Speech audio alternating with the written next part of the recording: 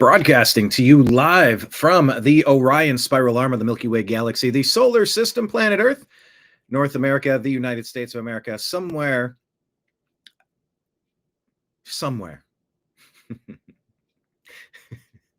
My name is Brian Engelman. Today is Monday, October 27, 2025. And this right here is called the TNAM Daily Show. TNAM, what's that stand for? The New American Media. Because the old American media has failed you. On today's show, we're going to ask, why are the Democrats shutting the government down? They're not in power. Their job is to rubber stamp. If there's not something cataclysmic, you pay your bills and you move on. They won the power. They have the majority of the seats. They're taking it in a certain direction. There's nothing egregious. In fact, the only thing egregious is what you're asking for. So why are they doing that intentionally? Why are the Democrats doing this? What is their plan? The EBT crashout.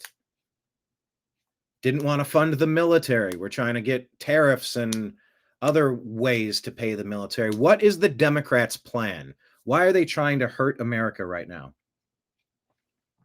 So let's talk about it. Also, California.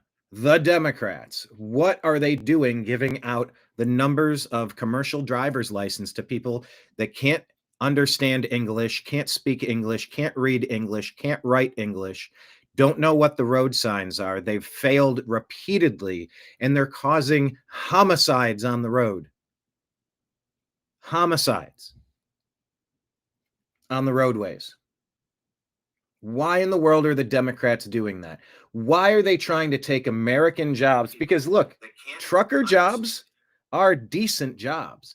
Yeah, I mean, it takes a special breed of person. No, I don't mean racially, you goobers. If you're new to the program, I don't get into the racial stuff as much. I only point it out when I think it's being absurd and we need to reject the race baiting stuff. It's just, I mainly prioritize actions. Actions, behaviors. But it takes a certain breed of person, a certain type of human that can be on the road, and it's a challenging environment, but the pay is good. Now, to be fair, this is an industry that might soon be replaced with automated drivers. And how much safer would it be if you just kind of had conveyor belts of vehicles traveling exactly the same? Making it easy to navigate the freeways, eliminate some of the human component that are leading to some of these crashes. So I don't know if it's an industry that really makes a lot of sense to focus forward long-term, but short-term, sure. Transporting things is a service that people still need. Why is California giving these out, these commercial driver's license out to people that say no name given?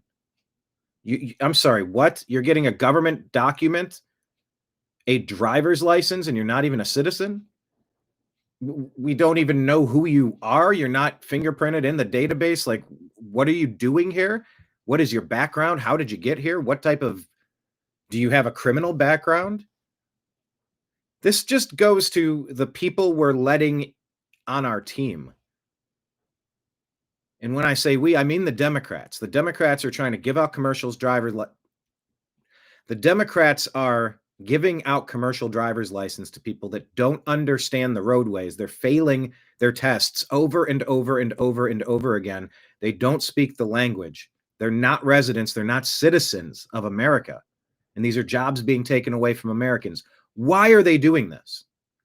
Why are the Democrats not just rubber stamping the continuing resolution on the budget, but instead trying to starve our military of funding and trying to turn off EBT so that people can get upset, so that people can go broke and get angry and cause a nationwide crime wave? What is that all about? Can you tell me? So these are the topics and more that we're going to cover on today's program. So buckle up and we will begin the show right now.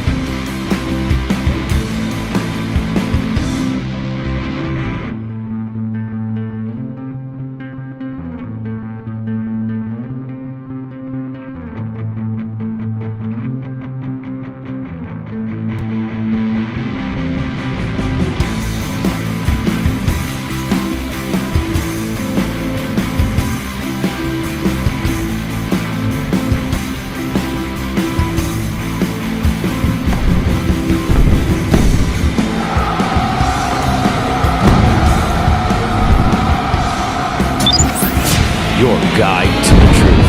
thenewamericanmedia.com.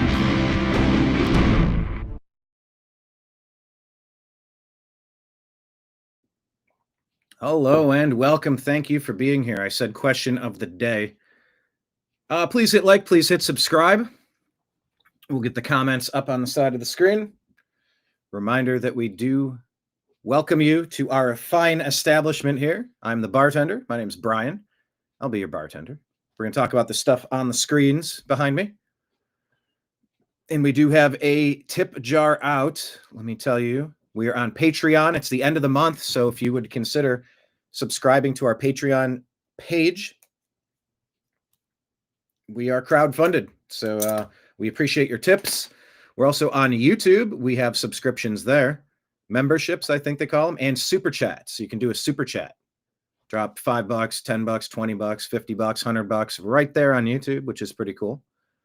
Rumble, we have Rumble memberships and Rumble rants. You can drop those there in our tip jar. Of course, Venmo and Cash App are great because it goes directly where it's coming. It goes one-stop shop. Doesn't get, you don't have to pay your penance along the side. Pay your toll to travel the road. That's Venmo, Cash App. That's my name, Brian Engelman, and PayPal. fuzzinstallment@yahoo.com is the email address to send something over on PayPal. Of course, the new American media is on all of the places. Got to keep changing this graphic. Don't know why they've ever changed it. I have to always click that button to black this out so it's easy to read. The New American Media is on Instagram, Facebook, Truth Social, Rumble, Odyssey, Twitch, Kick, DLive, Locals, and YouTube under the New American Media. We're on Telegram and Signal at TNAM and TNAM Chat, on X at American_Media_, and subscribe to our podcast, The Agree to Disagree Show, on Spotify and Apple. Also, we have a sports show, The Unhappy Hour. That includes our regular The Unhappy Hour shows, and it also includes Strictly Football. I got to double check if that's going to be Tuesday this week or Thursday. I'll get back at you. I should know by tomorrow morning. But yeah, we've done, 9 episodes of Strictly Football Season 2. Mike Barra, Jim Mitchell, Ezrael Robinson, and myself. So that can all be found at The Unhappy Hour.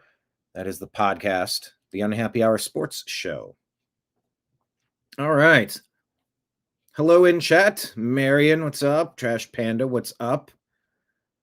John Droopydog, David Ban from Canada. Good morning, good afternoon. Hope everyone had a fantastic weekend. Did you have a fantastic weekend? Let me ask you that. Let me ask you a question. Did you have a fantastic weekend? I had a good weekend. And actually, that's our question of the day. In 5 words, explain your weekend. I haven't thought this through for myself, but I'll try now. Chores. There was cleaning. There was shopping. There was chores. Just life things that you got to take care of. Chores.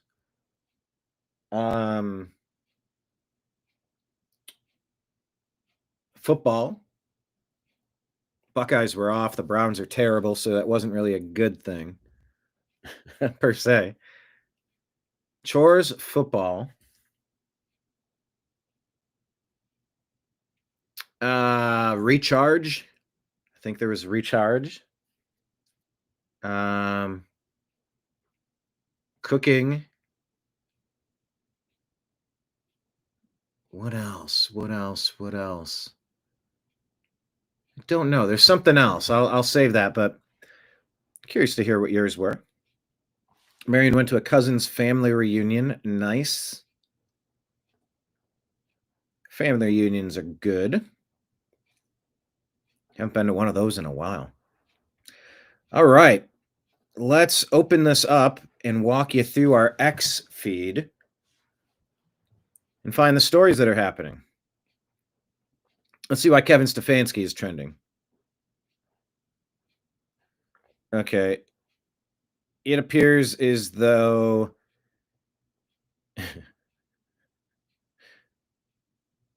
Kevin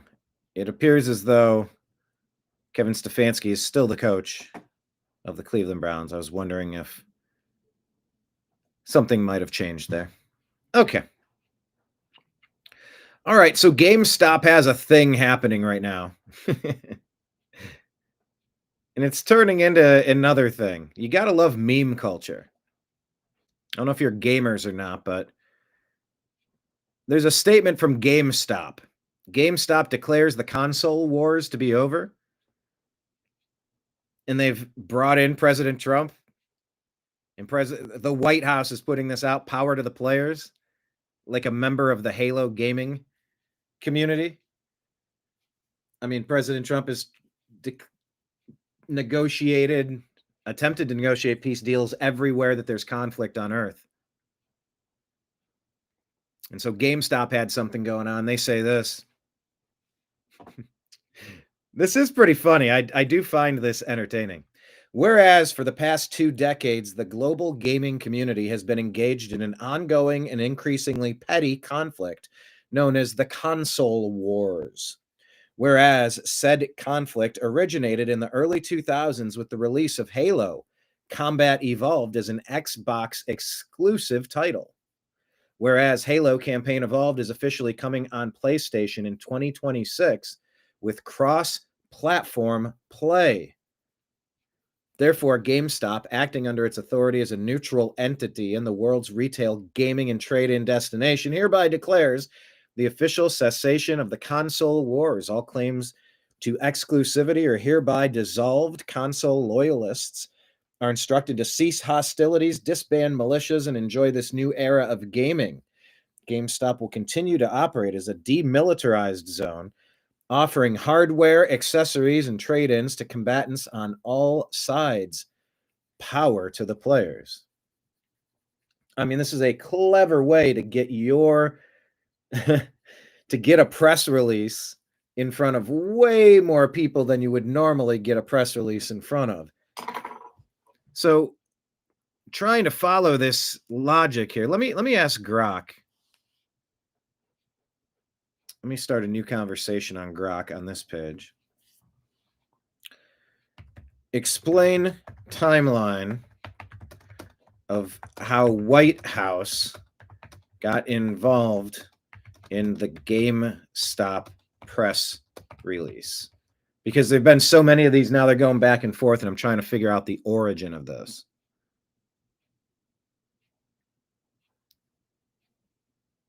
So there was a GameStop satirical announcement declaring the end of the long-standing console wars between Microsoft Xbox and Sony PlayStation, because they're releasing Halo Combat Evolved, the remake coming to PlayStation 5 in 2026, which breaks the Xbox exclusivity.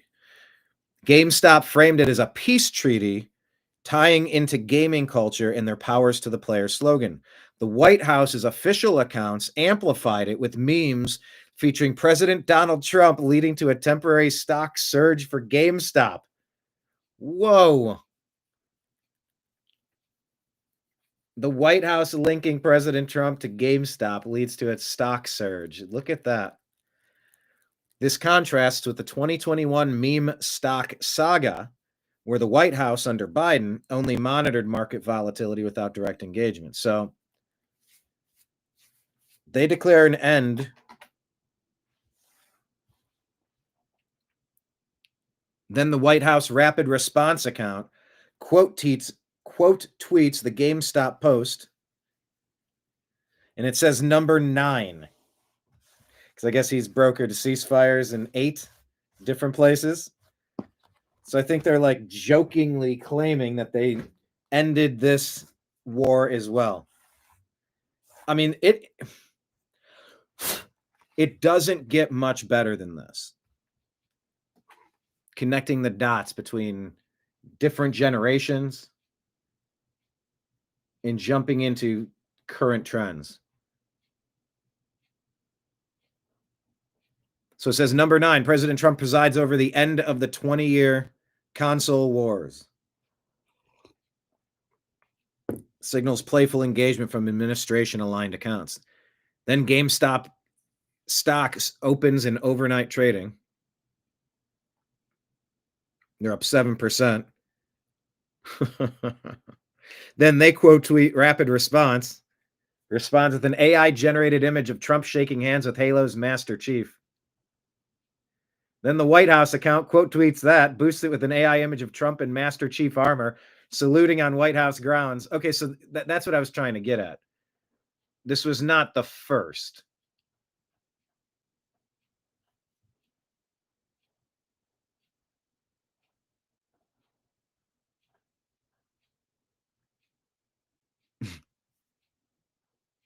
Who needs the beast when you have a warthog? Yeah, I don't know. This is Look at this meme. Look at this meme. This is President Trump presiding over Microsoft and PlayStation, brokering a peace deal. Oh, come on. Oh, it doesn't get much better than that. Look, that yeah, thank you, President Trump. All right. And then GameStop put this out.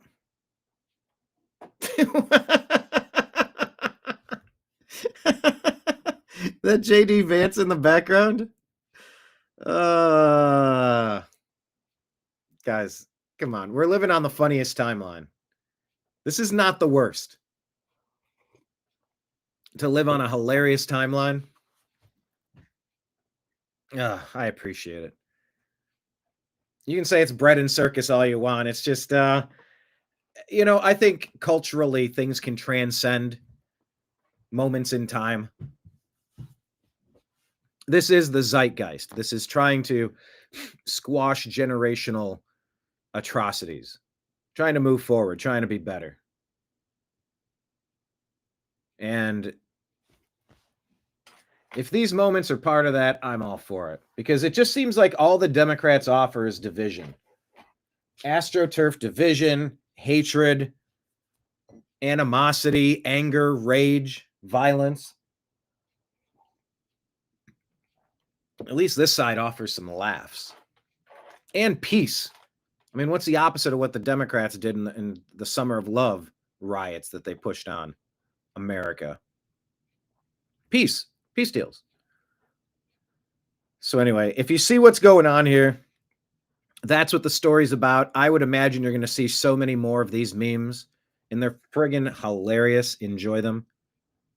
And I've never really got into Halo, and I never really had an Xbox, so I don't really have an opinion per se. But it is funny. It is very funny. All right. Jenny Beth Martin here says President Trump just told the Democrats he will never give taxpayer dollars for illegals. This is what we voted for. Yeah, there's a lot of people in America that are Americans that need American help from Americans. But here, take a look at New York. They're saying freeze the rent. Chief Nerd says now, Governor Kathy Hochul, with your help, we will elect Zohran and take back America. Elon says Zohran is the future of the Democrat Party. This is about this November's election, but take that energy, that passion, and take it into 26 so that we can take back the House of Representatives, take the Senate, and take back our country. With your help, we will elect Zohran, and we take back America. Thank you, Queens. Thank you, New York. God love you guys. Whoa, what was that? Thank you, New York. What was that hand gesture? God love you guys. Oh, hold on. Hold on, we got a Nancy alert. Uh-oh. Well, I guess maybe her hand is spun sideways. She could play that off. It's so stupid, that whole Elon hand gesture thing. I wonder if she practiced that so she can blow a fake kiss. Hail, Mamdani.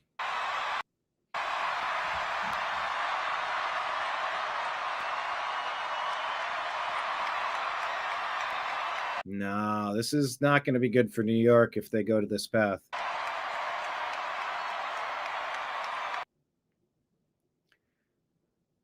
Communism for all, making buses fast and free for all. Freeze rent. universal child care. Okay. Elon's calling it out, though. This is your future of the Democratic Party. I am yes, you are no. Put this out from Jim Hoft. You can see my interview with Jim Hoft. Did you know I interviewed Jim Hoft?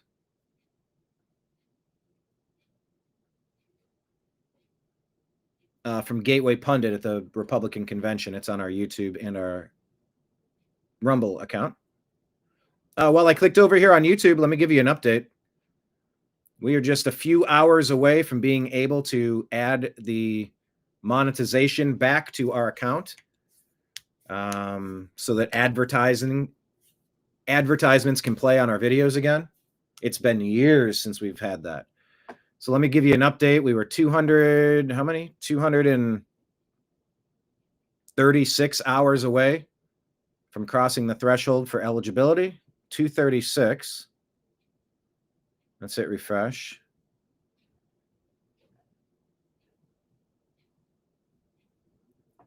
So we are 215. We are 215 hours away. Each penny in the wishing well is like an hour of content watched. Hello, Kenneth from the Hoth planet. What's up, Kenneth? Good to have you. Yeah. So here's what I'm going to do. When I am done with this episode, I'm going to replay the previous episode from the day before. I'm going to get in the habit of doing that. So if you're already watching, let it keep watching. And if you would be so kind as to watch some extra hours of content, we have 1,900 videos over 14 years, millions of views on our YouTube, Rumble pages, just all the platforms. But on this one, go to our YouTube channel for the New American Media, hit subscribe, hit the notification bell, and please watch some extra hours. We're 215 hours away from unlocking the advertisements on our page again. Millions of views, thousands of dollars taken from us. This would be a massive potential game changer to unlock that tip jar for us again, to unlock that revenue stream for us again, because it was a major part of our business model. You've watched Alex Jones get bankrupted because he had stuff to say about Sandy Hook and the frickin' frogs.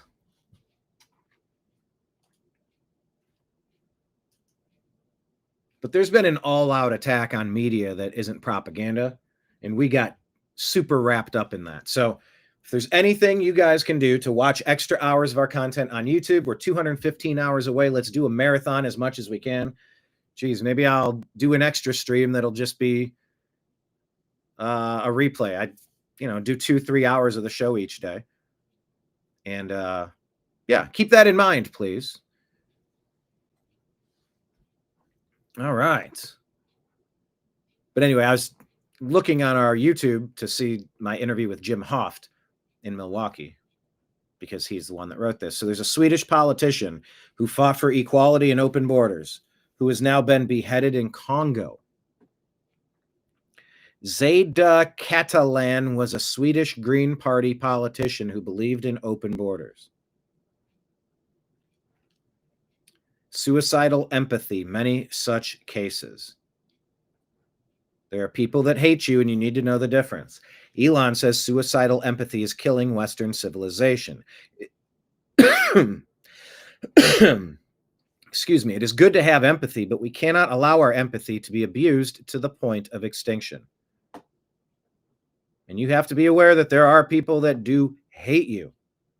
No amount of you being nice is going to change how they feel toward you. Let's take a look at this video here. This is not hatred. Well, maybe it is. This is Ontario, Canada. Let me ask, do the Democrats hate you to put your life in risk instead of just doing the right thing and making sure that people are qualified to be on the roads? Gunther Eagleman here says, a 21-year-old Indian man is responsible for the horrific crash in California where 3 Americans lost their lives. Jashanpreet Singh was given a CDL by Newsom's California, and Americans paid the price. Newsom should be held accountable. Look at this. Oh, my God. Is this the right video?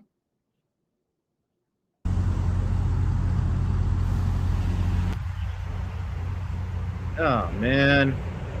Oh, this was the one that rear-end. Okay. I thought it was the one that drove. There's so many, I'm having a hard time keeping them separated. But you know what Offspring said, right? You gotta keep them separated. I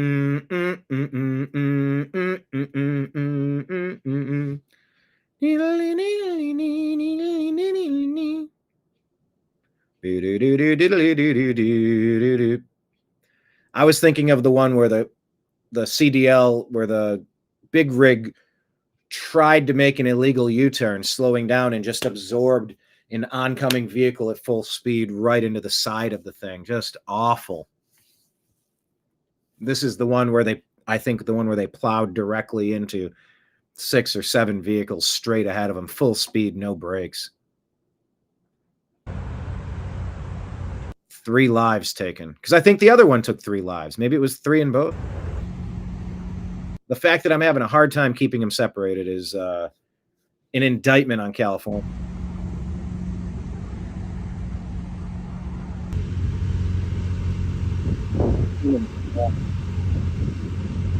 Unqualified person was given the right to drive a commercial driver's license, to drive a big rig truck.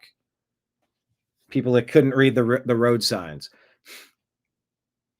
didn't understand the rules of the road, were failing and failing and failing their tests. Good paying jobs that should be going to Americans being outsourced to foreigners, non-Americans. I think that's the case in both of these crashes. Maybe they're U.S. citizens. I don't think they are. They might have been temporary residents, but they're not citizens. And our jobs need to be going to Americans. We need to employ our own people. And if you can't get by without using slave wages, then adjust the wages. Figure it out.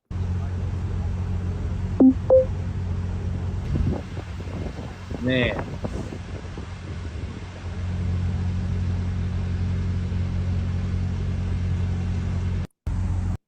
Yeah, these are Democrats that don't care about you. They're not being held accountable for their dereliction of duty. Why does Gavin run free? I don't know.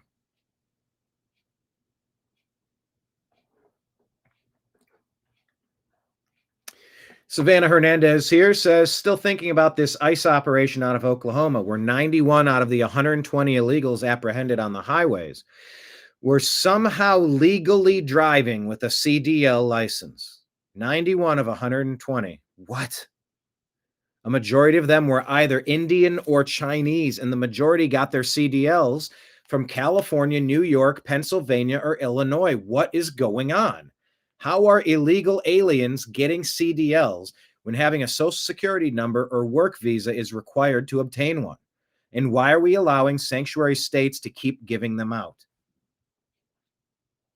ICE here says their partnership with Oklahoma Highway Patrol nets 120 illegal alien arrests, 91 driving with fraudulent CDL licenses in a 3-day operation. Conservatives, according to Eric Daughtry here, conservatives are demanding an immediate investigation into how Gavin Newsom's California gave this 21-year-old a commercial driver's license who caused a horrible wreck on the 10 freeway. His identity has suspiciously not been released. California ignores CDL standards. Take a watch, if you will. This is distressing video, but this is the video of the crash. Exclusive dash cam video, which is now the subject of several law enforcement investigations. It shows the moment a red semi-truck plowed into a number of vehicles on the westbound 10 freeway in Ontario. And I think they said when it crashed into the right-hand side, there was someone working on a tire and they got killed. So maybe they were under the vehicle and they just got... Just after 1 p.m. yesterday. This is the CHP told the LA Times the... I can't tell if there's somebody... driver of the... over here. But I think they said this was a repair truck trying to help this guy get... this big rig. I mean, they could have been right on the side and just blasted into this. I don't know. Is a 21-year-old man who is now under arrest on suspicion of driving under the influence of drugs. A total of 4 semis were involved and also 4 passenger vehicles, one of them exploding in flames. 3 people were killed and 4 others were taken to local hospitals. This horrific crash happened just east of the 15 freeway and shut down all westbound lanes for more than 12 hours. Thousands of drivers were trapped in the gridlock just as the evening commute was getting underway. It's also near Man, that's hellish too. Just a horrible situation. We got to get to the bottom of it. How much corruption is going on with tens of thousands of illegal aliens being given a CDL? Federal audit of CDLs issued in California exposed that. Multiple instances of illegal aliens who also had real ID, which is outrageous. Newsom needs to be prosecuted, says Gunther Eagleman. Here's this report from Fox. California had issued 62,000 CDLs to drivers who entered illegally, John, or do not have a permanent legal status as required by the feds. California sanctuary laws prohibit asking applicants their immigration status. Hold on. You're prohibited from asking their immigration status? Look, people need to be fired and jailed for this. We have basic safeguards to keep creeps away from our ladies and our children and to keep competent people in positions of importance. There is everything right.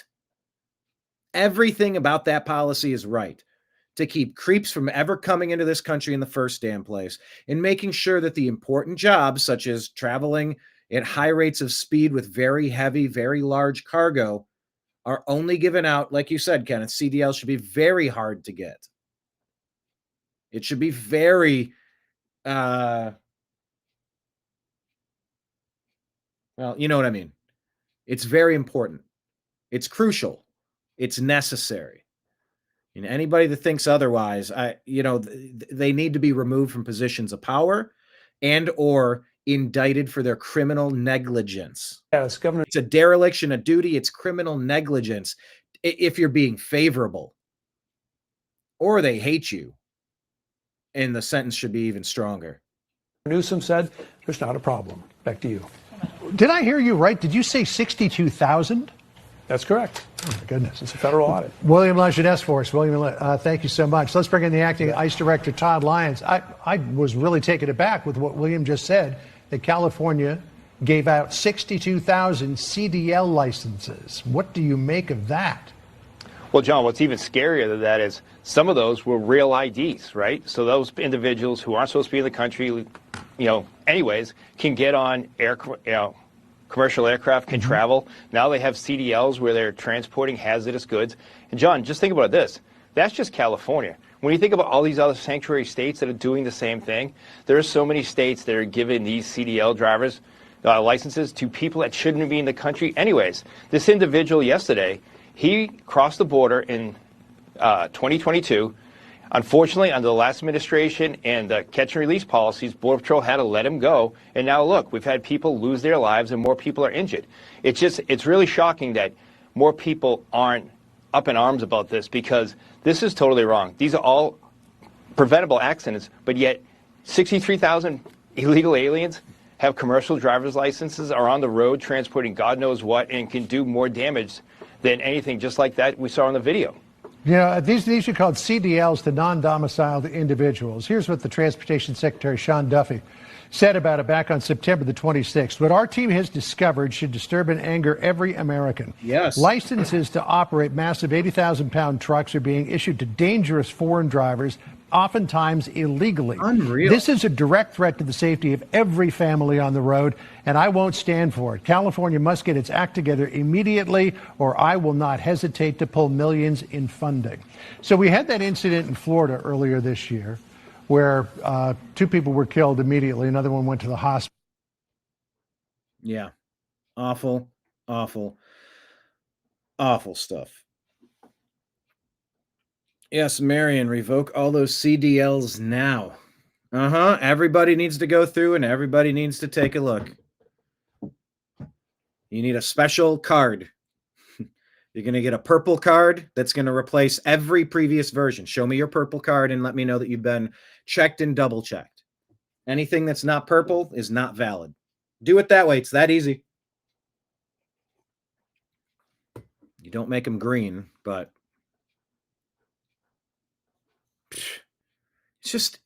it's mind-boggling what's been happening. This is intentionally negligent. Here's a photo of Jashanpreet Singh, who never applied his brakes and smashed his semi into 8 vehicles, causing 3 deaths and multiple injuries. California does not care about CDL standards.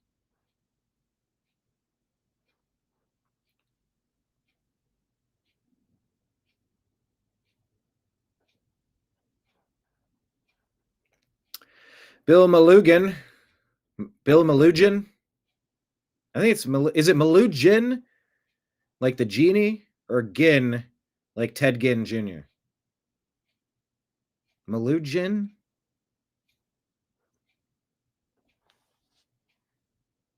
Let me ask Grok. How do I pronounce Bill Malugin?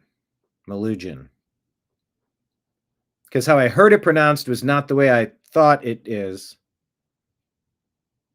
Malugin. Okay. Bill Malugin here says, an official with California State Transportation Agency confirms to Fox News that Indian illegal alien truck driver Jashanpreet Singh's California CDL is also a federal real ID, which he was entitled to receive given the federal government's confirmation of his legal status.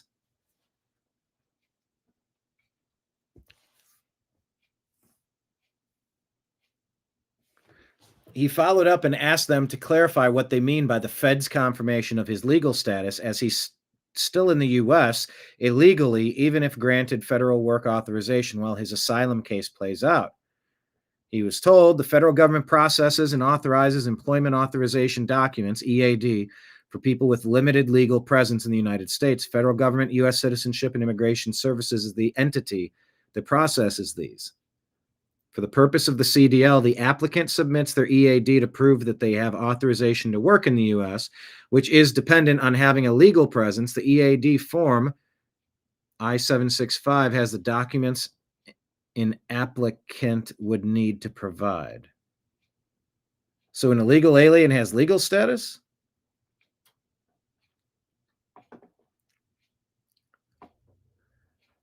The government didn't confirm his legal status. One of these comments, the people acting as president for the last 4 years invented his legal status. He was never entitled to anything. According to court documents, according to Sarah Fields, Indian national Jashanpreet Singh pled guilty to vehicular manslaughter while intoxicated. And the documents also show that he required a Punjabi translator. Couldn't speak English enough to conduct the hearing in English. How did he pass the CDLs? This is another guy. That's the one I was thinking of earlier. Made a highly illegal move.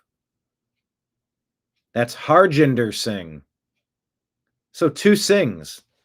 Jashanpreet and Harjinder. Okay, this was 3 people killed in Florida. Failed his CDL license a whopping 10 times across 60 days in 2023. Failed 10 times. According to Eric Daughtry, Singh initially failed the air brakes knowledge test twice, per Fox's Bill Malugin. California must be immediately banned from issuing CDLs until we can figure out what the hell is going on. Another illegal alien Singh semi-truck driver caused a deadly wreck in California this week. This is an epidemic of unqualified drivers. Both of these cases, Indian. Both of these cases, I think California, well, the one was in Florida. Protect the community. That's it. These are very important jobs. All of our safety relies on people being knowledgeable and courteous and safe, aware. Kenneth says, it's disgusting. Disgusting.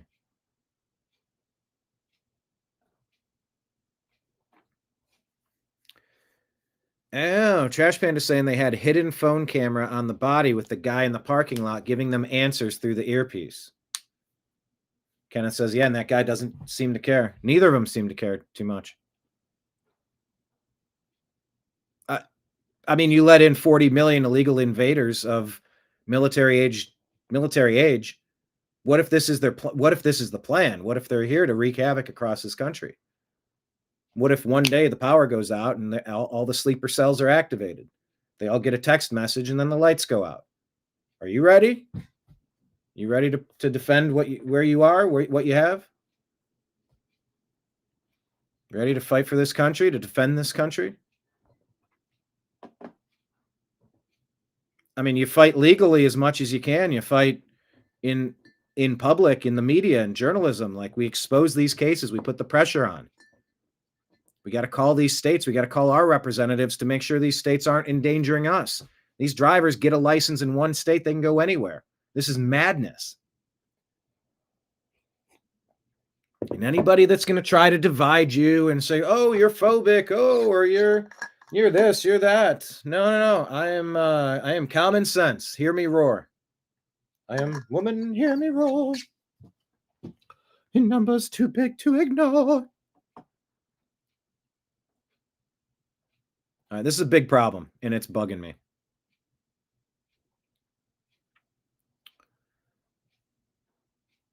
All right. Let's keep going. Bruce Barnett says New York and California have been issuing truck drivers CDL licenses, no name given, for years now. No name given. No name given. How could you possibly give out a license for something that says no name given? Mr. Guns and Gear says New York and California have been issuing CDLs with the name no name given for years, endangering every American on the road. Hopefully DOJ is looking into this criminal licensing scheme. Gavin Newsom is ignoring the rules of the road, says Secretary of Transportation Sean Duffy. Innocent people are being offed because of it. Stop issuing these illegal licenses for truck drivers.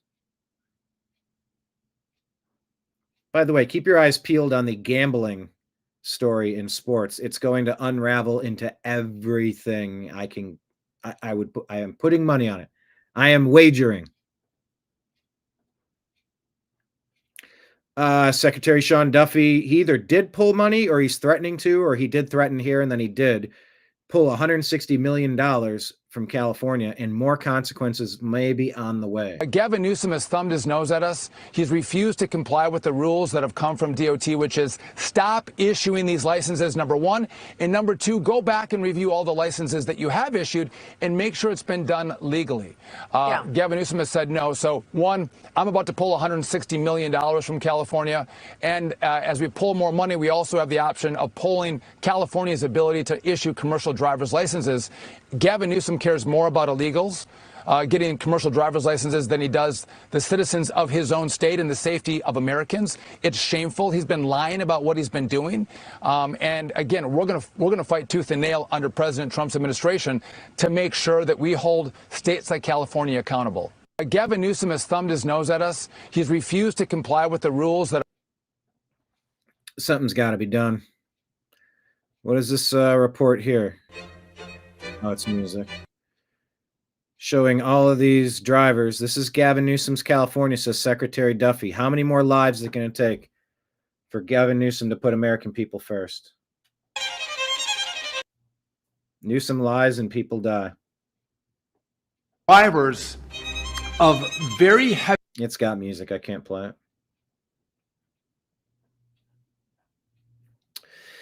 Wall Street Ape says, here's a cover-up. The California trucking company that employed the illegal truck driver who was under the influence of drugs and killed 3 people is changing all their trucks and signs. American truckers outside their facility, Matthewn Transport LLC. So things are changing. Take a listen. So the company that driver in Ontario worked for, Matthew in Sacramento, yo, what? I just passed their yard. They done took the sign off the wall. They're over there covering up all the names. Them mugs already got a new DOT on MC.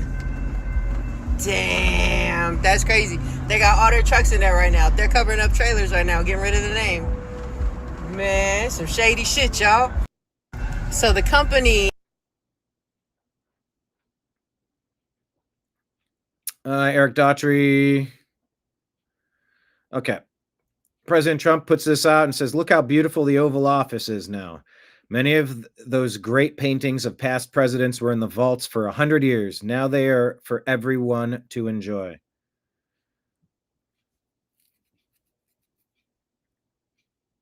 So it's a new display to get these out.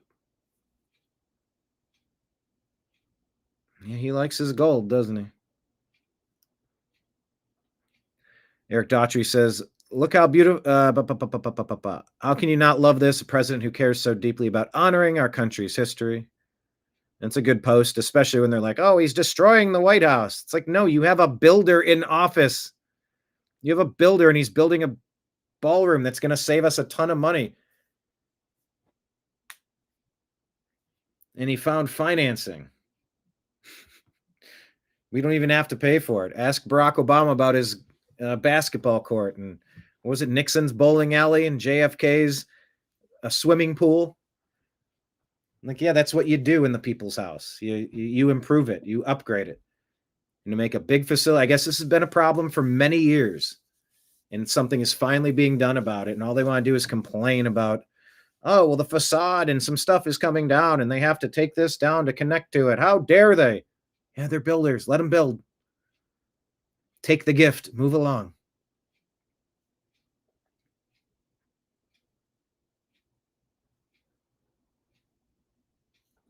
All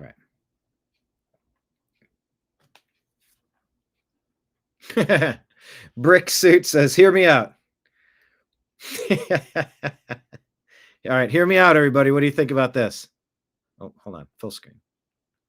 The People's Waffle House. What? What do you think? The People's Waffle House. We've always needed a Waffle House right there. You've got to admit. And by the way, people like Gavin Newsom and the Democrats, I think they're at a 1.5. What are they at? 1.5 billion to do the California State House. How much money is being laundered? Obama spent $2 billion in taxpayer money on a website that didn't work. Biden spent $230 million in taxpayer money on a bridge in Gaza that broke in 21 days. This is a post from Freedom Chronicles. Trump is spending $0 in taxpayer money for a beautiful ballroom in the White House. The media only cries about Trump. So come on. 1.6 billion expansion of Gavin Newsom's California Capitol. That's 100% taxpayer funded and 100% cloaked in secrecy.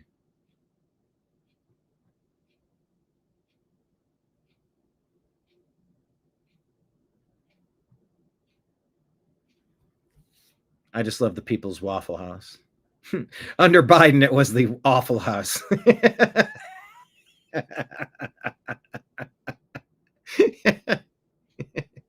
Thanks, Obama. That's so good. Okay, that's nice. The People's Waffle House.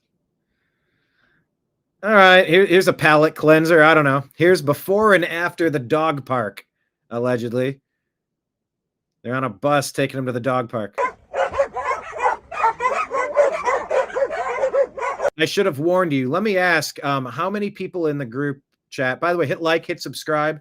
Reminder, there's super chats and Rumble rants available and memberships on Patreon, YouTube, and Rumble if anyone wants to throw something in the tip jar. How many of you have dogs? Type it in the comments, please. How many of you have dogs? Because I'm going to play this, and these are barking dogs on their way to the park.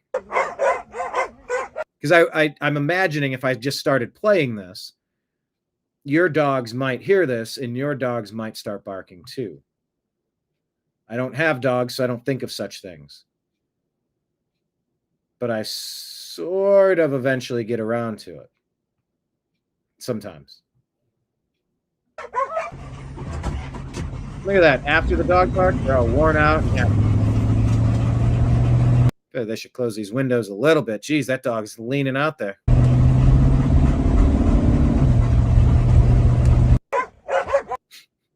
I don't know. That was just a palate cleanser.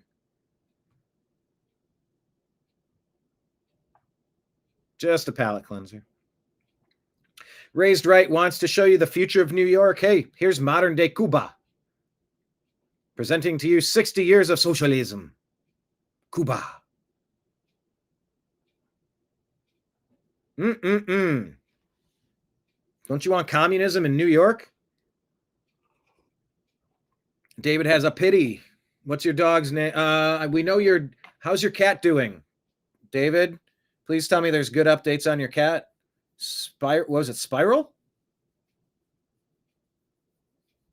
I remember we had that whole situation with your cat. I hope your cat's doing well. Kenneth has one dog. What's your dog's name? Trash Panda says, my dog barked. Okay, so I played that and your dog heard it and your dog barked? Kenneth exclaims, enough with the noise, dog, gone it. Wah, wah. But yeah, here you go, New York. After 60 years of communism, you can find this dilapidated hellhole crumbling to pieces. Good luck, New York. All right, what is this? George Papadopoulos says a grand jury has been ordered by a federal judge to be impaneled in Fort Pierce, Florida, January 12 of 26. Crossfire Hurricane, the CIA Five Eyes operation, and the raid on Mar-a-Lago is under scrutiny. One additional federal grand jury to sit in the northern region, Fort Pierce. Jason A. Redding Quinones, United States Attorney. Crossfire Hurricane, Mar-a-Lago raid under scrutiny. Cat Turd says arrest all traitors for treason, starting with their leader, Obama. Yeah. Yeah, please. Can we kind of get on with this, please? Oh, this episode of Jeopardy is wild. Sarah Rose shared this. It's like Alex Jones. Who is this? Oh, is that JD Vance? That's supposed to be JD? Oh my goodness. And Trump. Hey, that's not a real $20 bill. And where's this AI is getting. And yes, St. Floyd or George Floyd both work here. Alex, next category, please. Let's go with It's a Man Baby for 1,000. This is one of the wildest things. Daily double. Alex, what would... I'm not going to play too much of it, but check it out. All right, Jim Garrity reporting. And just from that, within 2 months, there are people running to the ramparts to defend this guy. So there's a guy running for office now on the Democrat side with a Nazi tattoo. Gets an SF Totenkopf tattoo. I don't know what that is. Keeping it for 18 years. It's not worth the public concern. The far-left publication, Jacobin, wrote a whole article about how Plattner is a victim of cancel culture. Cancel culture has run rampant over American political culture from sea to shining sea for at least a decade. Yeah, it's 3 decades. But the far lefties only recognize that it's wrong now when a guy that they like who has a Nazi tattoo might not win Democrat Senate primary. Are you following this guy? It's a whole thing. Trash Panda has a dog. Subin is a 2-year-old Basset. He barked. Tater's a 14-year-old mix. He did not hear it. Do you make noises like Subin? Subin? Do you like say that? If I said that, would your dog bark? Subin. If I did it again and made your dog bark, I'm sorry. Unless it's hilarious, in which case you're welcome.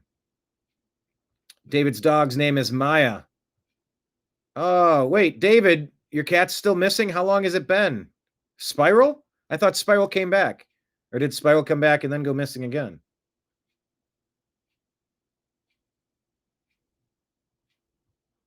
All right. Yeah, David's saying Cuba is definitely a hurting place. Yeah, so this guy with his tattoos is weird. Crimes. Portland police. Antifa's weird. Take a look at this. The first known video of the inside of the Antifa safe house located feet from ICE Portland, catching leftist militants unmasked. This is the safe house where voyant Antifa terrorists flee after they commit crimes.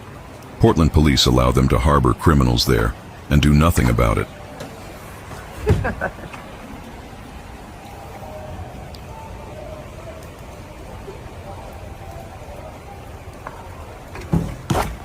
Get the fuck back. What are you doing?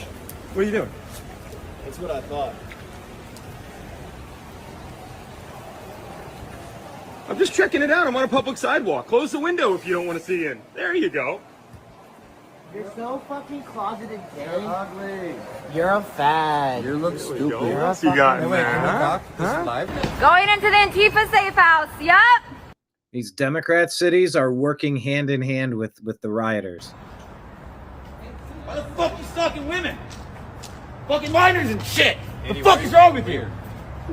Women and minors. Yeah, take a look at your hard drive, buddy. Fucking minors and shit. What the fuck is wrong with you? Why are you stalking this person? She assaulted me. She's assaulted It's a woman who's documenting where the attacker went. you. Do you approve of that? Yeah, my black eye. Your black guy? You didn't just. You don't have a black eye. I don't see it. By your boyfriend or something? All right. The assault suspect is in the safe house. Assault suspect? Do you want to stop now? Are you able to designate somebody? The assault It's just, suspect is in the safe house. Get away from me. so the game has changed. All right, you said he did come back and then he went missing again. You're pretty sure someone purposely grabbed him. Do you have a bunch of neighbors? You mean like maybe it's the cat's staying with a neighbor?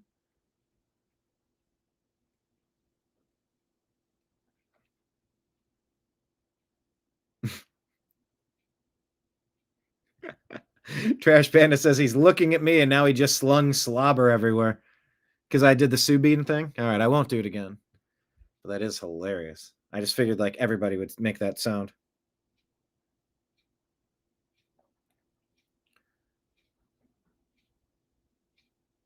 This Haney Gurgis here put this out. It says, we're not lazy, Mr. Trump, President Trump.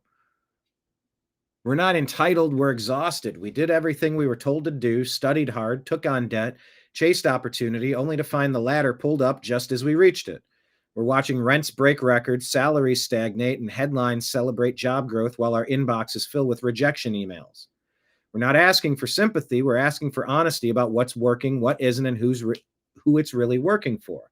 We want a future that rewards effort, not just inheritance. We want to build, not beg. The question is not whether Gen Z cares about the future. It's whether anyone in power still does. Signed, the Americans replaced before we even started. The claim is that Donald Trump is experiencing eroding support from Gen Z. I don't think that's true, but this was out of Newsweek, allegedly. But we said you should have never been advised to, quote, take on debt. That is always a bad strategy. I mean, wouldn't you agree with that? So here's this guy. Here's this tattoo, this Plattner guy in Maine. A quick thought on the Plattner defenders. Before August, almost no one knew outside the state of Maine. Almost no one outside the state of Maine had ever heard of Plattner, unless you knew him personally or really kept up on issues related to the harbor master of Sullivan, Maine. In the world of U.S. politics, he metaphorically just showed up yesterday, and all he did was show up and say things that progressives liked to hear. He's got a tattoo that's allegedly dubious at best.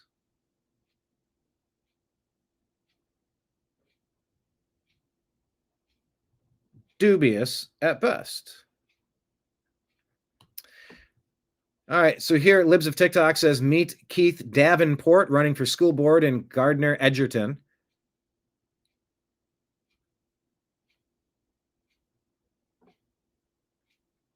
Oh, yeah, you got to hear about this. And the second political challenge to this whole idea of drug use for gender-affirming care being wrong is actually a misnomer as well. because off-label use of medications is actually the primary way in which medications are prescribed to patients. There are many medications that are passed through the FDA for approved treatment for certain things, but then it's found out that they actually are good for something else. And so doctors read the research and then they prescribe that based on the individual's medical needs. I have an example in my own life. There was a time that I was having these constant taps and ringing in my ears, and they were really distracting. And my doctor prescribed an allergy medicine that I had to do nasal spray. It was an off-label use of the medication, but it was what the research was saying was true. Somewhere around 60% of all prescriptions are off-label use. So it's not a big deal that there's off-label use for gender. And the second off-label use for gender-affirming care. Libs of TikTok is saying that he thinks it's okay to give irreversible and harmful kids puberty blockers and cross-sex hormones. He doesn't like bathroom and locker room policies based on sex because he thinks it's mean to trans kids. The election is November and parents should be aware of this.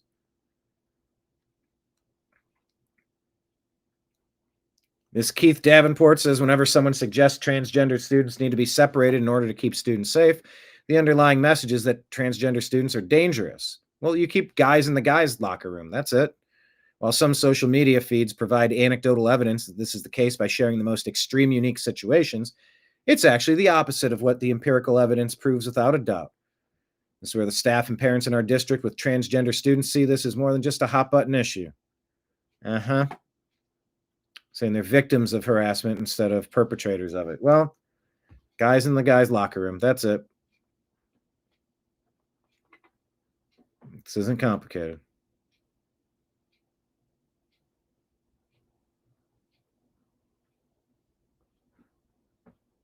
David, how long has your cat been gone?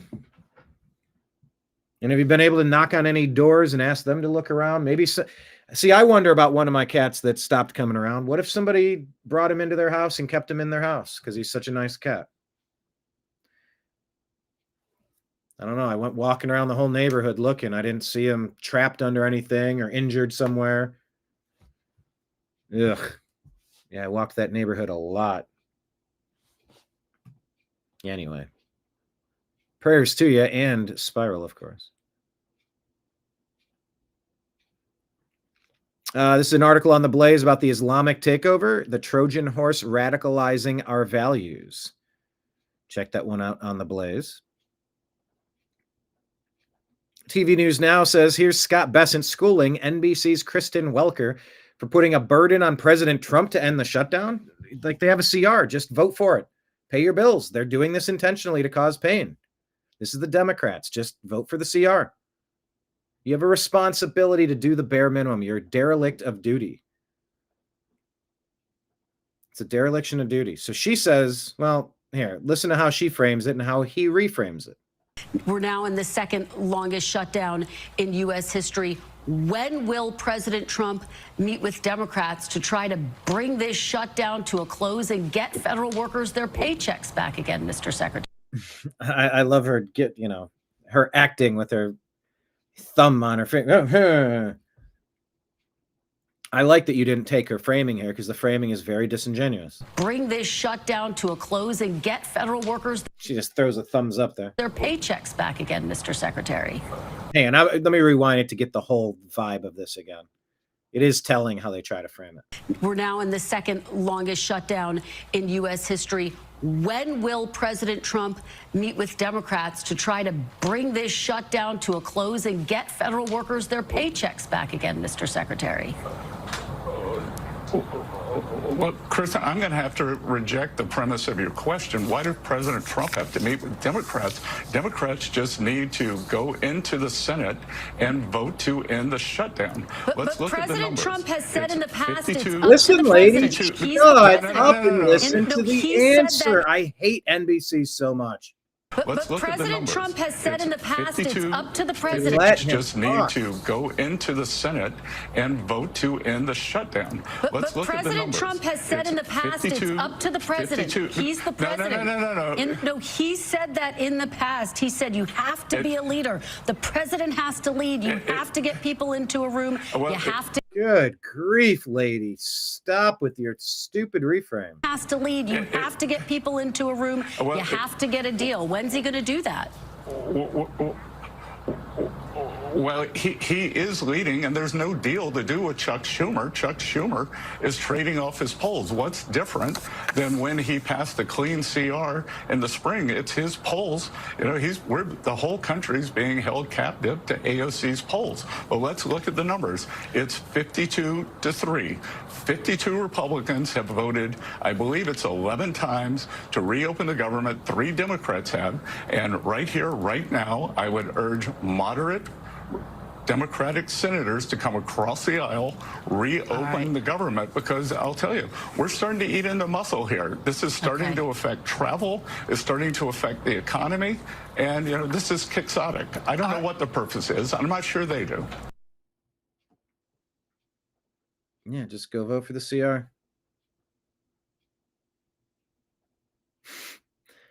What is this? Japanese telling the fake news? Here in Japan, you see this video of the president and the emperor. The press pool capturing the close-up images of this handshake were warned by the hosts that if they shout questions or shout anything in the presence of the emperor, it is considered here assault. Here, shouting questions is assault. Although I do agree, like I've been out in these protests and stuff out in the streets, and if people have these loudspeakers and they're in your ear, they're assaulting you. They're harming your ears. Dumb Dems. What's up, Unholy Hoax? Kenneth. Do I have to? Maya Quimby. I'm polling the electorate. Yeah. Yeah. Wait, what were you saying about Kristen Welker? We're now in the second those are shutdown. buttons. Yes, those are buttons. Wow. Good eye. I did not catch that. Do you have buttons, Kristen, or are you just happy to see us? Is it chilly in your studio? Those are oddly placed buttons. Okay, I didn't notice that. Thanks. Right Pulse News here says that the NC GOP is calling on Representative Julie Von Hafen. Oh boy, look at her. Whew. To resign for posting a graphic photo of President Trump beheaded. Raise your hand if you want to remove from office. Let me see if I can find this post. I don't see it. Let me search it.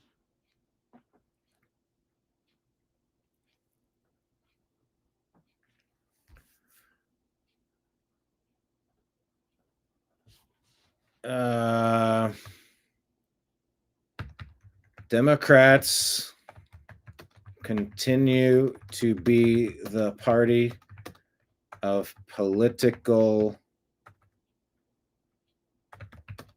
Geez, what am I spelling? Political violence. Fire them all. Charlie Kirk. In at least 2 Trump attempts, demand that America do better in our political discourse.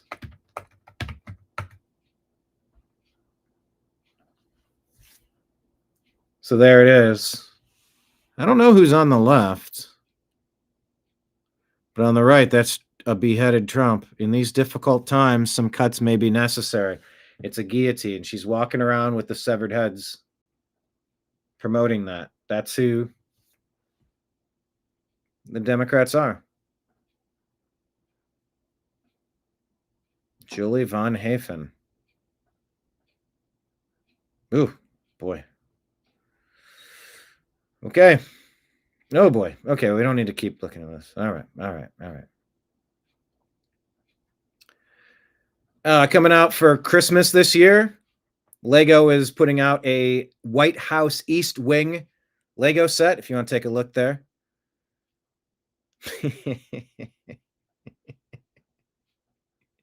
Just a bunch of busted up blocks. I love the people trying to freak out over a building renovation. Every renovation looks awful until it looks better. Relax, it's a renovation. Oh my goodness. That's pretty funny. Eric Daughtry saying that Florida might now crack down on taxpayer funds going to Islamic Sharia schools. Eric Daughtry says it's massively overdue. Florida school choice vouchers reportedly being used to build Sharia institutions, which is unacceptable. The use of taxpayer-funded school vouchers to promote Sharia law likely contravenes Florida law and undermines our national security. So Sharia law seeks to destroy and supplant the pillars of our Republican form of government and is incompatible with the Western tradition, A.G. Utmeyer says. All right, keep your eyes peeled on that. Sammy Ravello says, don't believe the polls. Vote for Curtis Sliwa. And he says, Andrew Cuomo's people are breaking for Curtis. And I'm calling on Cuomo to drop out, just like Bobby Kennedy, and say, I'm going to join the Curtis Sliwa campaign. Unite against Mamdani. You've had your chance to negotiate with Sliwa and say, we're going to put our heads together. It's the Sliwa ticket, and I'll give him a position within it. Unite against Mamdani, or else he's going to win. By the way, you're talking polls. He was 40 points up, 2 months ahead of getting clobbered by Zohran Mamdani by 13 points. I'm going to believe the polls. It said that Trump and Harris would be neck and neck. He won the popular vote in the 7 battleground states.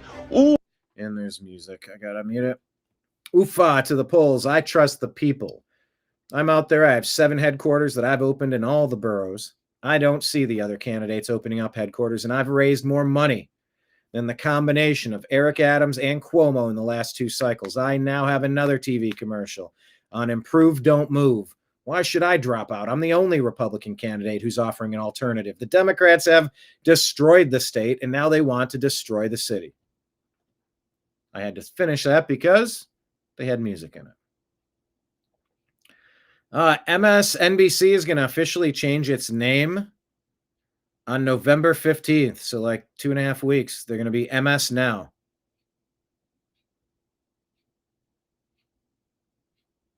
Okay. Well, I'm not buying the rebrand. If they change their content, so be it. Riley Gaines says, hey, remember when Elon Musk did this same wave and elected Democrats and lying legacy media called him Shitler for weeks? Oh, look, AOC is doing the exact same thing.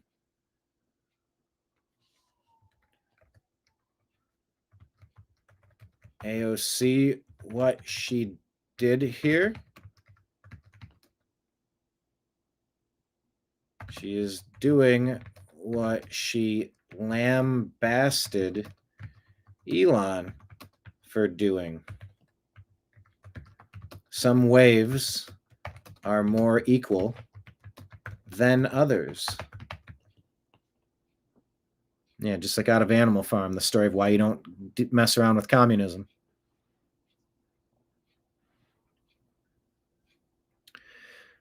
What is this? Ayal Yacobi reporting that Zohran Mamdani's Democrat Socialists of America signed on to a statement calling to release Elias Rodriguez. That's the terrorist who executed 2 Jews in Washington, D.C. last spring. Oh, okay. Elon showing how migrant men of non-European origin are committing 84% of assaults on girls in Sweden, despite only making up less than 10% of the country's population. An Algerian migrant is 122 times more likely to commit aggravated R than a Swede is. And an Afghan is 69 times more likely. Stunning. Stunning. And then here is yesterday's show, or our latest show. Sorry. Friday's show about rebuilding America and what that could look like. So I think what I'm going to do now is do the replay of yesterday's Friday's show. Quick reminder that our tip jar is out at the bottom of the screen, Rumble Rants and Super Chats. Please consider subscribing, signing up to be a monthly sponsor on Patreon, and if you can watch some extra content on the YouTube channel, definitely appreciate it. We'll be back again tomorrow at noon, digging into the stories of the day. I have some stuff queued up on Instagram that I'll probably put on tomorrow's program. But for now, we're going to wrap it here. MS, now more shit no one's watching. Yeah, seriously. All right. Well, let me pull it up here and get you yesterday's program. Thank you all for watching. Let's see. Where's the YouTube studio? Yeah, we did a live stream during the Browns game yesterday. It was brutal, painful. Didn't do so well. Didn't do so well.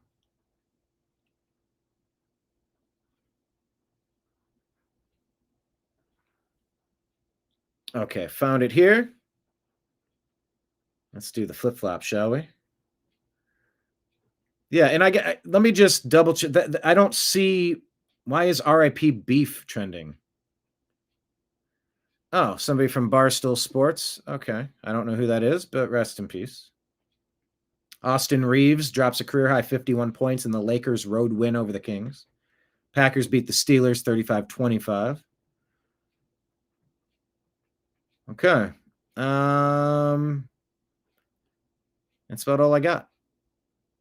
So let's replay yesterday's show, and if you guys could watch anything extra in the meantime, that would be greatly appreciated. Rumble Rant Super Chats, thank you all, and we'll be back again tomorrow. I appreciate you, I love you, and we'll talk to you again soon.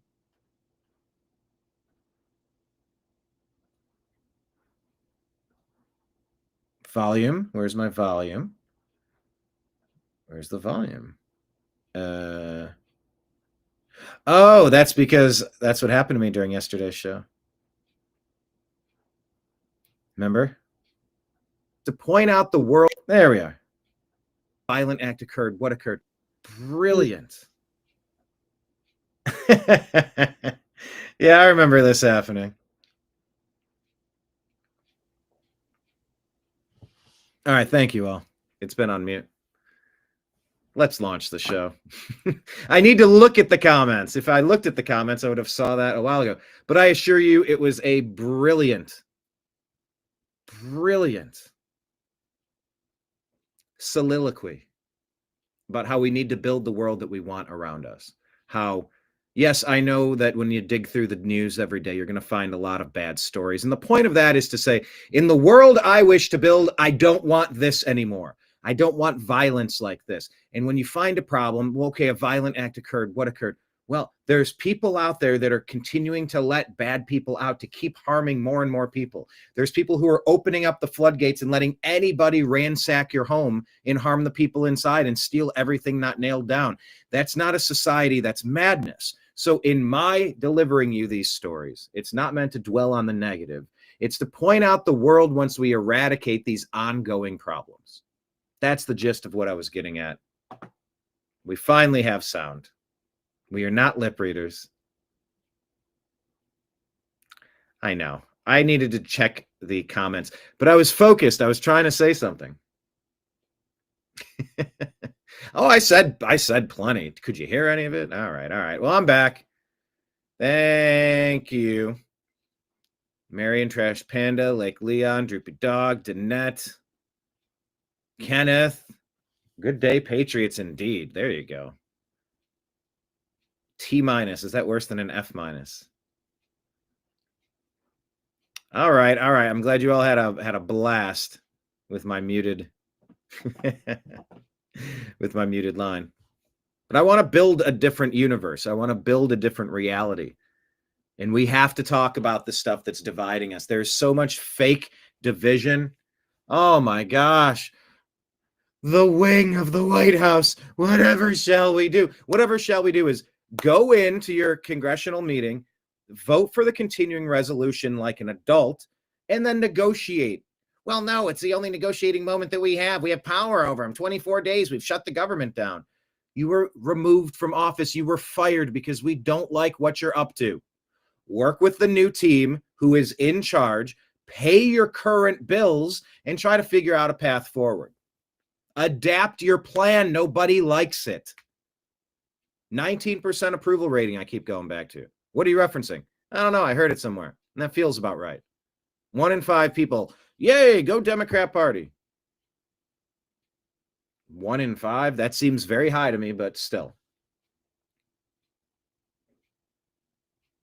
This fake outrage, it's constantly fake outrage to get Trump. Got to get Trump. Got to get Trump. Got to take out Trump. Got to stop this administration. Got to resist everything that they're doing. What is it that, what are the biggest problems? What are the biggest problems? Set those 2 issues right there, and let's talk about the other 98 things. It's common sense that is happening right now. It's common sense policies that are being enacted. You know, it's dereliction of duty / treason, what the Democrats have been up to for 15 years, better part of 2 decades. That's not the direction we're headed. And shame on you for trying to do that. Shame on you for seizing this government and weaponizing it against the rest of us the way that you did. And you did so many illegal things in the process. So when we rebuild this, that'll be interesting, by the way. I saw a clip from Steve Bannon talking about Trump's 3rd term. He's convinced, at least according to this clip. I want to watch the full clip and get the full context. What type of country are we going to build moving forward? Are we going to be more like Viktor Orban? Or are we going to be more like Keir Starmer? Pray for the UK. You know, I have no qualms about our American Revolution, and I had people involved in that in my family line. But what's happening to the people of England right now is atrocious. What's happening to the people of Nigeria right now is atrocious. Middle East, Gaza, Israel is atrocious. Russia, Ukraine is atrocious. We got to come up with a better way to handle our conflicts. We have to find a better way to stop the thieves from taking everything not nailed down. We have to find a better way to encourage our cultures, our societies to thrive and to protect our civil liberties. And every day, Ronald Reagan talked about freedom not being a birthright that's passed down in your blood. It's something that every generation has to get involved. You got to get in the ring. Was it Theodore Roosevelt, the man in the arena? Was that Theodore Roosevelt? I've quoted this before, but I'll quote it today because it's good and I don't have it committed to memory.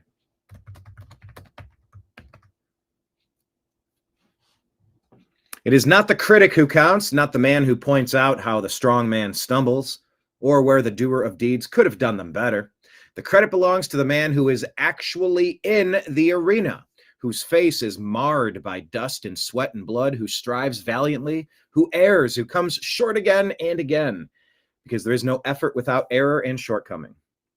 But who does actually strive to do the deeds, who knows great enthusiasms, the great devotions, who spends himself in a worthy cause, who at the best knows in the end the triumph of high achievement, and who at the worst, if he fails, at least fails while daring greatly, so that his place shall never be with those cold and timid souls, who neither know victory nor defeat. Theodore Roosevelt, excerpt from his speech, Citizenship in a Republic, delivered at the Sorbonne, Paris, April 23rd, 1910.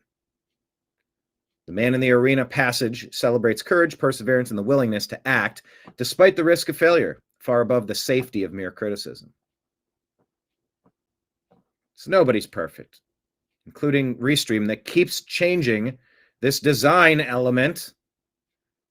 See, I want it like that, and I've never changed it off that, and when I launch my show, it keeps reverting back to something I don't want. It does this. And then you have text on top of text, and it hurts my head. I shouldn't have to keep repeating myself. Once I set something in motion, it should stay that way. Very frustrating. In fact, I was talking with Mike Barra yesterday, and he said he had several problems with Restream, so he left Restream and went to StreamYard. Where's it at? I was going to pull up a graphic. Yes, get better, Izzy. Izzy not feeling so well right now.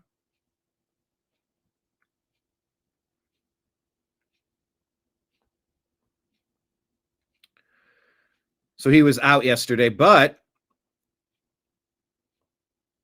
we did our show, Strictly Football, Mike Bear, Jim Mitchell, and myself.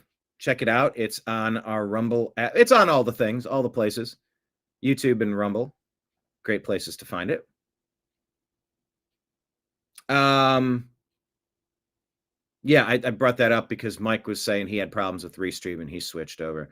Yeah, I was also thinking about inviting Mike on for an episode of the Agree to Disagree show. I've never really delved into his, he's out doing lectures. I think he'll be in Pahrump at an alien convention. He's in New York. He's in Texas. He's doing all these things all over the place. And I'm very curious to get some feedback on that air quote comet, the 3I. Sure it is. What's it called? Let me look it up.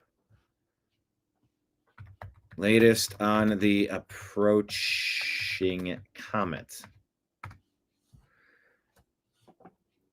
But yeah, check out the show, Strictly Football. What's it called? Oh yeah, Comet 3I Atlas. The third confirmed interstellar object, discovered July 2025. Manhattan-sized, currently 42 million miles from the sun. Perihelion in late October. Inside Mars orbit, closest to Earth, December 19, too distant for easy viewing.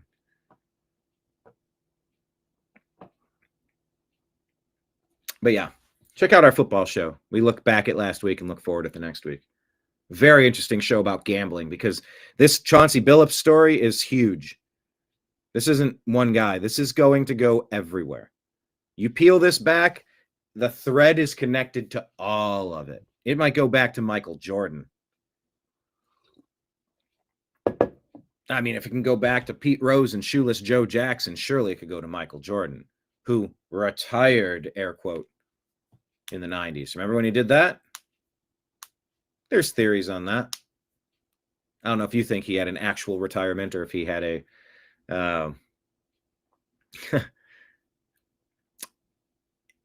if the league sat him down for a minute for his own good.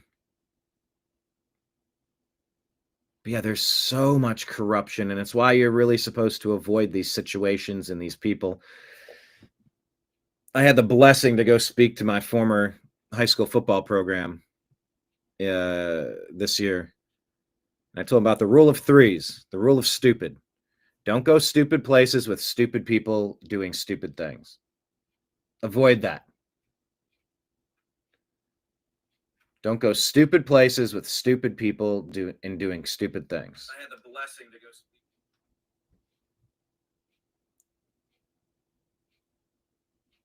So much like how Big Pharma has been controlling the news and essentially limiting the news agency's abilities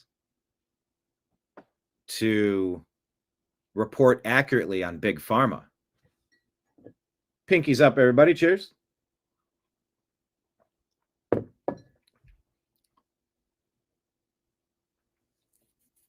The sports world has been infiltrated with all the gambling apps. And I like playing fantasy football, but it's kind of got me rethinking all of it. A little bit rethinking it. And luckily, I haven't done a lot of gambling in my life. But this NBA story, this goes to every sport. This goes to every level. There was just a college football referee, I believe, that was banned. He was the one that was involved with the rigging of the Ohio State game against Clemson. 2019, 2020, maybe. It's a story much bigger than sports. It's a story about deep-seated corruption, and it's about what happens when, there's a phrase, if you hang out at the barbershop long enough, eventually you're going to get a haircut. It means a lot of things. That's meant different things to me in my life at different moments.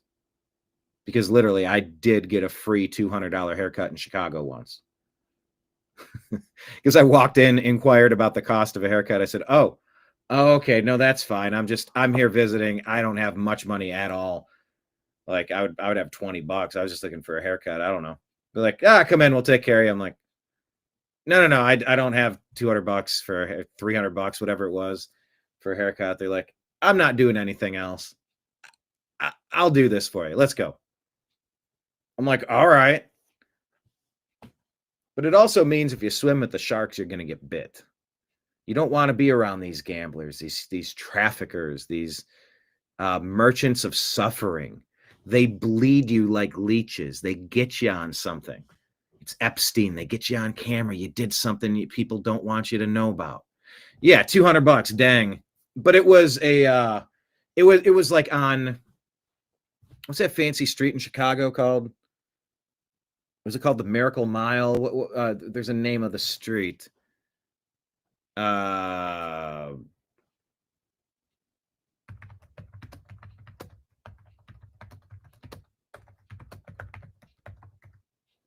see if Grok knows. Magnificent Mile? Yeah, North Michigan Avenue. That feels about right. So anyway, yeah, shopping, 460 stores, landmarks, dining and hotels and events. Magnificent Mile. It was like some fancy salon. The lady was awesome. I was like, no, I'm just here with my band. We're considering moving here. And I was just looking around and I'm getting scruffy. Like, I gotcha. I'm like, don't you dare give me a bill for $200 at the end of this. But anyway, this NBA story is going to have legs, and they're using X-ray cards to cheat in poker. And then when they get you a couple $100,000 in debt playing poker, it's literally the mob. It's the mafia. It's a bunch of leeches and vultures and gangsters and traffickers and like really dangerous people that prey upon humans. They leech upon. I want a percentage of everything you're doing forever. Now I did something for you. Now you do something for me. Never really understood this glorification of the mob or the mafia or the cartels. It's like, it's feasting upon exploitation. If you want to get good at something and be successful, get good at something and be successful, please. That sounds great to me. But this other stuff, that doesn't sound great to me. Sounds like feeding on misery of humanity. And that's why the Hunter Biden story mattered. And that's why Comey, Clapper, Brennan, Clinton, Obama, all these people that were running a RICO many years. And Stephen A. Smith's reaction to this was very strange, calling out Trump. So I'm wondering if the same RICO case they're going to drag out through all the sports and take down ESPN is going to go to the Democrat Party for the grand conspiracy of taking out Trump. Because Stephen A's reaction to this story to like try to blame Trump for something didn't make any sense. But now as I'm talking this out, one, either Stephen A. Smith is like neck deep in something he's not allowed to be. Or maybe we're kind of seeing the blueprint of the grand conspiracy mixed in with the RICO sports conspiracy. But the fake division over outrage over a ballroom, yes, you have a 6-decade-long successful mega builder working for free as president who wants to create an asset for the country to have $300 million from private donors, from the lawsuits of the blowback, if you will, from all of the organizations that were censoring President Trump, that were trying to destroy his life because they didn't agree with him politically, violating his civil liberties. The fake outrage and division. I'm over it. The Democrats are going to scream bloody murder about my wing of the White House, my wing. Oh, my precious wing. Oh, I can't believe he's doing so. Oh, they're literally taking a wrecking ball to it like he's taking a wrecking ball to our Constitution, I tells you. It's the dumbest shit you've ever heard. Have you ever tried renovating an old house where like you're limited by, you're boxed in? You have HVAC running some places, you have electrical lines running other places.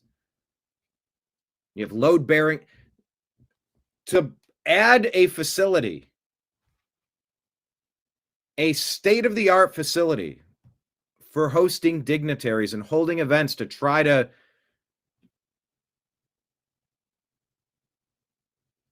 conduct international business. It's exactly what you would want. You know, part of the problem with America has been, for example, go to Boston. You can go to Los Angeles too, but there are roads that make no sense that just kind of go up right by the Green Dragon Tavern where they met to dump the tea into the Boston Harbor and say, you're not stealing money from us. Stop it. No. We're not your property. You're not gonna grab any more money from us. We're sick of this. And they pushed back. They said, don't tread on me. But those cities, they kind of grew up where they were, and buildings were built, and then infrastructure was laid, and it just is what it is. And that's what you're doing when you're renovating an existing structure, versus you're going to add a wing, you're going to add a big, beautiful ballroom. I love the triple alliterative scoring, by the way.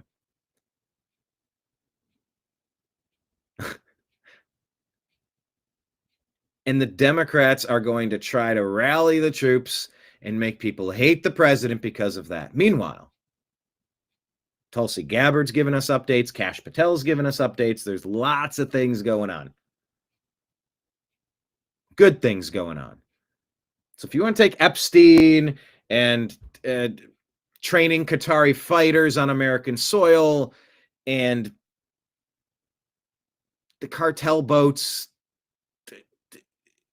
take 3, 4, 5 issues, important things, set them here. Look at the other 95. How are we doing on these 95 common sense things? I'm sorry, building a big, beautiful ballroom doesn't crack the top 100 things that I should be caring about, that you should be caring about. It's manufactured outrage, and we've got to disconnect from the lying legacy media. We must find a way to get our elderly disconnected from this stuff. It's rotted their brains. They think it's real. It's not real. We need some sort of reclamation project. You look at all these protests. All right. We're going to get together and put a play together. Yeah. We're going to be Protest Incorporated. We do this every year now. Yep. It's just changed. The color revolution. Just swap a new color on it. Swap a new brand, a new insignia, a new logo, a new slogan, a new cause. Well, it'll be Pink Hats this time. Oh, it'll be that guy that was trying to steal things using fake money, who had an overdose, but then the cop put his knee on his neck, shoulder, back area, as he was trained by the Minneapolis Police Department. Yeah, anyway, let's go burn everything down. Okay. Yeah, and we'll use it to hurt Trump. Okay. Okay.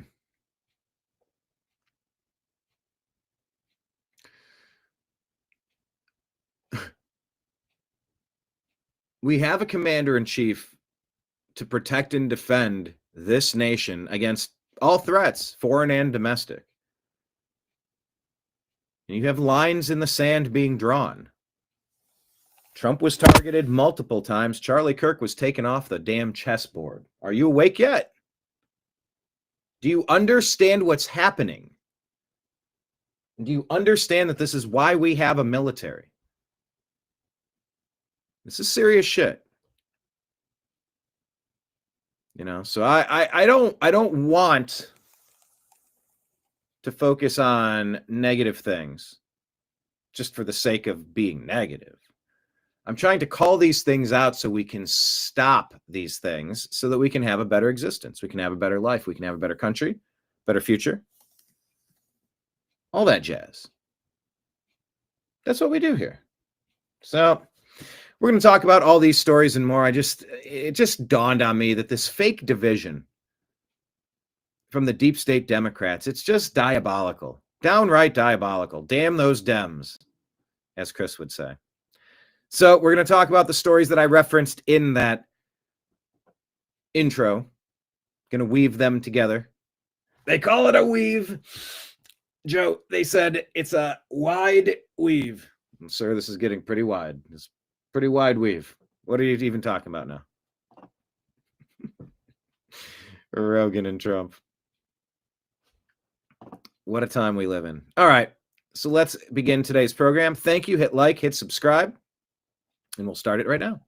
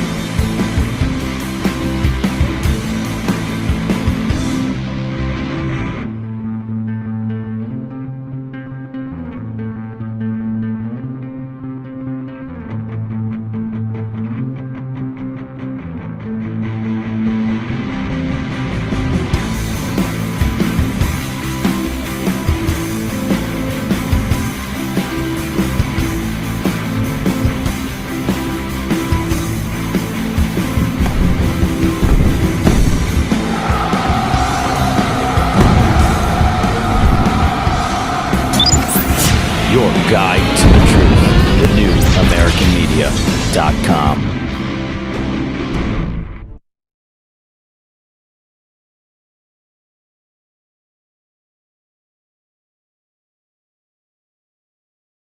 Muted, got it. All right, fixed it. All right, I'm on it. Yeah, Unholy Hoax here saying, what did you say? I posted the Planet of the Apes version of the Damn the Dems, but the YouTube censors it. Where did you post it? I want to see it. Can you put it on X? All right, let's dig into the news. First off, please make sure you're following us in all the places. You can find the New American Media on Instagram, Facebook, Truth Social, Rumble, Odyssey, Twitch, Kick, DLive, Locals, and YouTube. Just search the New American Media. On Telegram and Signal at TNAM and TNAM Chat. We're on X at American_Media_. And subscribe to our podcast at The Agree to Disagree Show on Spotify and Apple. Also grab the Unhappy Hour Sports Show podcast on Spotify and Apple. That's where we put up Strictly Football from yesterday. Additionally, welcome to our bar here. As you see in my imagery behind me, welcome to the bar. Let me put the tip jars out. It is Friday. This would be a great chance to throw something that clinks into the canister. Coming up toward the end of a month, thank you to our Patreon monthly subscribers.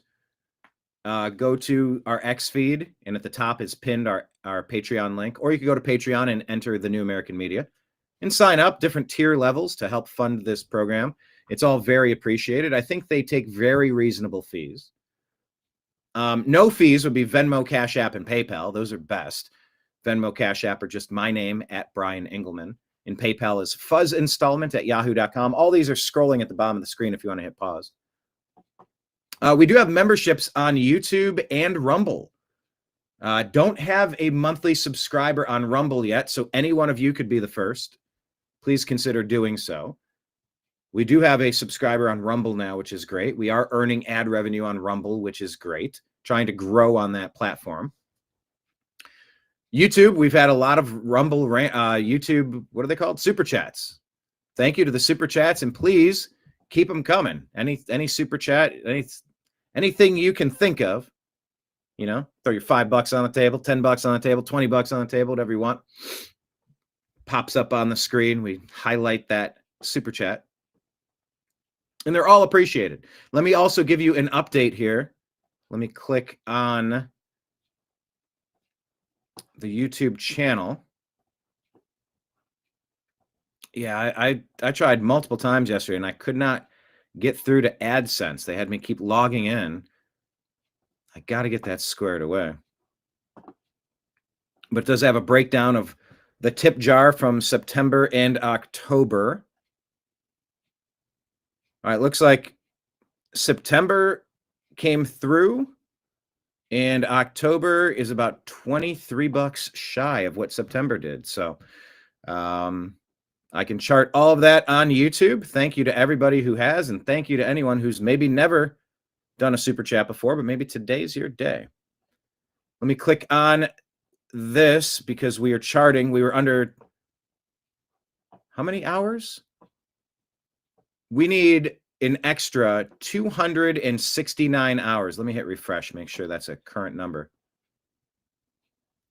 269 public watch hours on our YouTube channel.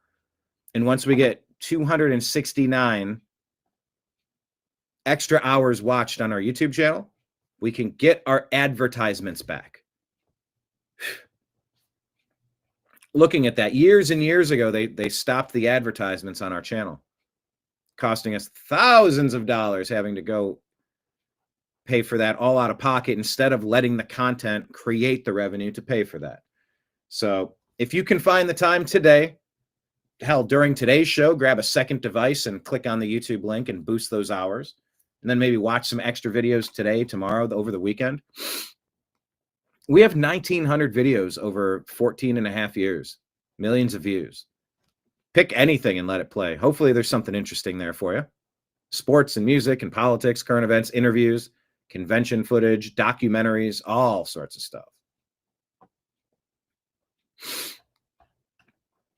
So, yes, good day, Patriots. And Kenneth is on it. That's appreciated. Yes, Trash Panda says he does monthly on Rumble. Much appreciated. That is super cool. And you unlock the Rumble rants too, which is super neat. Happy Friday indeed to everyone. All right, let's do this. Let's pull up our Instagram feed. And let's see what people are talking about today. Let's have the conversation, shall we?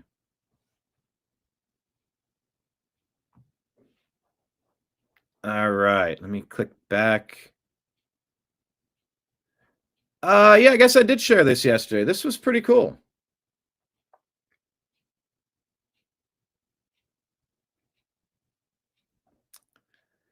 Have you ever watched this scene from Game of Thrones? He's out there in a field on his own, and the enemy troops are coming at him. This is a great scene. So he unsheaths his sword, throws down his scabbard,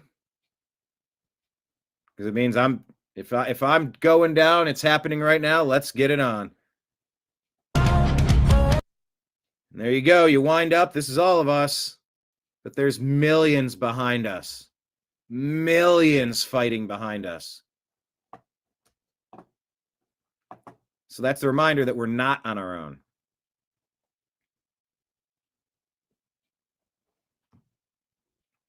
Oh, okay. I'm getting a message from Unholy Hoax saying, I put this on every show. No one responds, and it doesn't seem to post.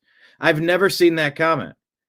Try to Unholy Hoax, try to spell it differently. John Coffee, like the drink, only not spelt the same.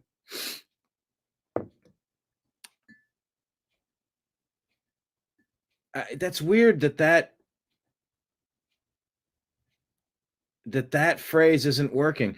Try to swap out like the letter A with an asterisk, or all vowels. Swap out the vowels of each word with asterisk and try to repost it.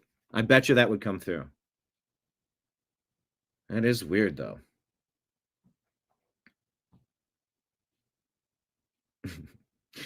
Yeah.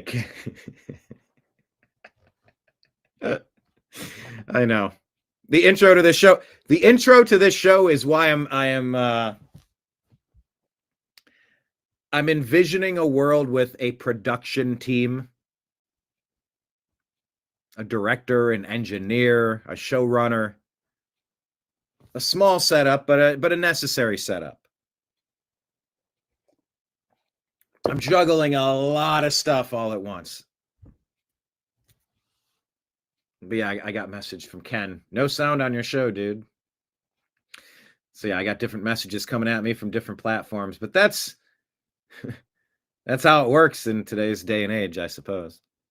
But that's weird. You're not really swearing. You're just saying damn dirty Dems. Like, damn, like that shouldn't be,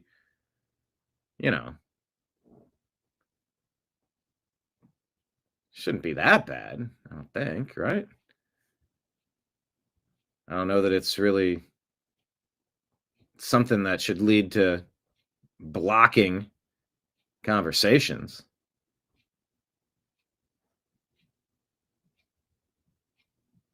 All right.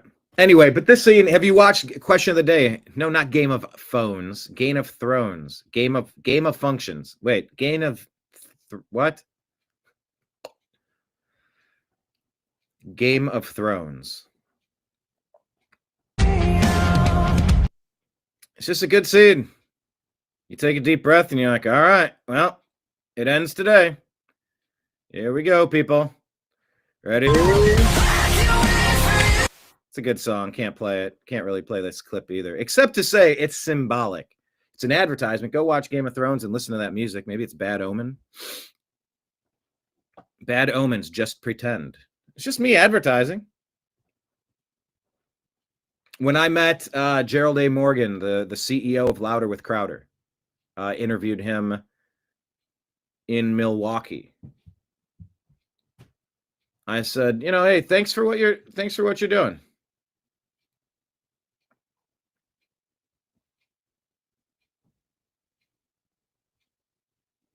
I said, you've been blazing a path and you got millions of people following behind you. You don't even know. Because the same shit that we're battling on YouTube, I mean, come on. Crowder did it very publicly. He's got millions of people in Mug Club. They've been doing it at a high level for a long time. My throne is in the bathroom. Kenneth.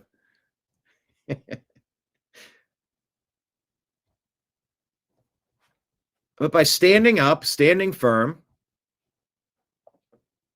drawing your line in the sand, saying, I'm not going to go in the opposite direction. If this is where it stops, this is where it stops. There are millions of people behind us. Never underestimate that just standing up, thinking that you're battling alone. You're not. We're in this fight together. Hashtag Team Humanity. I just love that clip. Here's something I don't love. Tulsi Gabbard had to take down something really atrocious. So we're going to find the clip and let her talk in her own words. But Director of National Intelligence Tulsi Gabbard informed President Trump that her office helped take down top cartel members in Mexico, including one who was selling newborn babies and harvesting organs. This is ghastly, demonic activity, preying off of humanity.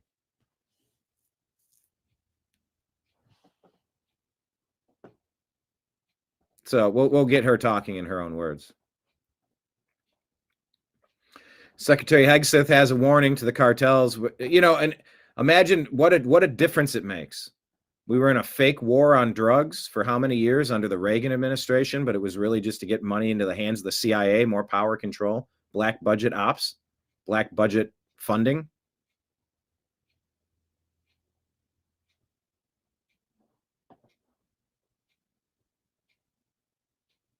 Wait, who gets their kids mixed up like you do? Did I say that?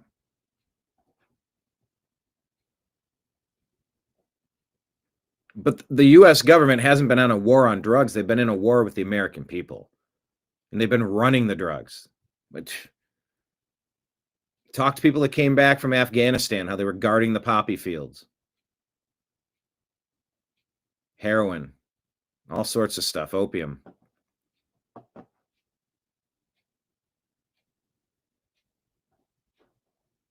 Secretary Hegseth has a deadly warning to the cartels. Message to these foreign terrorist organizations. Oh, there's music behind it. He says, we will find you, we will map your networks, we will hunt you down, and we will kill you, he says. I just don't want the music in the background. I want to hear it. Treated Al-Qaeda. We will find you, we will map your networks. I mean, this is a very different strategic message, it seems. We will hunt you down, and we will kill you. And Rand Paul and Thomas Massie are right to talk about, declarations of war and what is this, what is that. We have a right to defend this nation from what's been happening. If you're flooding our country with fentanyl and stuff that's going to kill us, well, that's an act of war. This is the Secretary of War telling you, mess around and you're going to find out. And you've seen that evidence in the maritime domain, whether it's in the Caribbean or in the Pacific with the last two strikes. Caribbean and the Pacific were the last two strikes. We know exactly who these people are. It's becoming very dangerous to be a drug runner for the cartels now. We know what networks they work with, what foreign terrorist organizations they're a part of. Who's funding them? Where's they got them. Like, no, we've been tracking you fools for a long time. Now you actually have somebody in office that's willing to go after you and stop. We know where they're going, where they originated from, what they're carrying. And our message. All right. Finally defending America, it seems. Okay. That's Hegseth. But we got domestic terrorists in the United States. This is from Portland.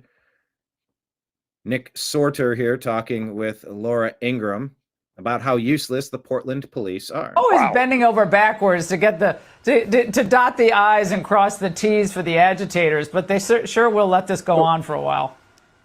Yeah, Laura, we've heard 15 different stories from Portland police as to why they didn't arrest these people. And, one of them being, oh, well, we didn't see what was going on. But I released that video showing that they saw everything that happened. So you have the fact that they knew where Katie's attacker was. Katie's a conservative journalist. We're under attack out here all the time. Going to that safe house, she called the police, let them know where they were, and she had to walk 6 blocks to meet a patrol car so that they would take a report for her. 6 blocks, because they will not come into this area. They are told that they are not allowed to drive police cars into this area no matter what. I mean, who is in charge? Yeah, who is in charge? You've ceded territory in the United States to these terrorist groups. Enough of this shit. Here, is it Antifa or is it the city? They're always bending over backwards to get It's so nutty. This has to stop. You got to fix these cities. It's insane that things have gotten this bad.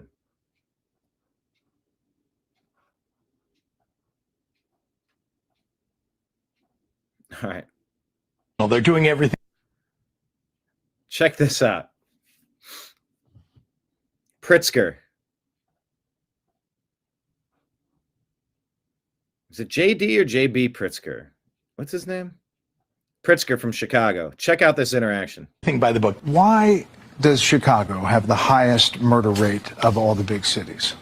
Well, we are not in the top 30 in terms of our murder rate. Indeed, our murder rate it has been cut in half over the last 4 years, and every year it's gone down by double digits. And if you look at all of the violent crime over the last 4 years, here's a map. They've all gone down. U.S. cities, 17.47 per 100,000 population. Chicago is number 1 over Philadelphia, Houston, Dallas, San Antonio, Phoenix, Los Angeles, New York, and San Diego. What I'm explaining to you is you're when talking you want about to fight violent crime. Look, you can pull statistics up. No, these are murders. I'm explaining to you that our murder rate has been cut in half. And very importantly, Brett, and you got to hear this, very important. It went from twice as bad to still the worst. Congratulations. That was our comment from yesterday. It's a great comment. From twice as bad to still the worst. Congratulations. Oh, Kent, you can use statistics to prove anything. 14% of people agree with that. Touche. Certainly, we've been doing the things that are necessary to bring crime down, right? We've invested in community violence interruption. We've invested in police. Well, they're doing everything by the book. Why does Chicago have the highest murder rate of all the big cities? Well, we are not in the top 30 in terms of our murder rate. Indeed, the murder our murder rate it has been cut in half over the last 4 years, and every year it's gone down by double digits.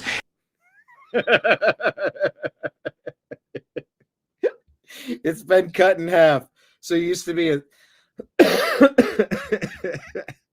34 per 100,000. Now you're down to 17 per 100,000. And you're still the worst. Okay. Congratulations. Well done. And if you look at all of the violent crime over the last 4 years, here's a map. They've all gone down. U.S. cities, 17.47 per 100,000 population. Chicago is number one over Philadelphia, Houston, Dallas, San Antonio, Phoenix, Los Angeles, New York, and San Diego. What I'm explaining to you now, is you're when talking you want about to fight violent crime.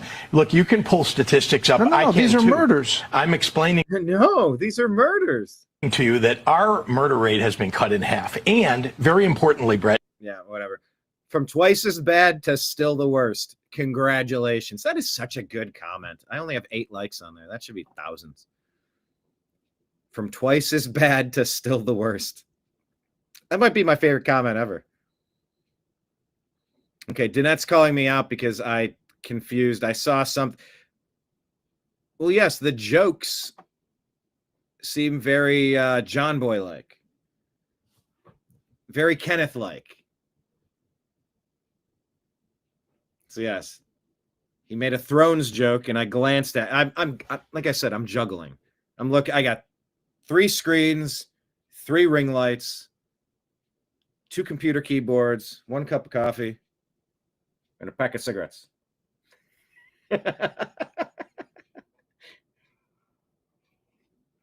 It's J.B. Pritzker, John Boy.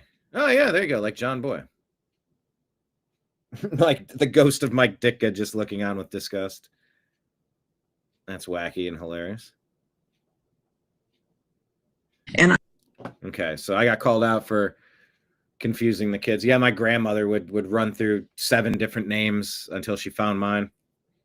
And then the person she started with, if they were in the room at like Thanksgiving or Christmas or Easter or something,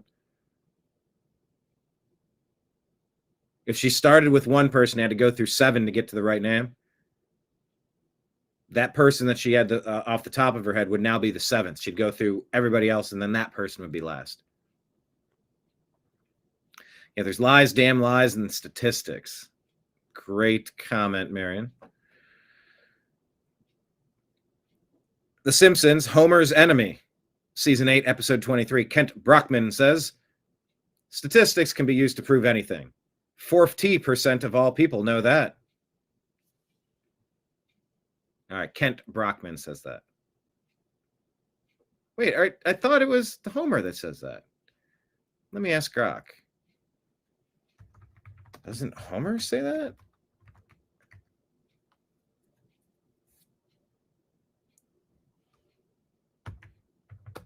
Full scene text, please.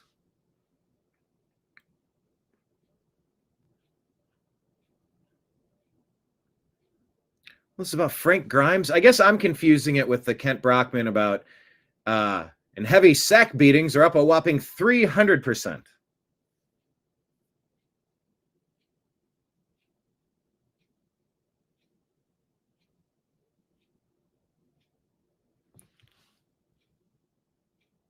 Okay.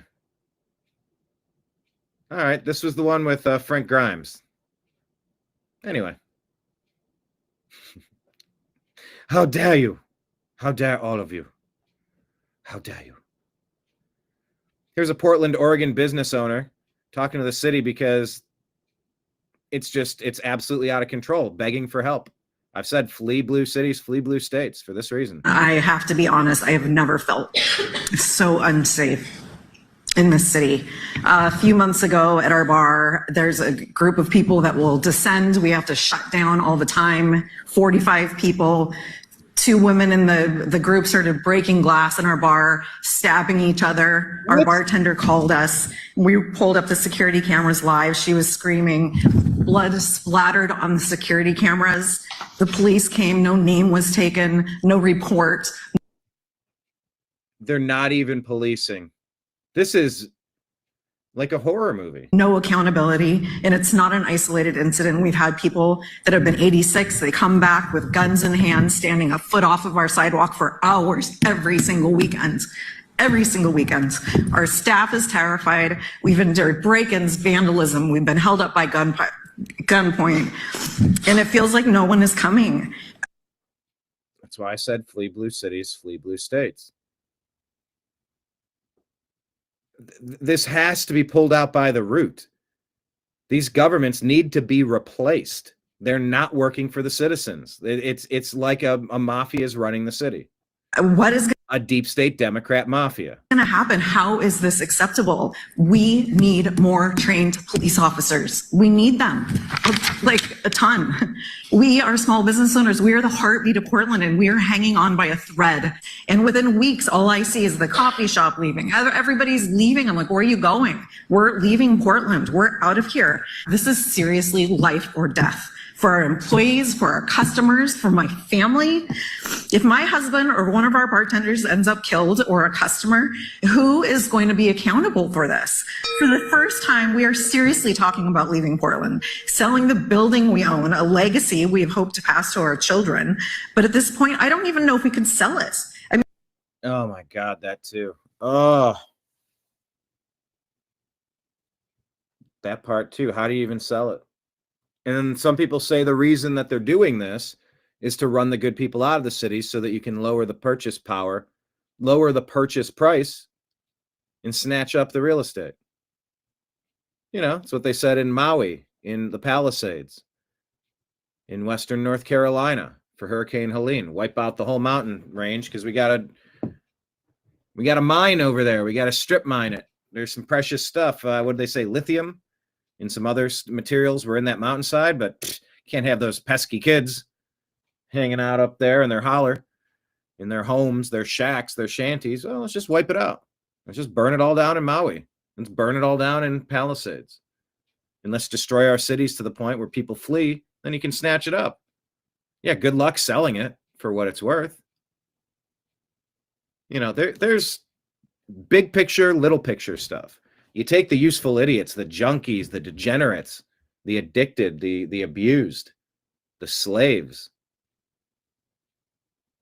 Because debt slaves are slaves, and that's their plan. They love feasting on the misery of humanity. Bunch of vampires. Vampires. Literal vampires. Just rethink what that means.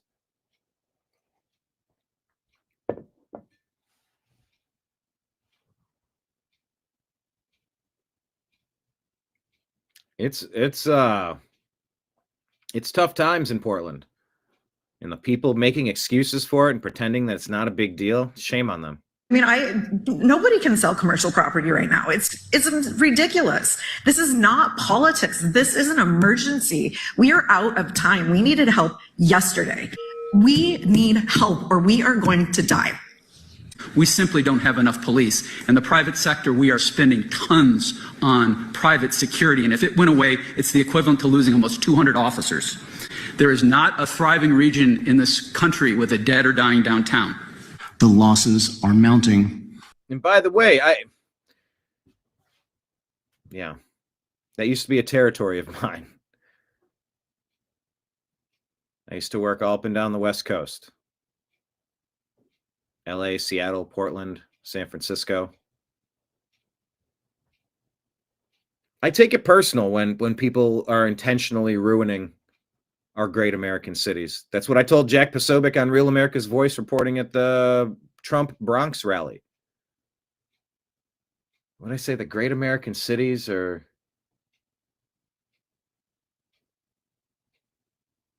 I said, what did I say? I have that clip somewhere. I should upload that. Maybe I'll upload that today. But yeah, America's great American city. Our great American cities are under attack, and the people can feel it. And it's palpable. And the people are calling for a change. I said something along those lines. That's a pretty good soundbite, I think. David asking, is it not time? Oh, it's past time, yes. Marion saying, enforce the laws. I don't get it. They don't want to enforce the laws. They have their agendas.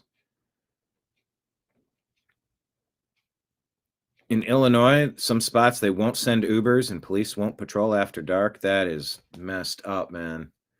I do not like hearing that. Ugh. And have been ignored for way too long. We're now at a tipping point. People can go anywhere to find a chain restaurant or retail. Locally owned businesses used to be the main attraction for Portland, but these days they are a rarity. The climate to run a business in Portland has become increasingly difficult, especially during the past 5 years. And I have to be honest, I have never felt so unsafe. Yeah, the people are crying for help. MAGA's trying to help. Check out this attack ad. April Silverman, Cali MAGA Barbie shared this. Wow. Zohran Mamdani's opponents want you to believe he's an inexperienced radical whose policies will make New York City more dangerous. I want to play this, but there's music in the background. It's a trick they do so that they can get copyright claims. Oh, I want to watch this. But what do his actual supporters think? This is AI, right? Andrew Cuomo pulling out all the stops. Mamdani isn't crazy. He's just trying to even the playing field. You know, give everyone a fair shot. Yeah, that's what people, yeah, that's what communism always says. Sounds great. Sure, he said multiple times we need to defund the police, but that was just a metaphor. And yes, he That was just a metaphor, says the pimp. did say crime is a social construct, but I love how she's driving through intersections having this conversation. that was also a metaphor. Yes, he did say crime is a social construct, but that's just a metaphor. Main backer, the Democratic Socialists' ideas are common sense. Yeah, says the street thug. Such as decriminalizing misdemeanors. Yeah, well, why would you criminalize the destruction of your neighborhood? Like shoplifting. There you go. So put on your mask and put on your whatever they call the takia. What is that thing called? A burqa? No, it's called a sarong. No, it's called a balaclava. Whatever that thing is around his neck. Third-degree assault. Yeah, nothing wrong with third-degree assault, right? Resurfaced video shows Mamdani saying domestic violence wouldn't be a priority for the NYPD. trespassing. Yeah, just breaking, entering, and trespass. Prostitution. Yeah, you know, let's prey off of desperate people. Oh my God. Modern day slaves. And drunk driving. With plans to I do like this commercial. decriminalize all drugs. Mamdani will be a job creator. There you go. If you decriminalize drugs, he'll create jobs for this guy. For drug dealers. There you go. Instead of helping us homeless get off the streets and into the mental health facilities we need. Uh-huh. I've watched time and time again, people are saying, well, I shared a video yesterday. They're not arresting people doing crack in public. It was an expose. I think I'll get to it. It's in the stack. And the guy's like, why aren't you arresting them? He's like, well, we don't want to arrest them. That's not going to get them the help they need. Yes, it is. Step 1, arrest them. Step 2, dry them out. Step 3, treatment facility. If they complete their treatment, they can reduce their sentence. But yes, you get them off the damn streets and get them the help that they need. They need mental help. They need chemical dependency help, a mixture or combination. He wants to give us safe injection sites to do crack and let us sleep in subway carts. Yeah, that's gonna improve society. Steal from your stores so they shut down, then you'll complain about we're in a food desert. Oh, are you? Did you loot the other ones out of business, you nincompoops? Well, they're just a big company. They don't notice if you're stealing. It's literally every day they check numbers, and if they can't make money there, they close up. Now you don't have a resource here. You morons. People that pee in their own swimming pools. Get out of the swimming pool. You don't pee in your own pool. Democrats love doing it, though, and then complaining about, oh, I can't believe things are so tough over here. Things are so bad. Yeah, you caused it. You don't let people steal your store empty. These are actual policies Mamdani and the DSA want to implement on day one. When Democratic Socialists of America. a woman's being domestically abused, she finally won't have to deal with some pesky cop to arrest the abuser, but now a social worker to help, kumbaya the situation. Imagine needing help in a situation and they don't remove the threat.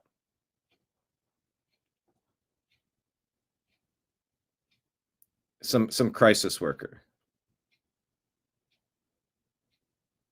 And yeah, there's plenty of times where these incidents don't need to escalate past the point of separating two people and letting things calm down.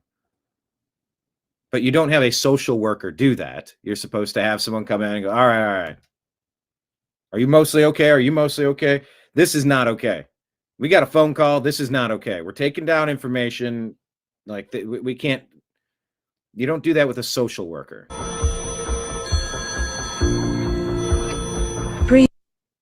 And all those reports of the trafficked humans who came into the United States, that the hotlines went unanswered. Nobody was there to man the thousands of calls for distress from these children who were asking for help. That's what the Democrats do. That's what they stand for. Breathe in, breathe out. Bring in a breath work coach. Mamdani is finally lowering jail sentences. Guilty! But Mamdani says you're free to go.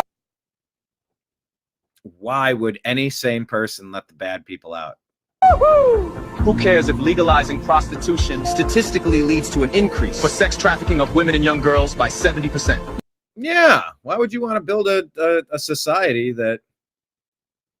Yeah. Yeah, that whole sex trade business is bad news. Once again, the Hunter Biden story, I started telling this point earlier. I got sidetracked. Totally compromisable, blackmailable, bribable. That's why you don't want those types of shady connections compromising you. You can't have safety without equality. For unlawful abiding citizens like us, globalize the intifada. I'm a criminal. I'm a criminal. I'm a criminal. I'm a criminal. They're all criminals. Yep. I'm a criminal. For Zohran. Criminals for Zohran. For Zohran Mamdani. This is exactly what you need to see. Letting all the bad guys and girls back out. I didn't have a real job until I was 30, but sure, give me the keys to the city. What's the worst that can happen? Oh my gosh. Had no job until he was 30. A spoiled rich kid. A commie, Mamdani. Paid for by Cuomo for NYC. Yeah. Zohran Mamdani. People.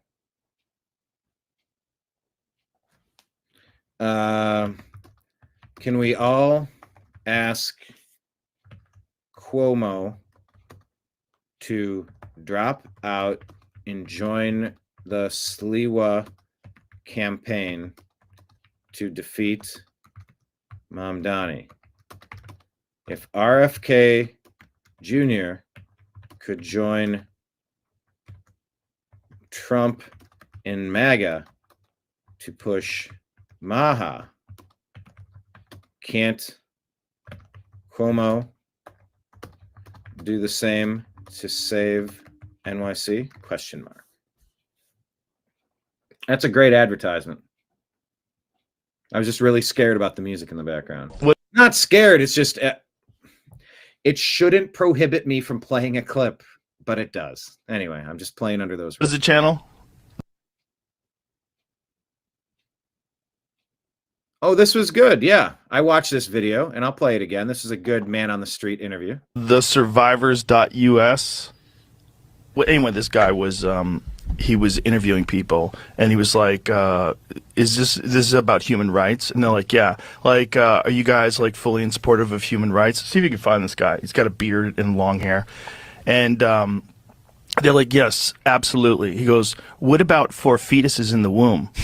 And everybody walks away. Everybody was like, "Yeah, that's unhuman," or that I don't know. And he does it to everybody, and he looks like a hippie, you know. So he's like, "So you guys are for sure for human rights?" And like, "Oh yeah, human rights is why we're here. You believe in human rights for everyone?" "Yes." "What about unborn babies?" And you see this look on the.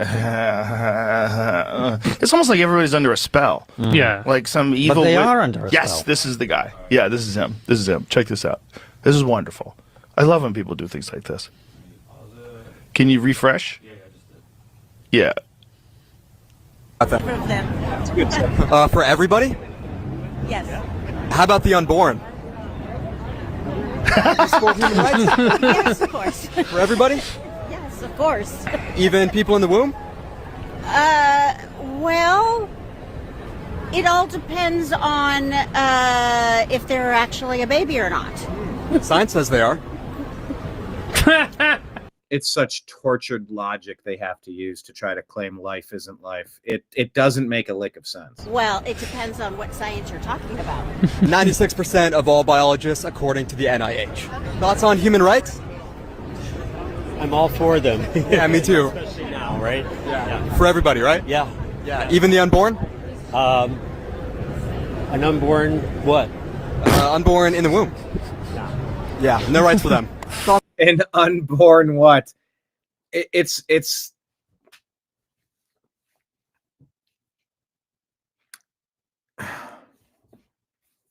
this just exposes so much that's wrong with their argument. It's on human rights? That's what we're here for. For everybody, right? Yes. Including the unborn? No. Everyone has autonomy to not be killed, I think. Well, he's like nothing. And he just have no argument. Stop taking rights away.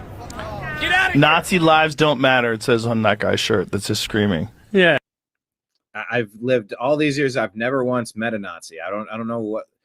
Yeah, dinosaur lives don't matter. Dinosaurs. Where's the dinosaur? Nazi lives don't matter.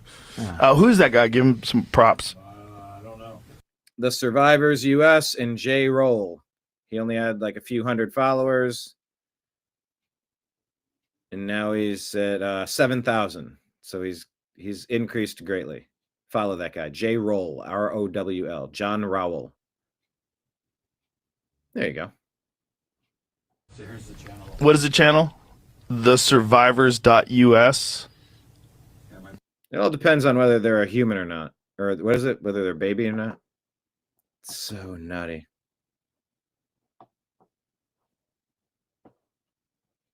Ooh, I like this kind of news. David's hearing the U.S. military did a daring raid in what they called... Daring raid is what they called it, into the Panamanian jungles and rescued a lot of American missing children. No, yeah, David, I've on this program, we've talked about the patent 060606. I'm just showing you what Grok said about it. There's not a patent for Bitcoin, but there is a patent. WO2020060606. Microsoft patent application published March of 2020. Cryptocurrency system using body activity data. So it's not about the creation of Bitcoin. It's about using the human body at body activity with wearables like brain waves, body heat, motion, generating proof of work for mining cryptocurrency in a centralized setup. No, there's definitely creepy stuff in there, but it doesn't go back to the origination of Bitcoin. It's in 2020, 5 years ago, that was there. But yeah, I love all these. Absolutely. I appreciate you mentioning it. I love this type of information. Panamanian jungles, a daring military raid rescuing a lot of American missing children. Go get them all. I mean, it's time to crush the people who are preying on the misery of humanity. That's him. J. Good work, Rowell. man. Yeah. ROWL. He only has 704 followers. That's outrageous. He's going to have a few more now. I He'll reckon. have more now. That was very fun. I mean, look. That guy's nodding along. You can see he's like ready for the next yes. I think he goes, oh, no. It's so weird. That's such a good trick. It's such a good trick, but it's so weird. It's so weird to watch this like ideological boundary. Like, nope, no nuance there. No room for nuance. And what is the channel? TheSurvivors.us. So I want to share that with you. Go follow him. TheSurvivors.us, please. Oh, I get. Was this the same? Yeah, I guess they did just watch it. I don't need to play it a second time.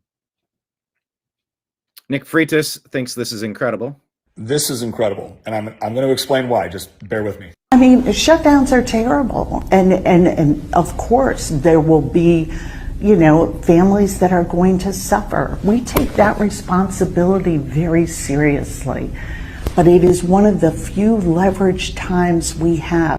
Okay, let me do the TLDR on why this is bizarre. First of all, she got right out there and she admitted that suffering is being caused as a result of the government shutdown. So why would she do that? In electoral politics, that would seem like suicide, unless you think it's your political opponents that will be blamed for it. And the vast majority of Americans right now are going to look at this and say, well, if Republicans control the House, the Senate, and the presidency, and they don't have a budget, well, then they're the ones that shut it down, right? Well, that could be right, except for a little thing called cloture, right? Which is a term that the vast majority of Americans don't even know exists. It's a rule in the United States Senate which says you need 60 votes in order to shut down a filibuster. Republicans don't have 60 votes to shut down a filibuster. And so Democrats are using that to shut down the government. Now, why are they shutting it down? Why are they using this suffering as leverage, as she so eloquently puts it? Well, it's because they want to add things back into the budget. What are the things they want to add? Well, they want money for electric vehicles. They want money for public media like PBS. They want money to go back into DEI programs in foreign countries. Oh, and here's a great one. They want to add billions back into the budget in order to fund medical care for undocumented immigrants. So that's who's causing the suffering, and that is the reason why they're causing it. The more you know. Yeah. The Democrat Party has gone from embarrassing to derelict. Shame on them. No, they're not getting those things. We don't want those things. You're not stealing those things from us. So since we're not going to budge on that, approve the budget. Move along. You're not in charge. You've been fired. You're hurting people on your side. Oh, trying to blame Trump. Yeah, you're always trying to blame Trump, and you're always full of it.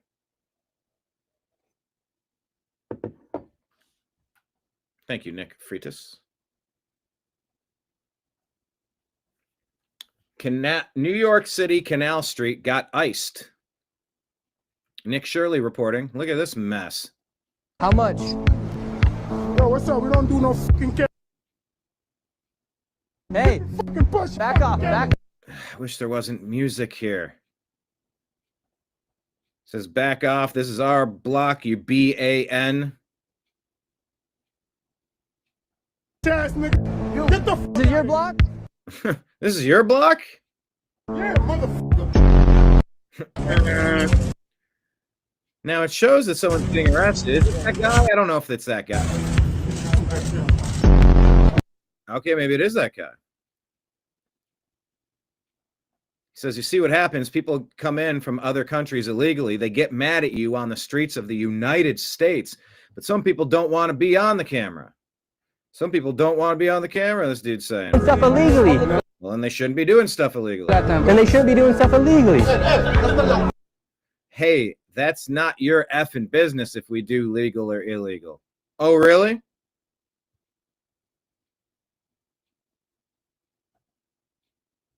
This guy tries stealing the camera from this dude.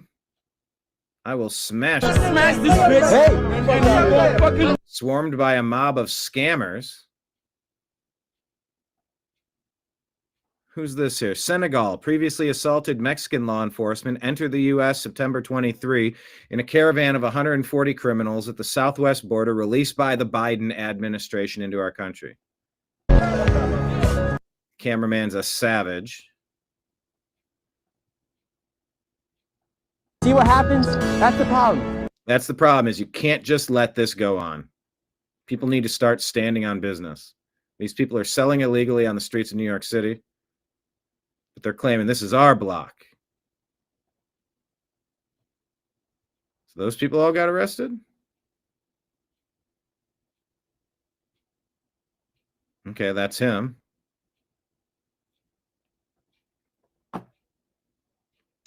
For added context, on September 7, I filmed a YouTube video showing the illegal market exploded on Canal Street. The guys in the video were selling drugs openly in the street and will most likely be deported. Now that they have been arrested, it turns out the man in the yellow jacket had his final order given in 2009, and he avoided deportation. Him and his crew have records of robbery, burglary, domestic violence, assaulting law enforcement, counterfeiting, drug trafficking, drug possession, and forgery. Why in hell would any of us want any of these bums on our streets? We don't. Get them the hell out of there. You're damn right we voted for that. No, I don't want anyone I know, anyone I love having to walk past a corner against these criminals. Goodbye, all of you.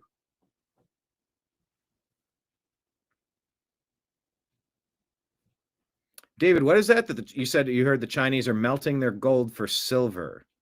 What does that mean? They're melting it down and then they're trading their gold so that they can collect silver?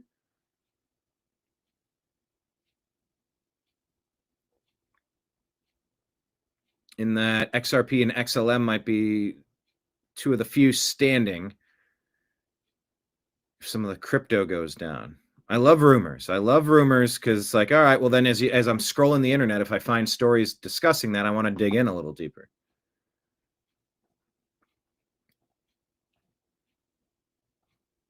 So here are the domestic terrorists in Seattle's Climate Pledge Arena. They've made an Antifa kill list.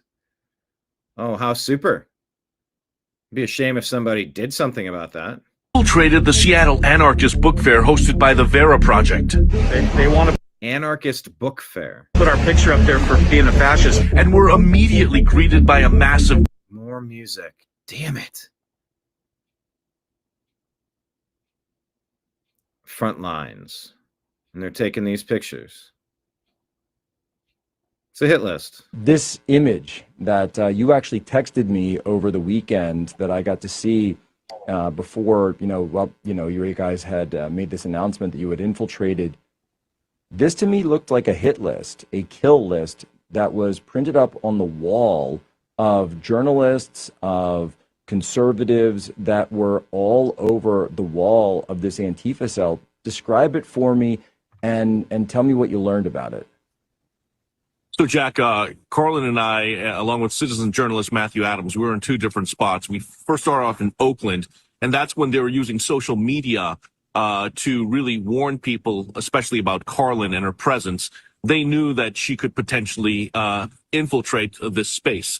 Then we fly to Seattle, and that's when I see this massive board, again, at the Vera Project. It is a space within Climate Pledge Arena. This is where the Seattle Kraken play. This is where Seattle's WNBA team plays. So this is a place where you have millions of people who visit every single year. And then in this room, as soon as we walk in, there is a massive board, so to speak, and they call it the fascist wall. My photos on it, Matthew Adams' photos on it, Carlin's photos on it. Of course, your colleague Katie Daviscourt over at Post Millennial, her photos on it, along with other Pacific Northwest and West Coast journalists. And basically, it was not just a warning to keep us out. I truly believe it was a warning to the Antifa thugs who were mingling in this room to look out for us and target us. Oh, yeah. We infiltrated the Seattle Anarchist Book Fair. That's exactly what it is. I sent this to a buddy, and he's like, yeah. Who are the worst people in America? What are the worst groups? Well, she kind of calls out her own here. Never knew how racist I was until I came to Colorado. Because let me tell you how much I absolutely despise speaking with anybody who is a white savior liberal.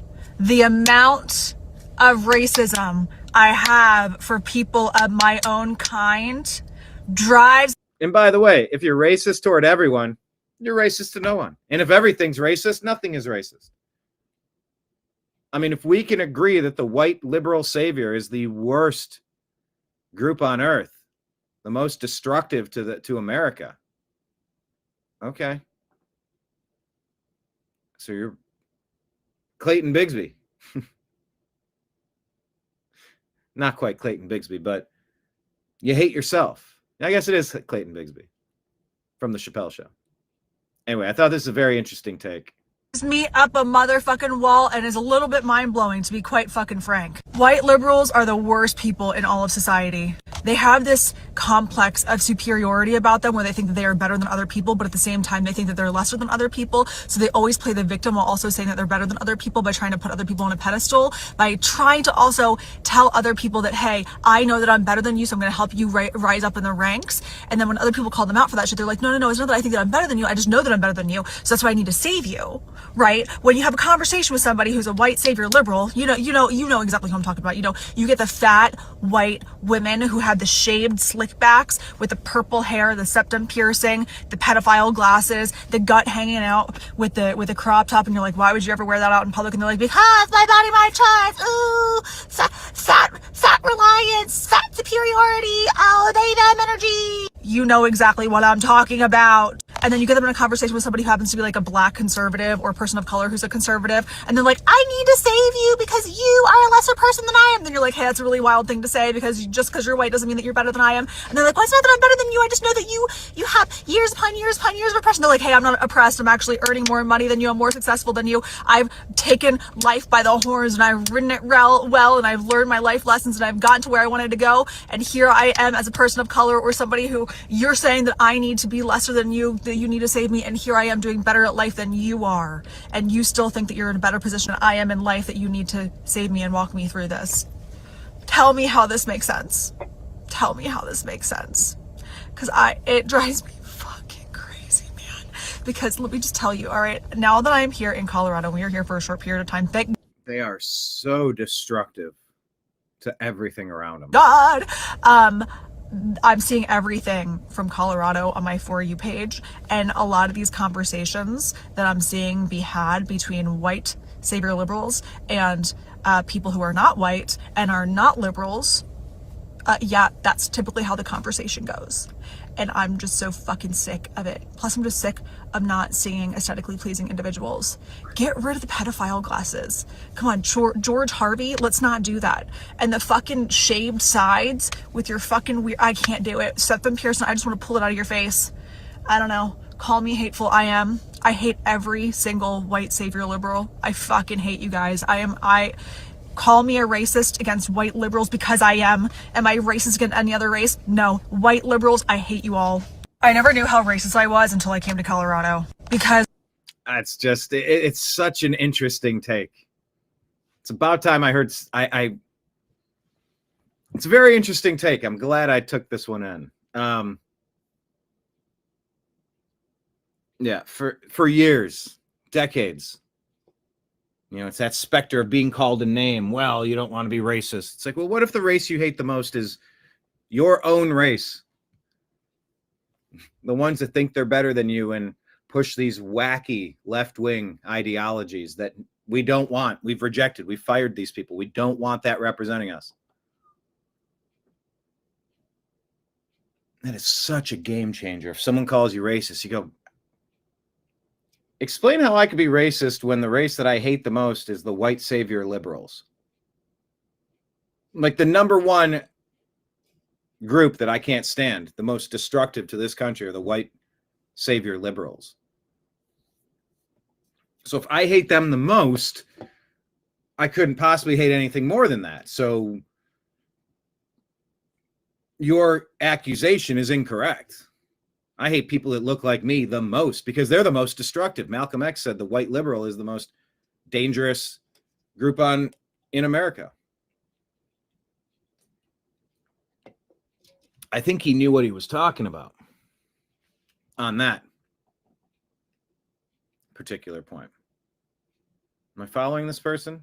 Okay, I think I did just click follow. I forget to follow new accounts. I'm sure All right, the Warwick report. What's her name? Jade Warwick. we've all seen this horrific video by now. Oh, yeah. Makes an illegal move and wipes out a family.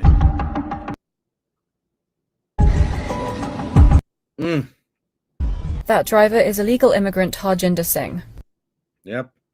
April 12 of this year, Indian national, entered the U.S. illegally in 18. He made an illegal U-turn, his tractor-trailer blocked all lanes, and the minivan crashed, killing 3. After this deadly crash, the Federal Motor Carrier Safety Administration tested Singh's English and road sign knowledge. On his English proficiency test, he only scored 2 out of 12, and could only identify 1 out of 4 highway traffic signs. Both the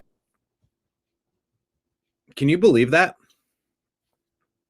If that information's true, and it does match what I've been hearing. I think a politician from Illinois had to face charges, and I believe was convicted after giving out commercial driver's licenses to people who were unqualified. Couldn't the same happen to Gavin Newsom then, since this was California? California and Washington state DMVs had given him commercial driver's licenses, and these are both sanctuary states. Harjinder has been in the USA illegally since 2018, and Biden kept him in. Here's a groundbreaking idea. Don't give commercial driver's licenses, or any sort of driver's license, to anyone who can't read road signs. It's not logical to allow a person who can't read English to operate a large vehicle on a public road. In case you need to be reminded, 3 innocent lives lost. The driver, a passenger, and a passenger. 30, 37, and 54. We didn't get their names. Because Biden didn't deport this man. And whoever it was in the Washington and California DMV who gave this man a license, yeah, where's the accountability? Need to be held accountable too. This is totally unacceptable and could have easily been avoided. Send him back to India and never allow him to step foot on American soil again. Call me racist all you want. Yeah, we're like... Those slurs don't work anymore. We don't hear them. We don't hear the slurs, the slanders, the insults. We don't hear it. Not hearing that. You can either pass the proficiency, understand English, understand the road signs, understand what you're reading, or you don't get to do that thing. By the way, you weren't even in the country legally to begin with, which is why you vet the people coming in and you keep track of what they're up to. You don't let them take positions where they could put other people's lives in danger. That guy wiped out 3 people that day. All could have been avoided if he never snuck in here. The facts are he killed 3 innocent people, all because he's too lazy, incompetent, or perhaps arrogant to learn the language of the country he's illegally living in. Singh faces vehicular homicide charges and deportation. Good. Okay, thanks. Bye. I'm sure. Yeah, it's the people who issued these reckless CDL. Put an extra E in reckless. Issued these reckless CDLs should be charged as accomplices at the very least. Need to stop this from ever happening again. If he had gone to school for this type of thing, if he knew better than crossing, it was like a no U-turn area for trucks, and he made a U-turn and just blasted. Look at that. You can't do that for this very reason. A full speed vehicle just hit the side of you. I had to bury one of my best friends because he hit the side of a truck and got run over. Different story, but God, it's traumatic. Anyway, Scott Jennings on CNN is bringing us some highlights / lowlights of what their program is up to. Let's do the news. Last night on CNN, I watched 2 Democrats say things that made the hair on the back of my neck stand up. Let me start with the state rep from Texas. Her name is Yolanda Jones, and she's also running for the U.S. Congress. Listen to this. No, it absolutely doesn't work. I'm from the hood, okay? So when a bully comes, like, if there are no rules, you literally have to figure it out. So Donald Trump has changed things, and people trying to do what's always been done is not going to work. And I think that's why Democrats are losing black people. That's why they're losing poor people, because poor people, all they want is for us to fight. So if you hit me in my face, I'm not going to punch you back in your face. I'm going to go across your neck, because we can go back and forth fighting in each other's faces. You've got to hit hard enough where they won't come back. A Democrat went on CNN last night and said she wants to cut the throats of Republicans. She actually made the neck slashing gesture on the air. On the air. Brings a whole new meaning to cutthroat politics, I guess. And then at 10 o'clock, I see Democratic Congresswoman Sarah Jacobs from California. She's asked about this guy in Maine, Graham Plattner, the Democrat running for the U.S. Senate there, who has literal Nazi tattoos on his chest. Is this disqualifying? Should he drop out? Listen to Democrat Sarah Jacobs. But you think he should leave the race? Look, I don't know. The honest answer is I'm not in Maine. I don't know. I'm not in Maine. Are only people from Maine able to discern whether it's disqualifying to have Nazi tattoos?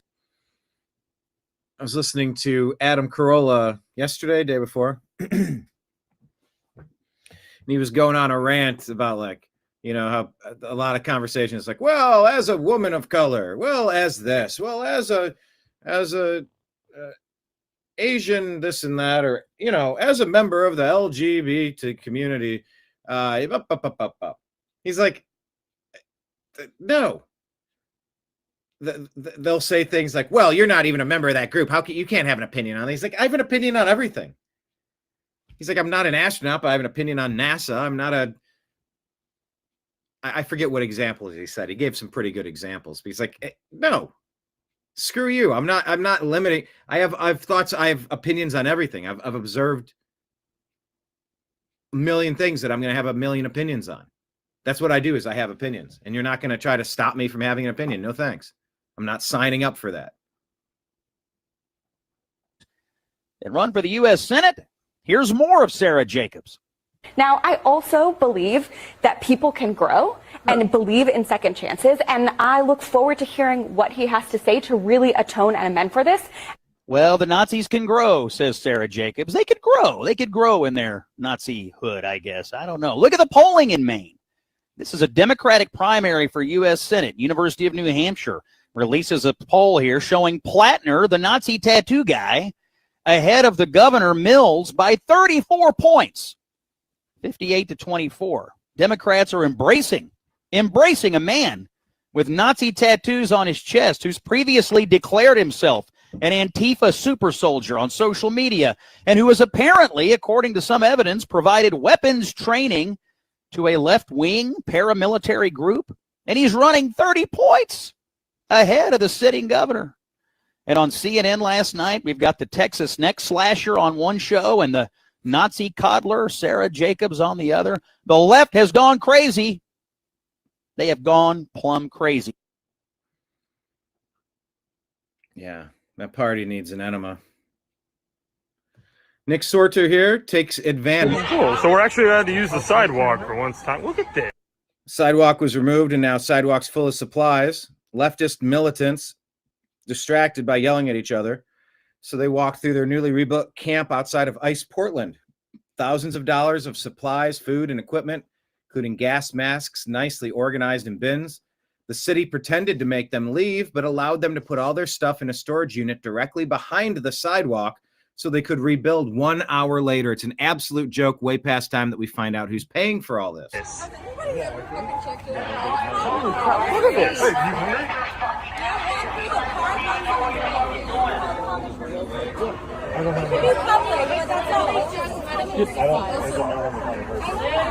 Just looking. I mean, there's a lot of it. It's awfully organized. It's pretty nice. Pretty well done.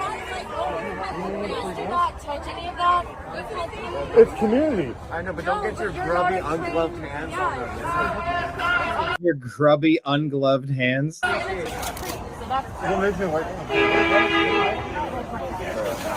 Anyway, people in the comments are wondering how much the city of Portland is actually involved in this. I don't know. I found this interesting. I saw this. What's this? Is this the actress's name?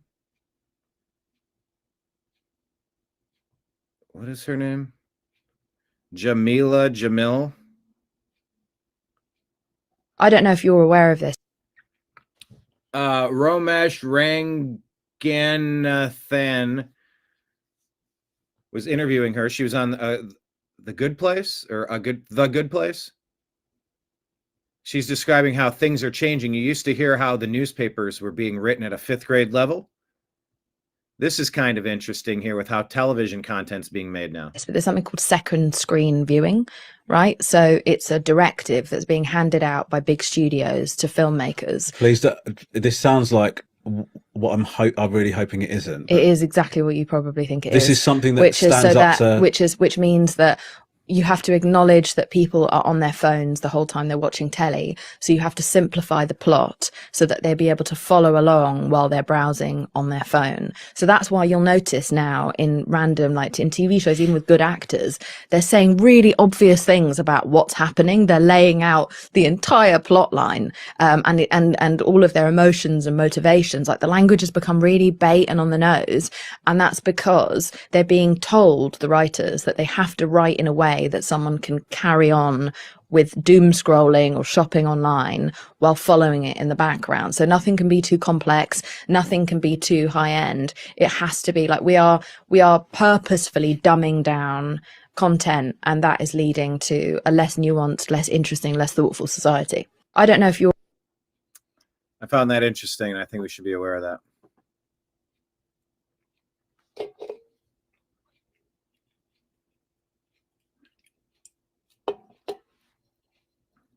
Have you noticed what she's talking about? Have you felt like you've been watching content that feels pretty dumbed down, like it was built for secondary viewing, second screen viewing? ICE put this out, Department of Homeland Security. Defend the homeland. Join ICE now. Here's a picture of George Washington on his horse.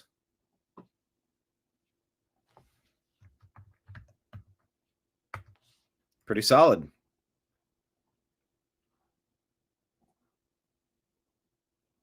Good visuals.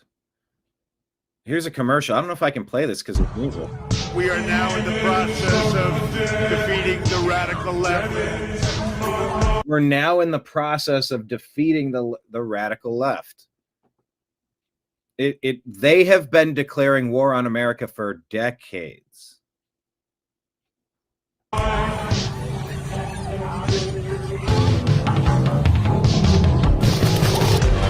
Okay, there's too much music. I can't play.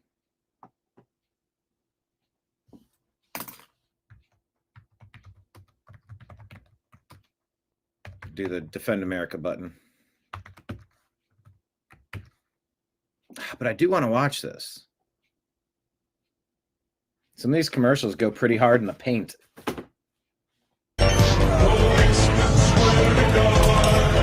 don't know what the music is.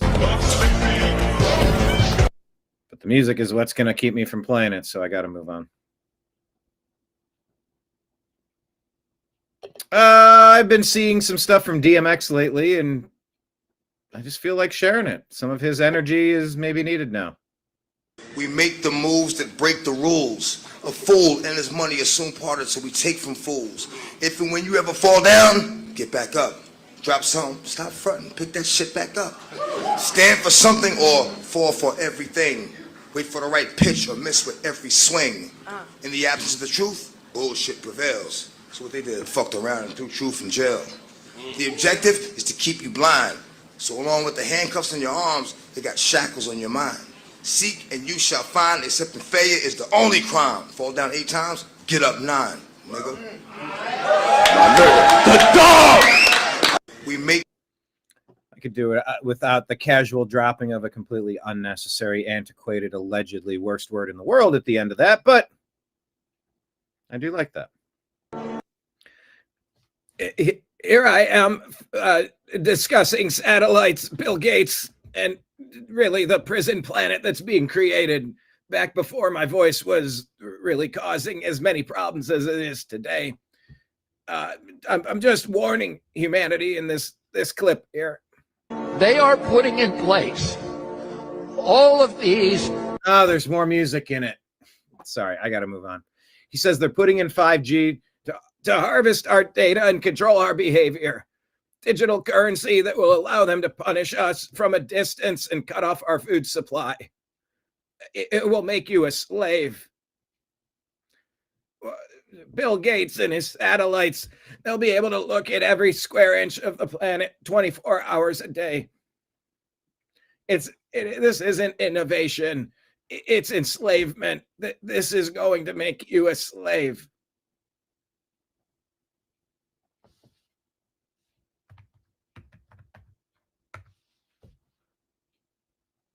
Anyway, tried to play it, but there's music. What do the Hodge twins have here? What was this? This is about the Bible here. If you Oh, okay. So he's a street preacher. And he's preaching the Bible. don't have any questions regarding the Bible, get down the street. What the Bible, man? I'm from the Turtle This is Clan. Job 9:24. There's music. Job. And he pulls out a gun on this guy. Okay, this is a street. There's music.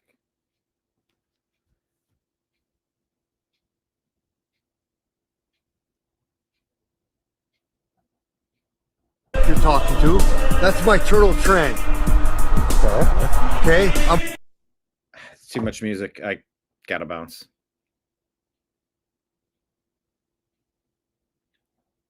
I can't. This is about the Bible either. I want to forward through and see where this goes, but I can't play it because of the music. I'm sorry, guys. This is stupid that YouTube makes me do it this way. All right, Tulsi Gabbard. Another one of the best things that's happened to the Trump administration. She's providing an update on some of the most demonic things that you'll ever hear of. Take a listen. Tulsi Gabbard here. Terrorism Center supported through actionable intelligence to both U.S. law enforcement as well as Mexican law enforcement the arrest of a... There's more music. God, I hate that Google is making me not play music because they'll slap a copyright on it and cause problems. This is how content is shared. Just put an advertisement to whatever. They're plinking 4 piano notes in 60 seconds and they're calling it a song. Let me pull it up on X. Get off of YouTube or Instagram rather.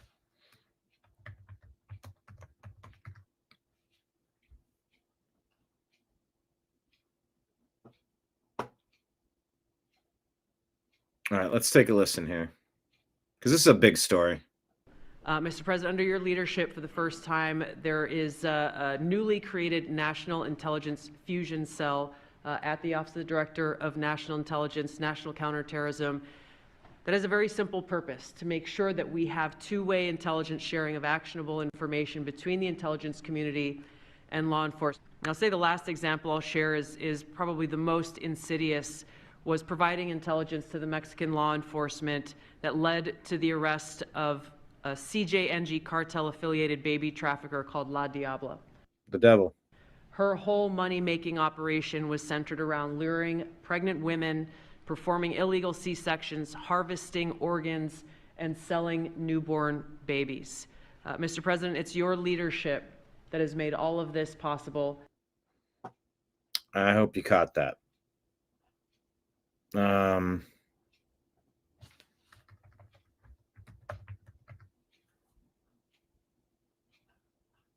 If there's, can I find the other clip? Maybe it's this one.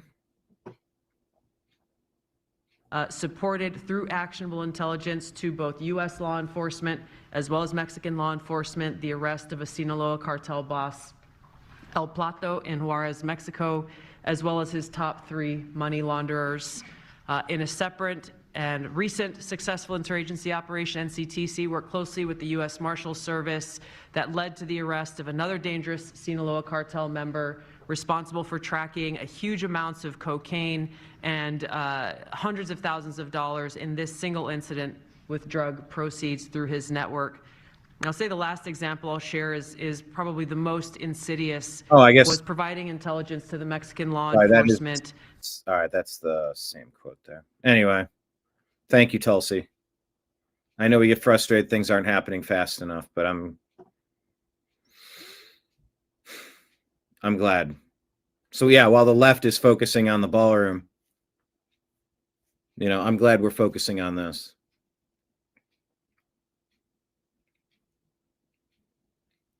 Oh yeah, Planned Parenthood isn't selling parts as much as these days, but the black market still is. Oh, they certainly are. Was this? They shut down the baby making facilities in Ukraine. That's what Russia did, so that they're here. They have to start in the USA. Terrifying. I've heard so many stories about Ukraine. Adrenochrome, yes. Just when you thought the world couldn't get sicker. All right, I'm going to move off that story. I hope you're all right with that. Goodness.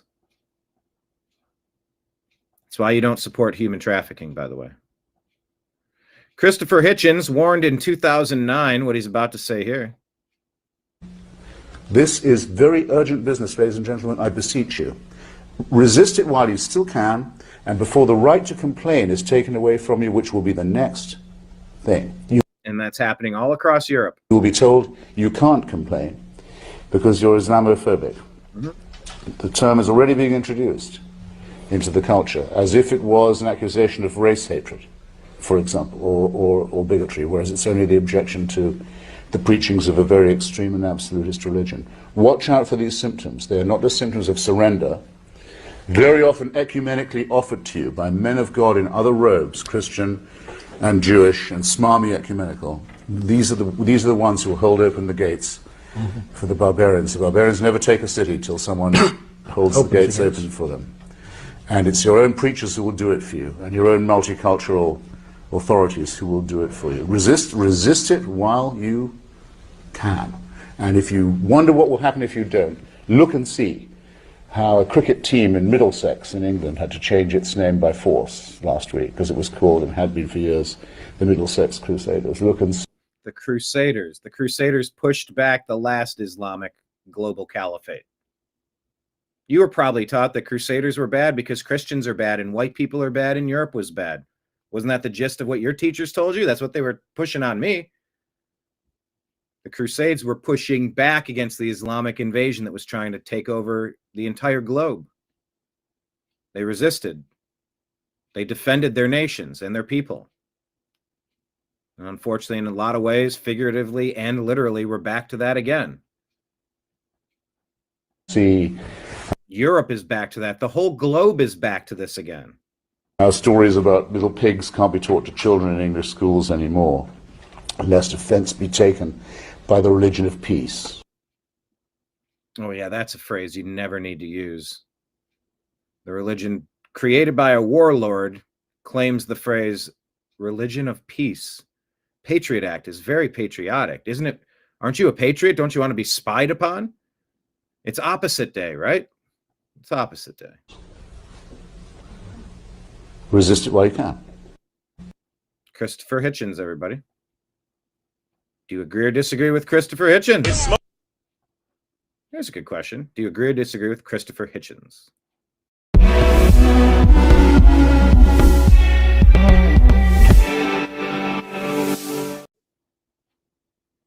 This is the clip I had earlier. This is Tyler Oliver official, not following. I'll follow him, sure.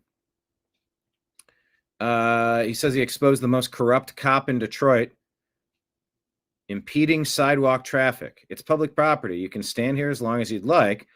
Most of these homeless drug addicts impede those sidewalks, sleeping on them. Crap officers destroy the profession. Smoking crack against the law here? Yeah. It is. Do you have your ID on you? Or you're under investigation? I'm under investigation? Yeah. Not the crackheads? That's me under investigation by the Detroit PD. You got a lot of music again. Interviewing drug addicts out. Drug addicts outside of a gas station getting interviewed. Smoking crack and heroin in broad daylight. Drug use, we got prostitution, we got murder. But me and my cameras were the problem. Is there any enforcement out here? Yes, there is. I'd rather not arrest them. There you go. This is what I was telling you earlier. I'd rather not arrest the people smoking crack. I'd rather try to get him the help he needs. Yeah, I'd rather try to get him the help he needs. You forcibly arrest them and take them to a help facility. That's how you do that. You're not helping. He's obviously suffering from. No. He's obviously suffering because nobody wants to be the adult and actually step in to help. Be the adult. Take him to a facility. This is not rocket science. Substance abuse. Get the police. Look. Oh, we got the cops now. All right, let's just. How you doing, officers? Is smoking crack against the law here? Yeah. Anyway, there's too much music. Benny Johnson reports that President Trump just announced all trade negotiations with Canada have been terminated. David, what are they saying about this up there in Canada? President Trump says the Ronald Reagan Foundation has just announced that Canada has fraudulently used an advertisement, which is fake, featuring Ronald Reagan speaking negatively about tariffs. The ad was $75 million. They only did this to interfere with the decision of the U.S. Supreme Court and other courts. Tariffs are very important to the national security and economy of the USA. Based on their egregious behavior, all trade negotiations with Canada are hereby terminated. Thank you for your attention to this matter. The Ronald Reagan Presidential Foundation and Institute learned that the government of Ontario, Canada, created an ad campaign using selective audio and video of President Ronald Reagan delivering his radio address to the nation on free and fair trade dated April 25, 1987. The ad misrepresents the presidential radio address, and the government of Ontario did not seek nor receive permission to use and edit the remarks. The Ronald Reagan Presidential Foundation and Institute is reviewing its legal options in this matter. We encourage you to watch President Reagan's unedited video on our YouTube channel. Find out, Canada. Find out.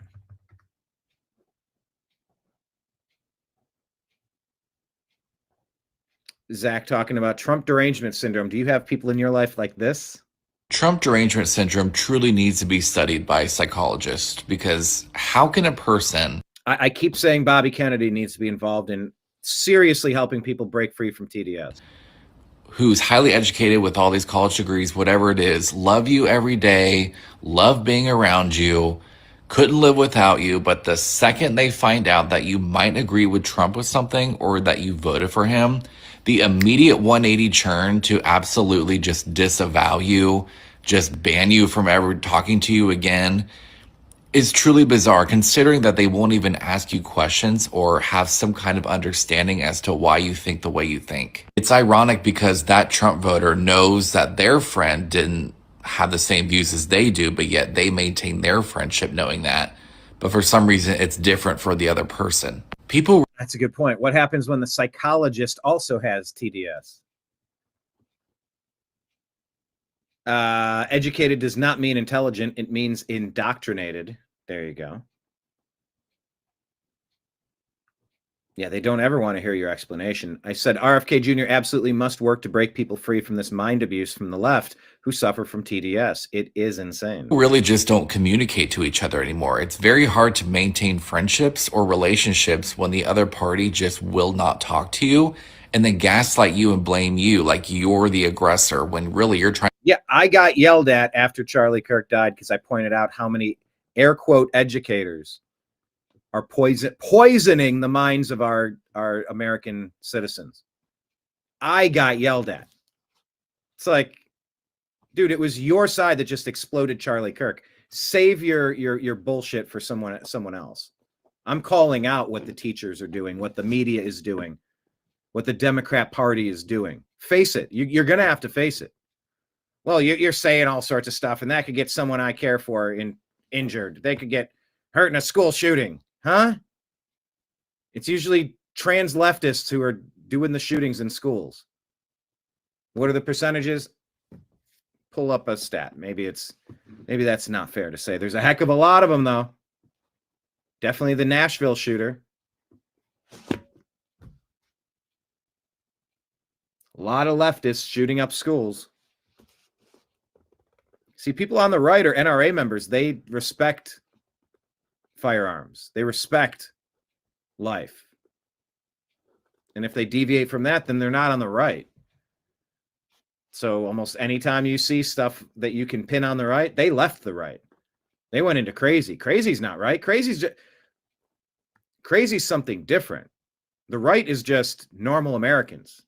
I've been saying that for years. Stop saying right, far right, MAGA, Trump right, Republican. It's just normal American. Just normal Americans. Normal Americans have fled the Democrat Party. And if you go violent, rogue, and stupid, you've left the normal American Party. You're no longer out. You don't represent the right.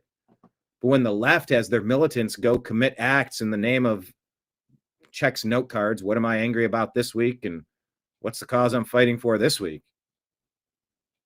They're actually applauding it and laughing about it and having a grand old time, cheering it and celebrating it on TMZ. The right doesn't do that. Trying to have a conversation and they don't want to hear it. It's sort of like a domestic violence situation, like you're the one getting beat down, but yet the aggressor is gaslighting you and claiming that they're the victim and you're the problem when really you're just trying to talk. Trump derangement syndrome. Yep. Raise your hand in the comments section if you can think of people that decided they don't want to be in your life because of,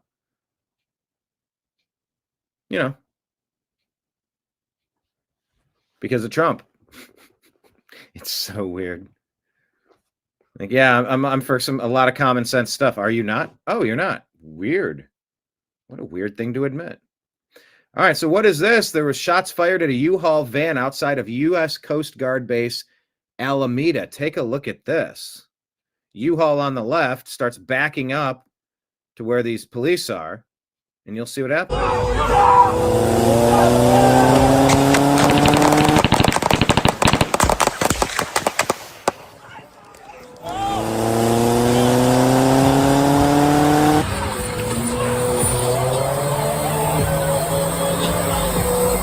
They lit that vehicle up.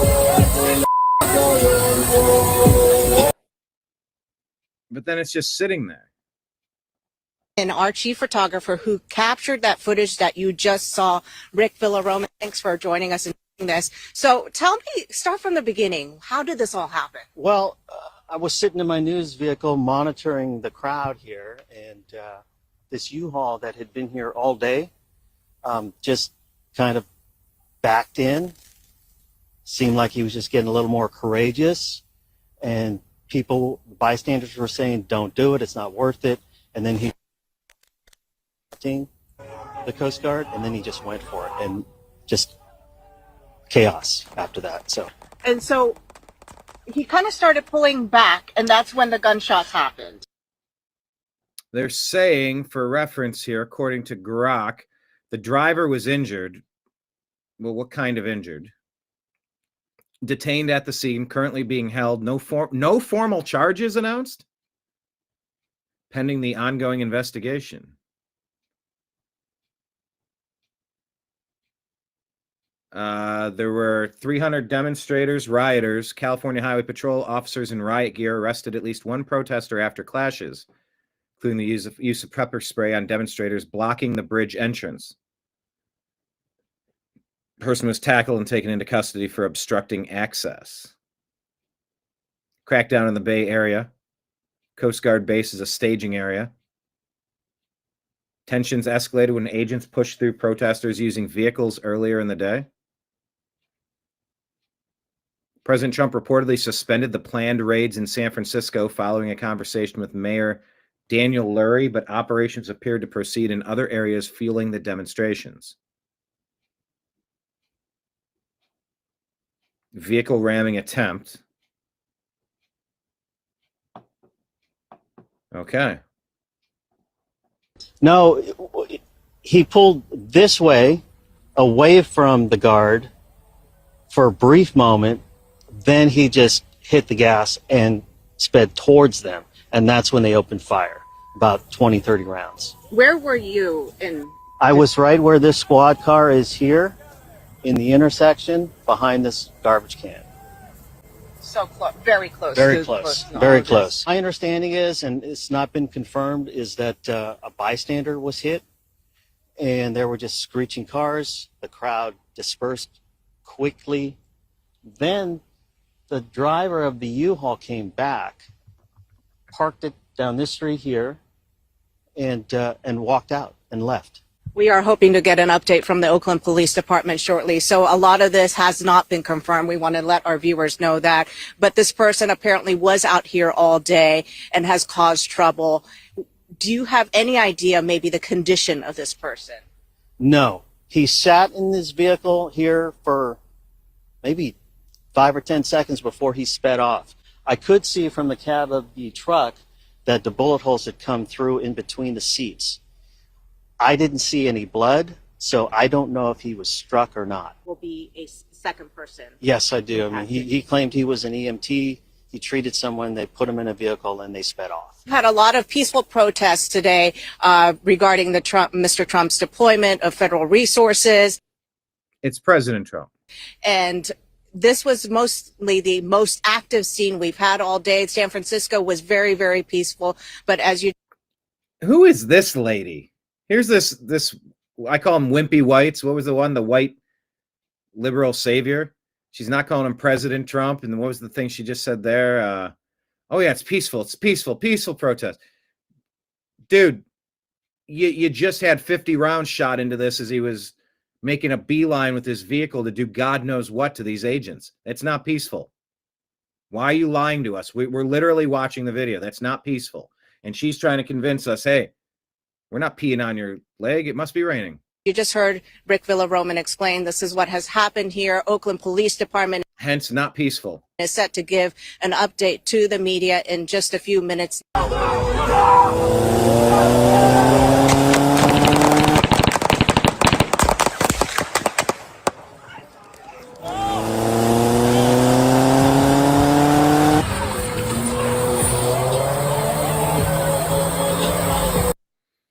So that's happening.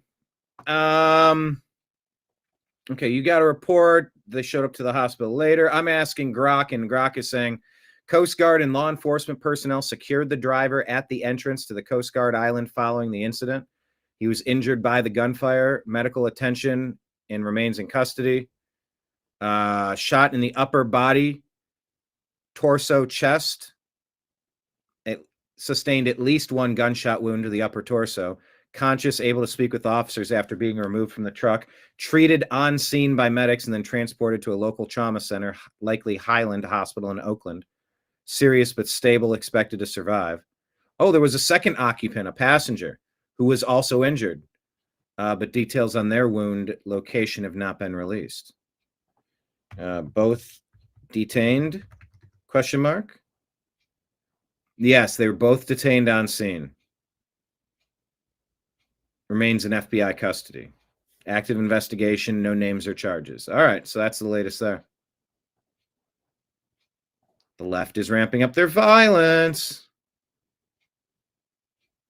Meanwhile, let's complain about the White House renovation. Look, you liberals, you're really upset about this, right? Good, because that's the renovations to the California state capitol, which has been going on for 7 years now and has doubled in cost to what they originally projected. Yeah, people of California, you are paying for this, unlike the project done at the White House. Yeah, we are not paying for that. But you're paying for this. Oh, and in addition to the project, which was supposed to be $500 million, now costing more than $1.3 billion and counting, they also repealed environmental acts so that they didn't have to answer any questions about the renovations they're doing. Yeah, so if you're from California, yeah, you can shut the fuck up about the renovations to the East Wing. Because one, you're not paying for it. None of us are paying for it, unless you're one of the 7 billionaires who are putting money into it, or the president of the United States paying out of his personal money, because this is what's happening at your state capitol and has been happening for 7 years, and they're not even close to done, and you're footing a $1.3 billion bill for. It's theft. By the way, check on the light rail line to nowhere. Check on the bullet train to nowhere. Currently, it's going to be more. Look, it's called perspective, and the left doesn't seem to have any. It's sad. Stop dividing us. I think this was the video I was looking for of Tulsi Gabbard. A CJNG cartel affiliated. Too much music.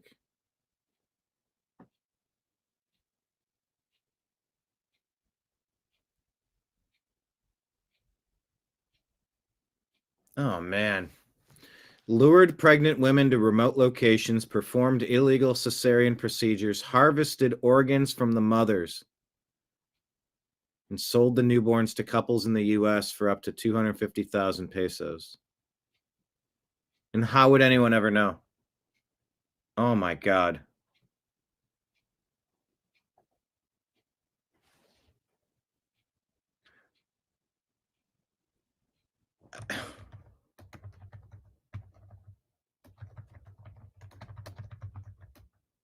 What is this? Dear Lord, destroy the demons from this earth. Amen. Okay, so that's a really bad story. We need to check in on California and Gavin Newsom with these commercial driver's license and the problems that are happening because of it. Someone needs to be held accountable. Audit found California had issued 62,000 CDLs to drivers who entered illegally, John, or do not have. They're not legally in the country, and these are 62,000 American jobs that have been stolen from us. Screw these Democrats doing this. A permanent legal status as required by the feds. California sanctuary laws prohibit asking applicants their immigration status. Governor Newsom said there's not a problem. Back to you. Did I hear you right? Did you say 62,000? That's correct. Oh, my goodness. It's a federal audit. William Lejeunesse for us. William, thank you so much. Let's bring in the... A federal audit found California had issued 62,000 CDLs to drivers who entered illegally, John, or do not have a permanent legal status as required by the feds. California sanctuary laws prohibit. I thought that was a longer segment. Oh, I read it as 2 minutes. That was 25 seconds. Sorry. All right, what is this here? This is an account. Black card declined. Brianna Riddick, not following her. All right, I shared something. Let's take a listen. The left and the right, and Charlie Kirk. Hypocrisy I want you to stay angry. is the act. Maybe Donald Trump will go away. Maybe he'll go to jail. Maybe he will die. Of mirroring They're still going to have to go out and put a bullet in Donald Trump. the very thing When was the last time an actor assassinated a president? that you claim. I have thought an awful lot about blowing up the White House. To condemn. I said if we were in high school, I'd take him behind the gym and beat the hell out of him. I will go and take Trump out. He said, well, what do you think I should have done? I said, I think you should have punched him in the face and then gotten out of the race. You would have been a hero. Although I will say this, the last few days you woke up thinking there might be news. Just saying. Violence doesn't come from Democrats, just to be clear. It is MAGA. It's specifically MAGA faction. Biggest terror threat in this country is white men, most of them radicalized up to the right. Hypocrisy I want you to stay angry. is the act. Maybe Donald Trump will go away. Maybe he'll go to jail. Maybe. So tired of the divisive left. And it's painfully obvious when you watch these side by sides. You see the compilation videos. It's got to stop. We need to save our elderly. We need to save the dopey kids that have been fooled by the slick communist promises, the sweet nothings whispered into their ears. Here's a graph showing in the red here, the chances I'll get my child a flu shot. The red is signifying none, no chance that you get your child a flu shot. And then the blue, this little pie segment here is also none, but in blue. So there's that. There's a lot of people that feel that way. Do you feel that way? That's a good question of the day. Do you agree or disagree with the caption? By the way, here, let me put it at the bottom of the screen. For countervailing views on health and elections, go to cdc.gov, who.int, and cisa.gov/rumor control, because they probably want to sell you their product. Do you agree or disagree with this chart? What do you say?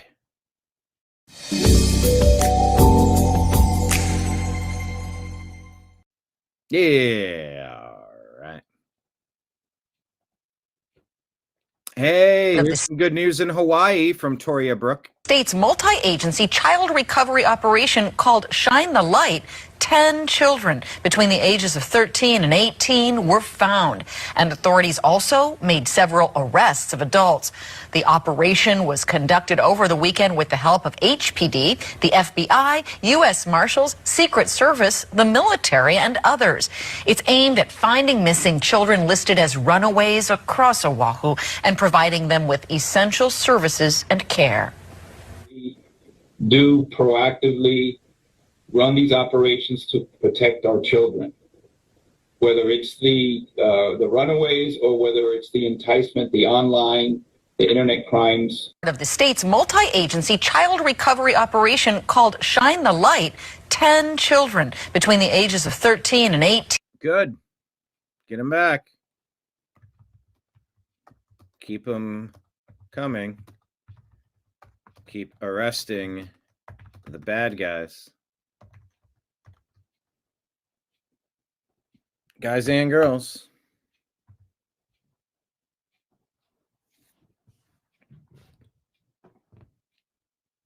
Our message to these foreign terrorist Good. Here's the video without the dopey music behind it. Organizations is we will treat you like we have treated Al-Qaeda. We will find you, we will map your networks, we will hunt you down, and we will kill you. And you've seen that evidence in the maritime domain, whether it's in the Caribbean or in the Pacific with the last 2 strikes. We know exactly who these people are. We know what networks they work with, what foreign terrorist organizations they're a part of. We know where they're going, where they originated from, what they're carrying. And our message to these foreign and briefed them. President Trump being asked about the declaration of war. It's an important question. On the operations. No, we will these. go. I said. You will go, and we it would will be go. difficult for them to object. I don't see any loss in going. No reason not to. You know, they'll always complain. Oh, we should have gone. So we're going to definitely. I'd like to just tell you, let's go.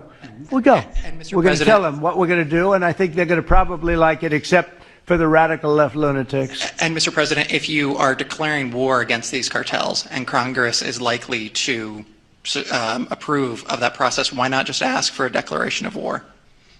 Well, I don't think we're going to necessarily ask for a declaration of war. I think we're just going to kill people that are bringing drugs into our country.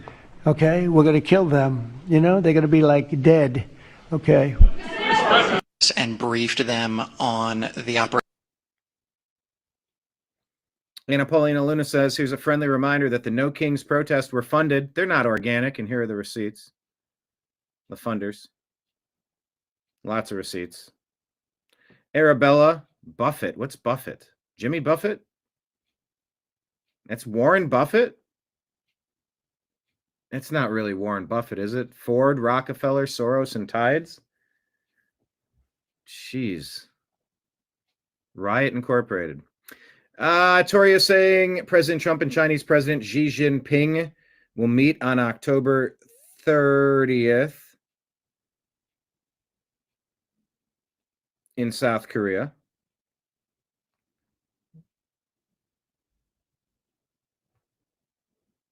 So keep your eyes peeled on that. President Trump acknowledged Down Syndrome Awareness Month. Okay.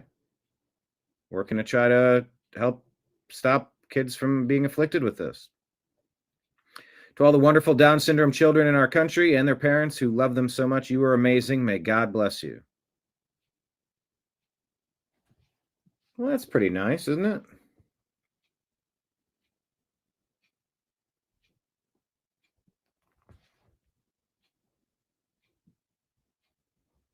All right. Well, that's good. That is nice. There he is, smiling. New veterans of American intelligence agencies are sounding the alarm that government officials should not be wearing Apple or smart watches. Have you heard this? Well, if they're saying that, maybe we should be concerned. Perhaps. I feel like my battery's draining quicker these days. That's super.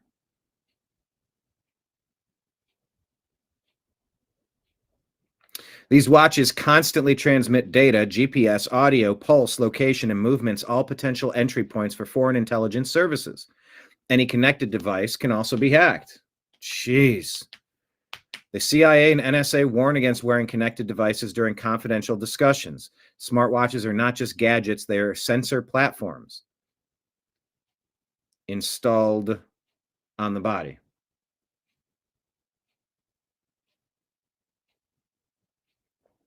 The solution, switch to analog. Get mechanical watches that do not upload heartbeat data to the cloud or transmit location to attackers.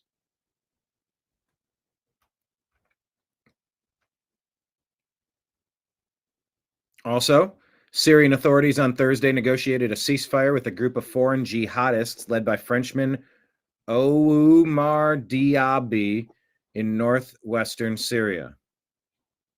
Okay.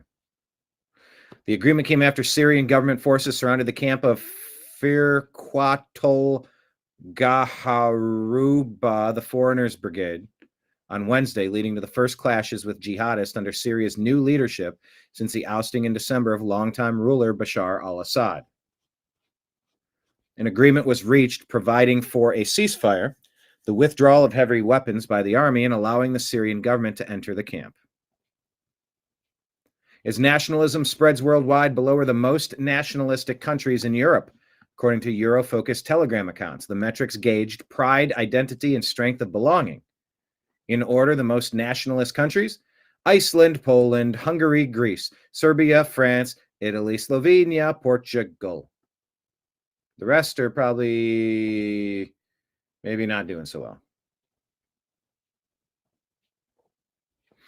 On Thursday, the U.S. sent 2 U.S. Air Force B-1B Lancer bombers in a demonstration exercise approximately 50 miles off the coast of Venezuela. Yeah, it's on in Venezuela. Like, it's obvious that that's happening. Why not just get a declaration of war? I would be in favor of that if you're planning on exercises. We're supposed to get congressional approval. I agree with that. You want to do it? Do it. What is this? The pair of bones came within... What does pair of bones mean? That's what they're calling the bombers, or bones? The pair of bombers came within 6 miles of Los Testigos, testicles? A Venezuelan island group with a Coast Guard station. That's how close we're talking. I mean, they're right there. Trinidad, Tobago, Venezuela, Puerto Rico, all of it.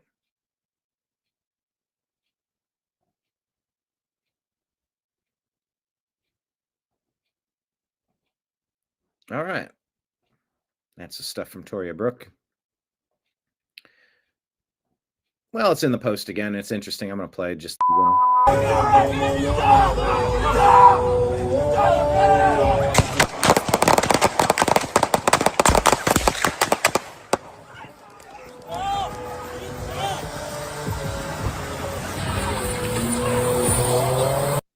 There you go. That's a find out moment, wasn't it?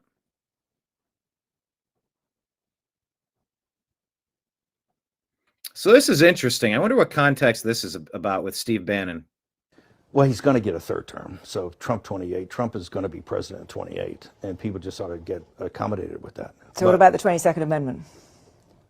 There's many different alternatives. At the appropriate time, we'll lay out what the plan is. But there's a plan, and President Trump will be the president in 28. We had longer odds in 16 and longer odds in 24 than we got in 28. And President Trump will be the president of the United States, and the country needs him to be president of the United States. We have to finish what we started.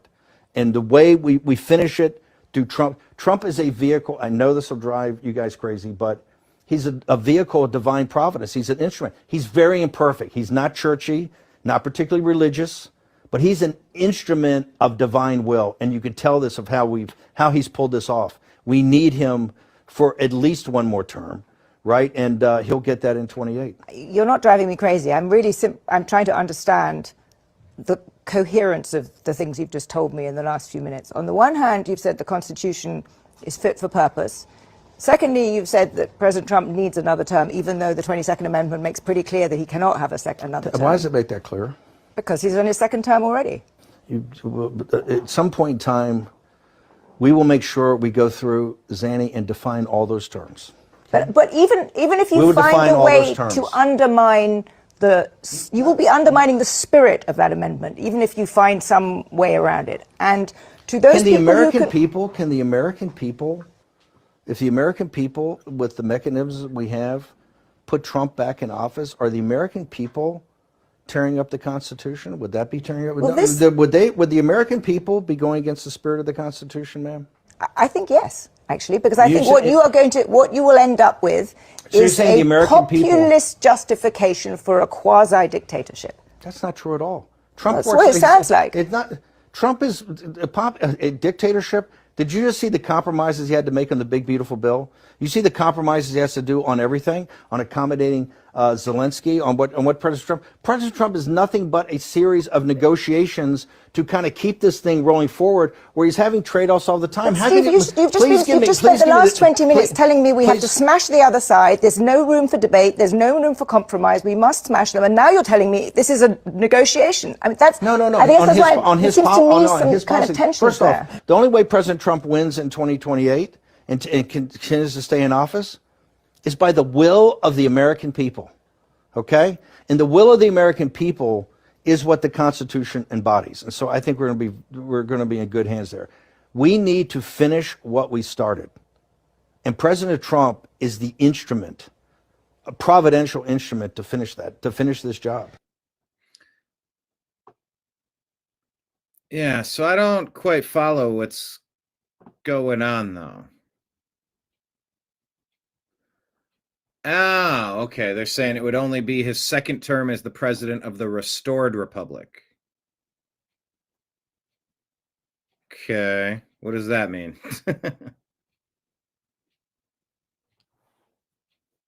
Or maybe in this term, you take out all the traitors, and then it would be the first term of the restored republic. Okay, I'm going to need some more clarification on that one. Do you understand what Bannon's saying here? Because he's not really like getting into the specifics. I'd like to hear some more specifics. Anyway, here is documents showing top Biden administration officials approved Arctic frost probe. Yeah, this is the grand conspiracy of treason. Got some big news to kick off the show. It's an accountability news, and it answers a question we've been asking on this show. How high up did the approvals go for Arctic frost, that investigation that looked at 92 conservative groups, got the phone records of 8 senators and 1 House member, took the phones of Donald Trump and Vice President Mike Pence, and worked with Congress, at least discussed with Congress, the notion of looking at 30 million lines of Americans' phone data. People who had just called the White House when Donald Trump was president. Well, Senate Judiciary Committee Chairman Chuck Grassley, just a little while ago, you saw this on Just the News, it was a breaking news alert, released a document showing the handwritten signatures approving this investigation by former Attorney General Merrick Garland. That was Joe Biden's top lawman, Deputy Attorney General Lisa Monaco. You hear a lot of people on this show raising concerns about her, and former FBI Director Christopher Wray. All three approved the opening of that investigation. Now, when you take a look at everything that happened there, a lot of people who look at this say, this doesn't look like a criminal investigation. It looks like an enemies list masquerading as a criminal investigation. A lot of people have been concerned about. And last night, as you remember, Senator Marsha Blackburn was on this show. She was one of those 8 senators whose phone privacy was pierced by this investigation. And she said she was deeply concerned about Arctic frost and planning to sue the Justice Department over this, including Jack Smith, the prosecutor who presided over it. This is a big story. We now know that the approval of this investigation wasn't at the low levels of the FBI. It went to the very top of the Biden administration. We've got some big news. Top of the administration. And by the way, here's Sean King out of nowhere making sense. Who told him he's allowed to make sense? That dude's not normally allowed to make sense. He says, I actually think it's a great idea to build a big ballroom on the White House grounds. It's virtually impossible to hold events of any size there. And they are always wasting millions of dollars on tents and heaters and chairs and lights and everything else. Stop acting like you have some emotional attachment to the East Wing. You don't. Thank you, Sean. This is common sense, practical, and honest opinion. This is a common sense. There we go.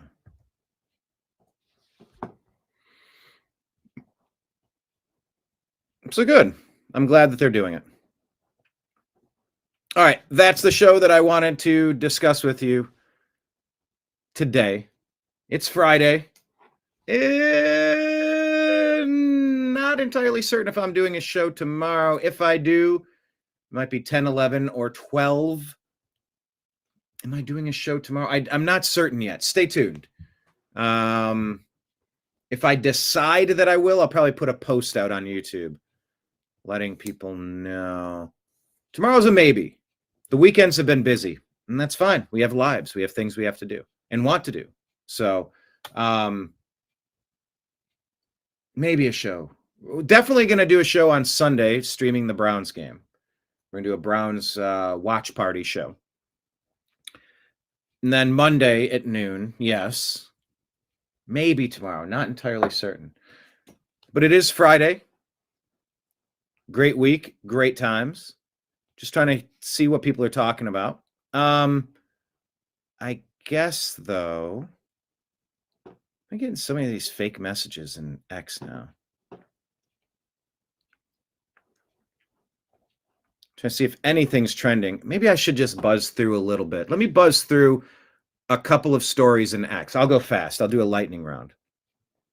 Quick reminder, we do have Rumble Rants, Rumble subscriptions. We have PayPal, Venmo, and Cash App donations, tip jars. We have YouTube memberships and YouTube super chats available. Tip jars are out. Yeah, I feel like I left a couple of stories that I wanted to show you. I'm going to move fast, but let me pull it up on X because I know there's something else I wanted to get to. Once again, this is our Patreon link pinned at the top of our X feed. Please follow it.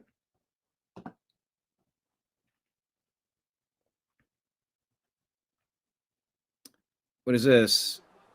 Portland police reluctantly take an insurgent into custody at the ICE facility. One of the officers hoisted his F Trump flag over his head, waving it. What was that? The cop is raising the F Trump flag? You gotta be kidding me.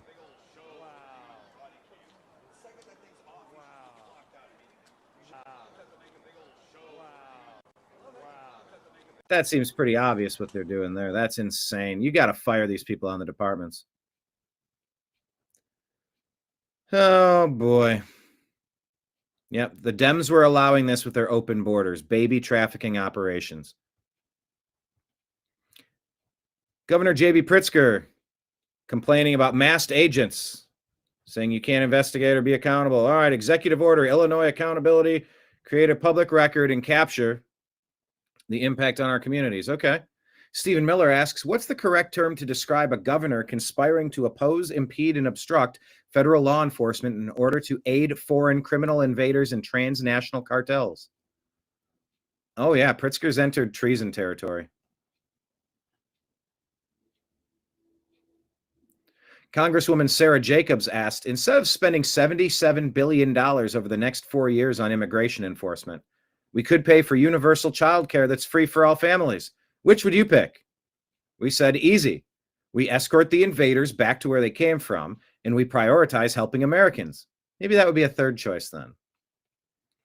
Check out yesterday's show where we discuss the Trailblazers scandal, the gambling RICO investigation. I suspect this is going to lead everywhere, people. This is going to be so much to report on. All right, so here's some more food stamp freakouts. Take a listen to this lady. This is going everywhere. People are saying so much of this right now. Did you hear what's going on with Trump and them? Apparently, they shut down November and December food stamp. I just got a note from them say they gonna shut my food stamps. Ohio, you bet not. You bet not feed an. You bet not. Bet not. You bet not feed an allegation. You better pay me my food stamps. How much are those eyelashes you're putting on, and whatever's going on with your hair and your eyebrows? You're claiming to be destitute, but that's hundreds and hundreds of dollars that could be going to get food, I think. I better get my food stamps. Let me not get no food stamps November and December. Free me. Get my commissary out, because I'm taking up the stove and taking everything. Making my way downtown to the White House. I'm going to White House. Quick, quick. I'm going to the White House. Quick, quick. I'm going. Man. Into the White House to me, Trump. Oh, right at the end. She threatens the assassination of Trump. Trump. Wow. If her EBT is cut and she can't get her lip injections and her fancy eyelashes and her eyebrows did, and whatever that haircut is, she's going to go to the White House and end Trump. Okay. Stephen A. Smith says the game rigging mafia linked scandal uncovered by the FBI is President Trump's revenge. And that's only the beginning. What a horrible take. What a goofball. This man is coming. This take makes no sense. I wonder if Stephen A. is implicated in it. That's what I'm starting to think. Sharmeen Narwani here on X said, Christ was born in Bethlehem, Palestine, a Muslim majority country. Be more tolerant like Jesus. AG says, yeah, that's impressive that Jesus managed to be born in a Muslim majority country more than 6 centuries before Islam was even invented. The Columbia School of Journalism in the bio really brings the whole thing full circle, doesn't it? All right, here's more food stamp freakouts. This is happening everywhere. Now, slavery and police brutality aside, do you know how incredibly evil you... Slavery? What are we... You're talking about the human trafficking that Biden and the Democrats let into the country? have to be to deny someone food? What deep... I really do want to know what percentage of people saying that you're going to deny people food are severely overweight. Why is that a trend? Why is there why does there seem to be a correlation? Both two that I've played here appear to be very overweight. dark depths of hell do you have to stoop to find it in your heart to not want the next person to have a hot dog? Maybe a hot dog's not a wise decision for what you should be consuming. Step one. That's a different level of savagery. Now, wait a minute. What is this? The text on here says white people owe us food stamps. Did she write that or did somebody else put that there? That's why I say the DNA, the composition of the DNA is not normal. Because we've already established that all lives don't really matter. Even though that's what you all love to say whenever you want to. You all. So, I mean, she's making a lot of racially charged stuff, anti-white comments. To deflect. It's your brains that we need to study. What is... So she's saying white people need to have their brains studied because they don't want other people to take their money? Is it with you all that you are so, like, what is with your brains that you are so committed to people being subservient to you? Subservient to me? No, we want you to be self-sufficient. That's the opposite of subservient. That's what the Democrats want. I don't know how she's missing this point. It's obvious. Be the most mediocre people. Oh, there you go. White people are mediocre. Oh, this lady's a gem. With the most mediocre history. Oh, okay, so white people have mediocre history. Shame on this lady. I feel bad for you harboring such venom. And the most mediocre culture, if you even... Mediocre culture. She's saying white people have mediocre culture. Mid. Okay. want to call it that.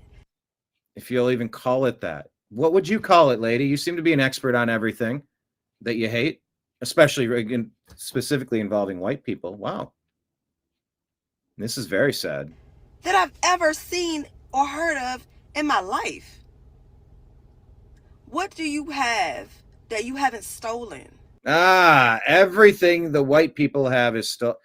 God, this is toxic. I'm sorry your brain was poisoned this way by some people. I don't know if that was family, teachers, media. I'm sorry. Kiddo, you got to break out of this race hatred. White people don't hate you.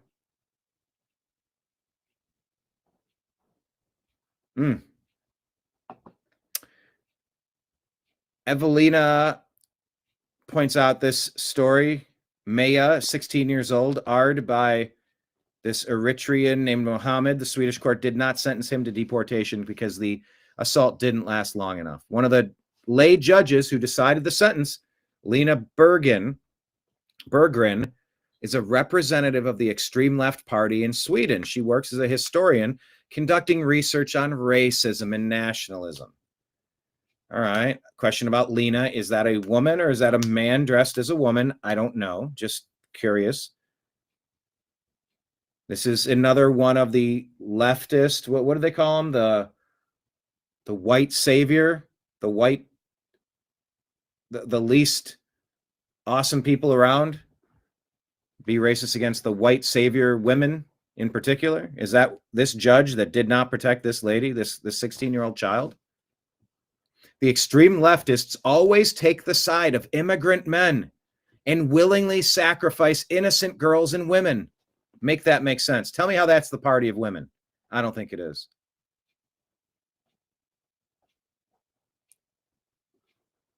Oh, this is terrible.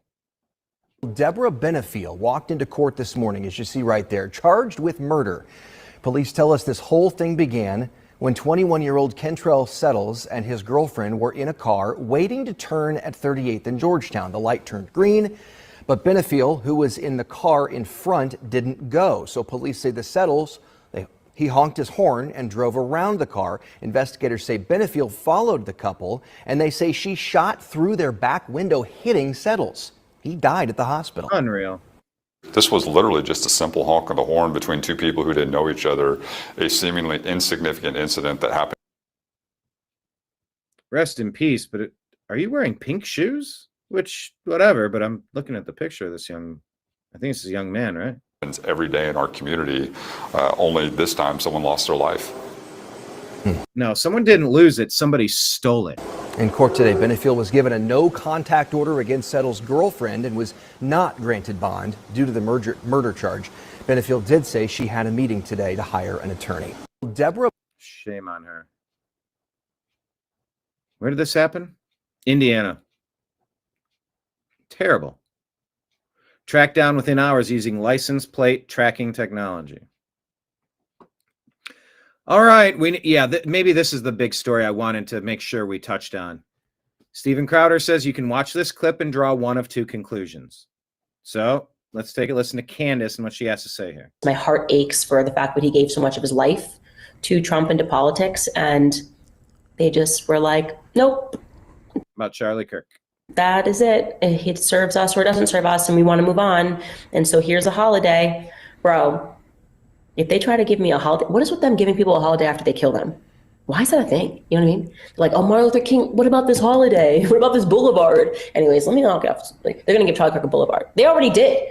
They did in Israel. They gave him freaking boulevard. It's like, as soon as they give you a boulevard and a holiday, they definitely killed you.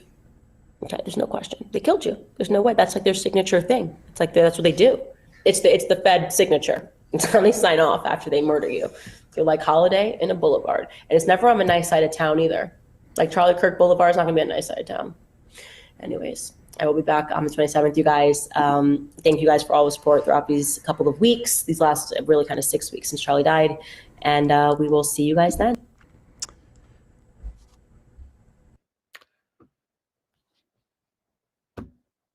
Candace has some aggressive takes now, doesn't she?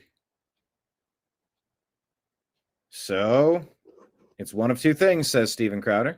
Well, let me first be tactful here and tell you that outrageous claims, and this is an outrageous claim, require outrageous evidence. Of course, as is par for the course, none has been presented. And I know that there might be a weaseling here saying, oh, well, I said the Fed, not the Trump administration. I said a boulevard in Israel. It's pretty clear, not clear.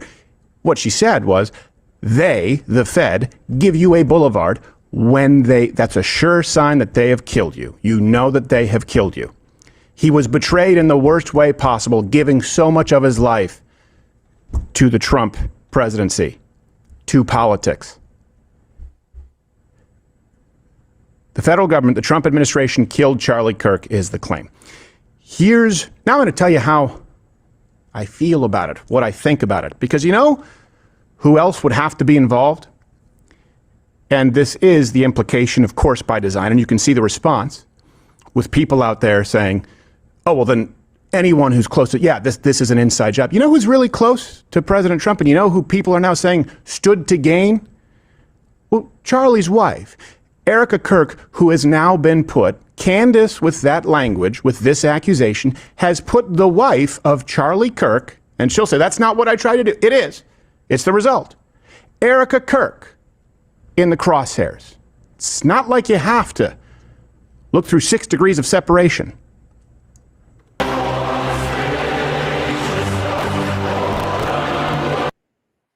Mm-hmm.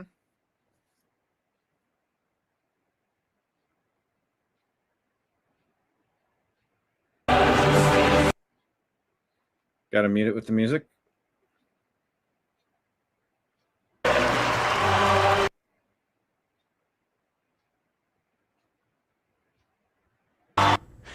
And you can see post after post and article after article with both Kirks, but certainly Erica praising, thanking President Trump, discussing how important his support has been. So if the Trump administration, if the Fed killed Charlie Kirk, look, there's no middle ground here right now. Either Erica Kirk is evil and was in on it, according to Candace, or Candace Owens is an evil cunt. I hope I'm being really clear about that. Which one is it? Candace is making a lot of claims. Do you kind of go along with Candace, or do you think she's off the deep end? I'm not seeing documentation that would prove any of this stuff, really. That's how I see it. I'm curious what you think. Okay. Chelsea Clinton says, the White House became my home when I was 12 years old. I always understood that it wasn't my house. It was the people's house. Chelsea Clinton in USA Today. Trump is wrecking a place I called home. We said the Democrats are absurd, unserious people who have shut down our government instead of acting like adults and paying the bills. The Dems aren't in charge anymore. America fired them. Support the elected group while continuing to lobby for some realistic concessions and agreements. That's not what they're doing, though. By the way, who are you rooting for in the World Series? Starts tonight, I guess, right? In Switzerland, a man has been jailed for saying that skeletons show male and female sex differences. In a 22 Facebook post, skeletons reveal biological sex, not gender identity. He was convicted of hate speech in publicly belittling LGB, etc. people under Swiss law. Courts upheld his conviction, fining him 500 Swiss francs. This is nutty. Isn't that what they say? Can't you tell from by a lot? Hang on, let me ask Grok. Can you tell sex from skeletons? Yes, in most cases. Typically 90 to 95% or better when the full skeleton is available. Pelvis is most accurate, 95 to 100% reliability. Females are wider, shallower sciatic notch. Males are narrower, deeper sciatic notch, because the female pelvis adapts for pregnancy and birth. But they want to throw him in jail for that. They did throw him in jail. That's nutty, Switzerland. Rand Paul says we've surpassed $38 trillion in debt, and we're still no closer to balancing the budget. Instead, Republicans want to add another $2 trillion in deficit spending. Democrats, they want to add $3 trillion. Where does it end? There's the national debt clock. Thomas Massey just flipped to $38 trillion. We said, thank you, Rand Paul. Hopefully you and Thomas Massey and Donald Trump can strengthen the purchase power of American currency so we can become wealthy again. This parabolic inflation is wrecking America, and it's fueled by $38 trillion in reckless spending. Save America. Elon points out SpaceX Falcon rocket will do more launches and carry more payload to orbit this year than the space shuttle did in its entire history. That's crazy.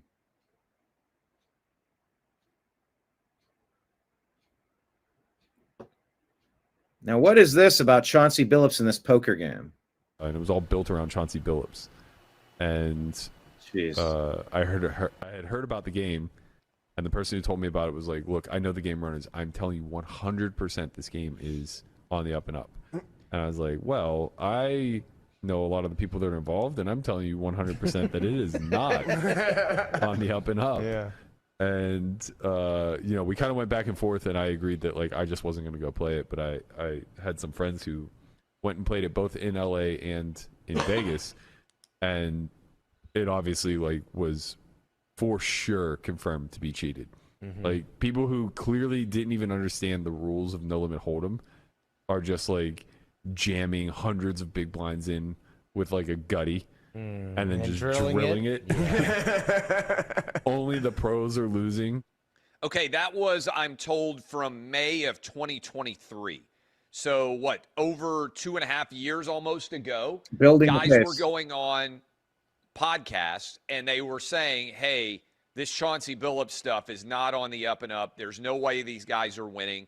Turns out the mafia was involved. According to the FBI allegations, one victim lost up to $1.8 million. Whoa. Let me tell you something.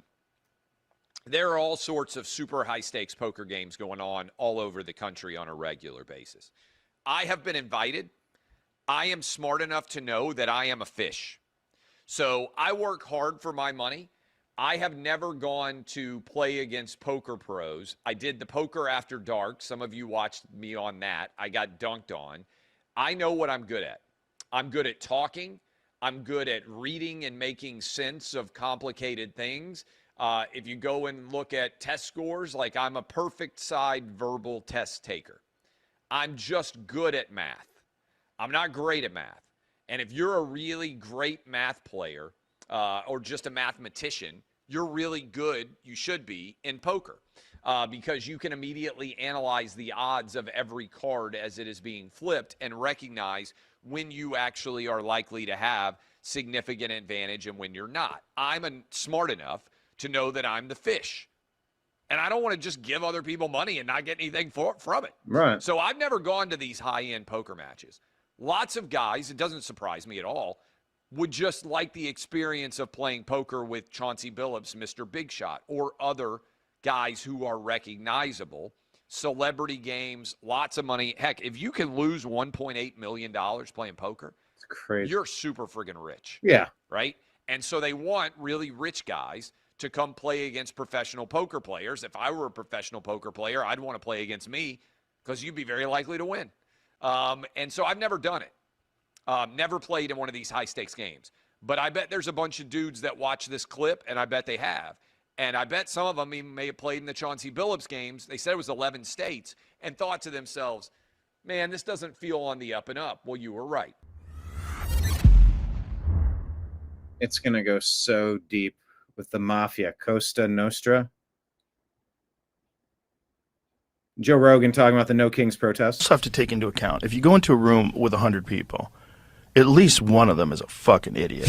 Okay? So being if you're generous. being really generous. Yeah. So if you're in a country of 330 plus million people, we don't really know. That's at least 3 million idiots. So it's not hard to get 100,000 retards holding signs, walking down the street, and especially when they get older. Because as people get older, they generally slow down and they don't think as well. And if you look at a lot of these No Kings protests, what are you seeing? You're seeing geriatric people holding signs. So you got old losers, not even just losers, but old losers, where this is the end. They're just looking for anything to get them out of the house. They're watching The Price is Right. They've already seen that one. And they're like, let's just join in on the note. We shouldn't have a king. And then next thing you know, they're out there with the sign. Yeah. And you can get 100,000 of those easy. Easy, especially if you got a lot of money and you're organizing and you get on Facebook and get involved in them groups and you use the bots and all the bots. Like, this is important that we show up in mass and let him know he's not a king. We gotta rescue some of our elderly. Chris Vanini here says, within a week we've had a major jewel heist, a mafia-involved poker ring, and sports gambling corruption. We're living in the 1920s. That's pretty funny. Does feel like we're living in the 20s, doesn't it?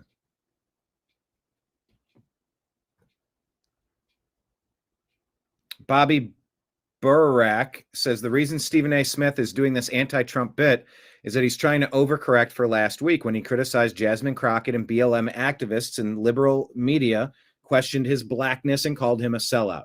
Since then, he went on CNN challenging anyone who called him conservative. Changed his take on using the National Guard to an anti-Trump stance. Check the tapes. Accused LeBron of favoring white reporters and trying to fight black ones. Apologized to Crockett, Kamala Harris, and Michelle Obama for questioning a black woman. Oh, my God. Imagine the gall to imagine, like, you must never question a white man. What an absurd thing to think or say. Yeah, everybody can be questioned. Everybody must be questioned. Accused Trump of targeting the NBA. This is what he does. Last year, Terrell Owens resurfaced a clip where Stephen A. Smith said Max Kellerman was black. Oh. Terrell Owens resurfaced a clip in which he said Max Kellerman was blacker than Stephen A. Smith. Stephen A. responded by bringing up Jason Whitlock, telling the haters to focus on him. Now he's doing the same with LeBron, trying to pass his beef on with them. Bottom line, the guy is a cowardly fraud. And by the way, keep your eye on Stephen A. Smith because he's on the short list of people to maybe run the Democrat Party. Kash Patel has thoughts on this. Yeah, down the street. By the way, this was so wild. Stephen A. Smith, the sports commentator, suggested that this was revenge from the president for all the kind of left-wing activism of the NBA. Your response to that, 15 seconds. I'm the FBI director. I decide which arrests to conduct and which not to conduct. That may be the single dumbest thing I've ever heard out of anyone in modern history, and I live most of my time in Washington, D.C. It's right up there with Adam Schiff. We arrest people for crimes. Solid answer. And check out our show yesterday, Strictly Football. Because we like talking about football. In this clip, Libs of TikTok shows CHCCS board president bragging about his North Carolina school district is defying state law, refusing to comply with the Parents' Rights Bill, where they can opt out of radical gender ideology propaganda lessons, allowing parents to review school textbooks, giving parents access to their child's records. The board wants to be able to hide critical information from parents and prevent them from vetting school curriculums. Time to investigate. Take a look. There's our show yesterday. I know that guy. Planet Earth. I know North America. He was doing a show yesterday, wasn't he? Oh, that's weird. It's like talking to a previous version of me. Because it is. I need to put my hair like that again. I like it better. Gotta add a little product. Strictly Football, people. Oh, okay. I'll end on this because I just want to give you some of the details here. You've heard a few of them. Joe Pompliano, Pomp Investments, host of the Joe Pomp Show. FBI press conference about the morning gambling bust. Current and former NBA players and coaches Chauncey Billups, Terry Rozier, and Damon Jones arrested. Illegal gambling sports rigging operations spanning across 11 states, multiple years, in total 30 individuals arrested, 13 mafia members. Yes, Kenneth, the mafia members of Costa Nose Ring. Costa Nose Ring. That's Costa Nose Ring. That has a ring to it. Illegal gambling in sports. Case involves La Cosa Nostra, Italian mafia. Illegal gambling, wire fraud, extortion. See, that's where we kind of kick it in there. 2 separate indictments. The first involves 6 defendants accused of participating in sports corruption, exploiting insider information involving NBA players and teams. Defendants leveraged their connections to place prop bets based on confidential insider information, winning tens of thousands of dollars per bet. Second indictment involves 31 defendants charged with participating in a nationwide scheme to rig illegal poker games. FBI says they used high-tech cheating technology to steal millions of dollars from victims in underground poker games that were secretly fixed. The 2 cases are separate, but there are overlapping defendants, including former NBA player and coach and Cavalier, Damon Jones. FBI says the NBA player Terry Rozier told the defendants he was going to leave a game early on March 23rd of 23 with an injury. Defendants then placed more than $200,000 of wagers on the unders for his prop bets, with Rozier leaving the game after 9 minutes. Those bets paid out tens of thousands of dollars in profits, and the defendants and Rozier counted the money at his house. Wow. The FBI says former Raptors player John Porter was threatened to participate in the sports gambling scheme because he rang up gambling debts. So that's how you do it. You get him in the Epstein-style honeypot. We caught you. Now you work for us. One of the biggest reasons why removing illegal alien invaders is important, crucial to the survival of America, is because you've let in sleeper cells. These people owe the cartels and the mafia. Not if they're returned. Instead, you have people in that would commit any sort of nefarious deed because they owe the criminal cartels. Former Raptors player John Porter was threatened that he must participate in the sports gambling scheme now because he racked up gambling debts from rigged games. Vampires preying on humans. Teams that were bet on during the sports gambling scheme include Hornets, Blazers, Lakers, Raptors.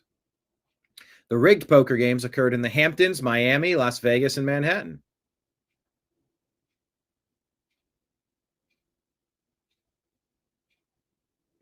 The poker scheme targeted victims who were lured to participate in rigged poker games by the chance to play alongside former professional athletes. These athletes included Chauncey Billups and Damon Jones. The FBI says that the defendants utilized altered shuffling machines to read the cards in the deck and then relayed that info to an off-site operator. The off-site operator, known as the quarterback, then sent that information to someone at the table. All rigged, all fake. And you wonder what they did in 2020. The FBI also says that the defendants utilized other cheating technologies, including poker chip trays that read cards through hidden cameras, special contact lenses and glasses that could read marked cards, and X-ray poker tables that could read cards face down. The FBI says that defendants robbed a victim at gunpoint to acquire a rigged shuffling machine. The sports gambling investigation is called Operation Nothing But Net, while the poker investigation is called Operation Royal Flush. The FBI has been working on this investigation for 4 years, with victims losing at least $7 million. One victim specifically lost 1.8. FBI reviewed thousands of hours of video evidence and executed more than 24 search warrants.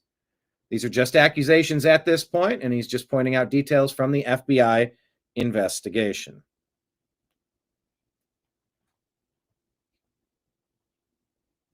And that's what I wanted to share with you today. That actually is a good point, Trash Panda. At least let me do this then. You said I should just do 72 hours nonstop show until Monday. I'm sure all of us watching, you can get the 269 pennies in the wishing well. Well, how about this? How about I replay yesterday's show? Can I do that? I'll do that, okay? And it might only play the first 4 hours on Rumble. But I'm going to give it a shot. That's a decent idea, Trash Panda. So let me do that. I will queue up yesterday's program for you to watch. And we'll keep broadcasting. That's a good idea. While I do some other things here. Thank you for watching. Rumble rants, super chats, Venmo, Cash App, all those tip jars are open if you enjoyed today's program. Donation links at the bottom of the screen. Marion, I'll be okay. I don't have 1.4 million to lose. It was 1.8. I know. It's easy to not lose money if you don't have it. I'm watching a new series on Netflix called Black Rabbit. Jason Bateman and Laura Linney is the next executive producer. It's got Jude Law in it. And it's two brothers who were in a band, and the guy runs a restaurant. But the do-nothing brother gets in trouble with the gamblers. And he owes hundreds of thousands to them, and they just run up this massive debt, and it's just a mess. 2 or 3 episodes in. Yeah, I don't like to gamble either. But anyway, I'm a couple episodes in. It's interesting. I'm waiting to see where it goes. It's a limited series. So, yeah, do yourself a favor. And I sort of worry about Mike Bear and Jim Mitchell just because, I mean, Jim's the gambling guy on our show on Strictly Football. He goes through all the bets. We make our guesses, our sports picks of the week. I know Izzy does the gambling apps. I don't mess with any of it besides a couple of fantasy football leagues. It's easy to get in over your head with gambling. That's why the house always wins. So it is what it is, folks. Yeah, gambling is the finest thing you can do if you're good at it. That's what they say to Krusty the Clown on The Simpsons. I need to rewatch The Simpsons. It's been so long. Some of my references need to be sharpened up. Anyway, that is a good idea. I'm going to do that. I'm going to broadcast yesterday's program. So keep it on if you wish. That would be awesome. Boost the numbers. And yeah, I may or may not do a show tomorrow, depending on a couple of factors. I'll keep you posted. Keep your eyes peeled. Definitely back on Sunday for the Browns game, and definitely back on Monday for the TNAM Daily Show. So until then, by then, at least it's not by then. Exactly. Thank you so much. Let me pull up the X feed from yesterday, or the YouTube from yesterday. Where's my channel? There it is. But yeah, let's rebuild America. What would that look like? It looks like less fake division. That sounds pretty good to me. Let me go to my live feeds and pull this up. I could play Strictly Football. No, I'll do this one about the NBA scandal. Here, let's full screen this. Good idea, though. Good idea, then. Yeah, Marion says, guess I'm gambling $20 on my fantasy football team. There you go. Yeah, I'm like 50 or 100. But that's like all year long, and it's stretched out and whatever. I think I'm going to drop a couple leagues this season. Maybe just go down to, I don't know. We'll see. All right. This is a good idea. Let me see about doing this, playing the previous show at the end of the show. I should probably be broadcasting 24 hours a day.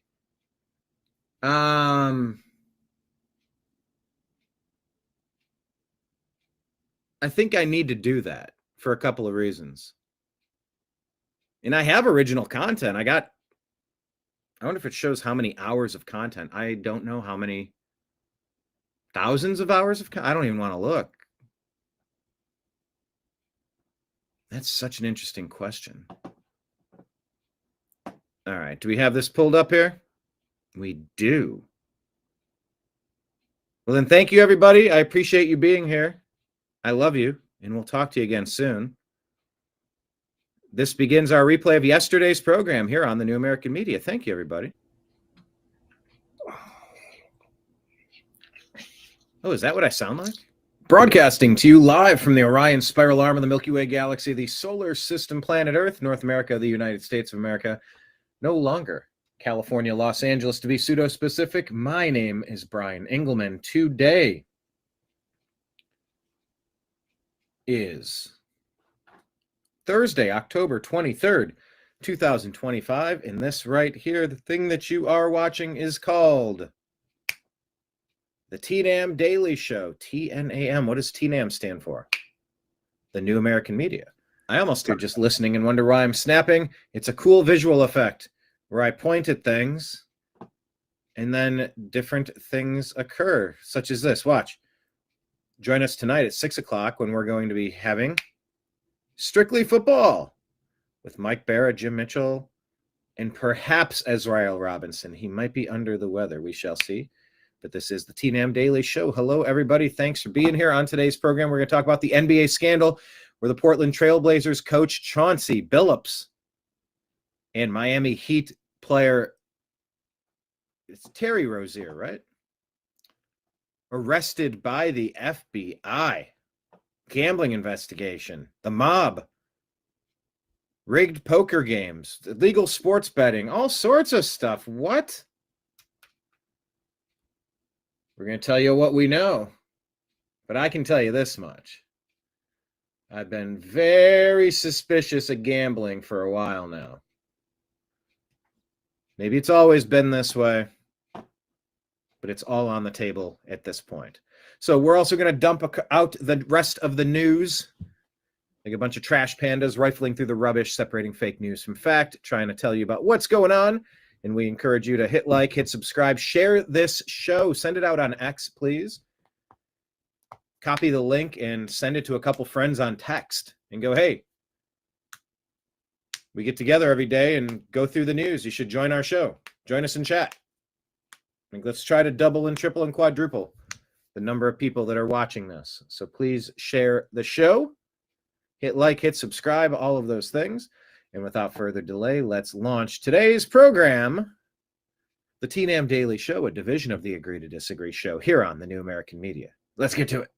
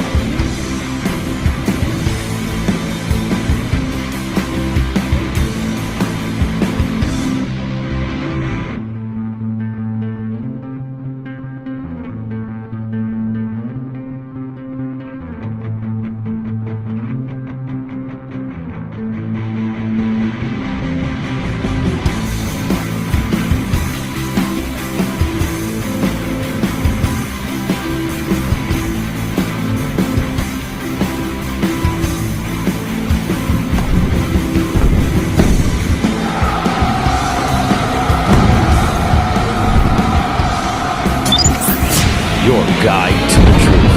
TheNewAmericanMedia.com.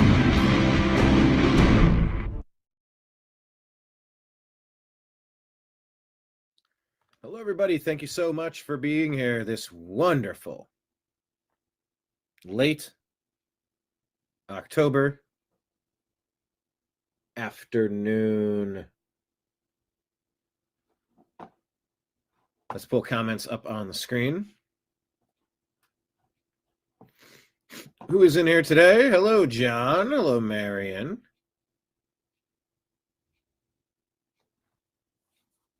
Blake Leon, Droopy Dog, Kenneth.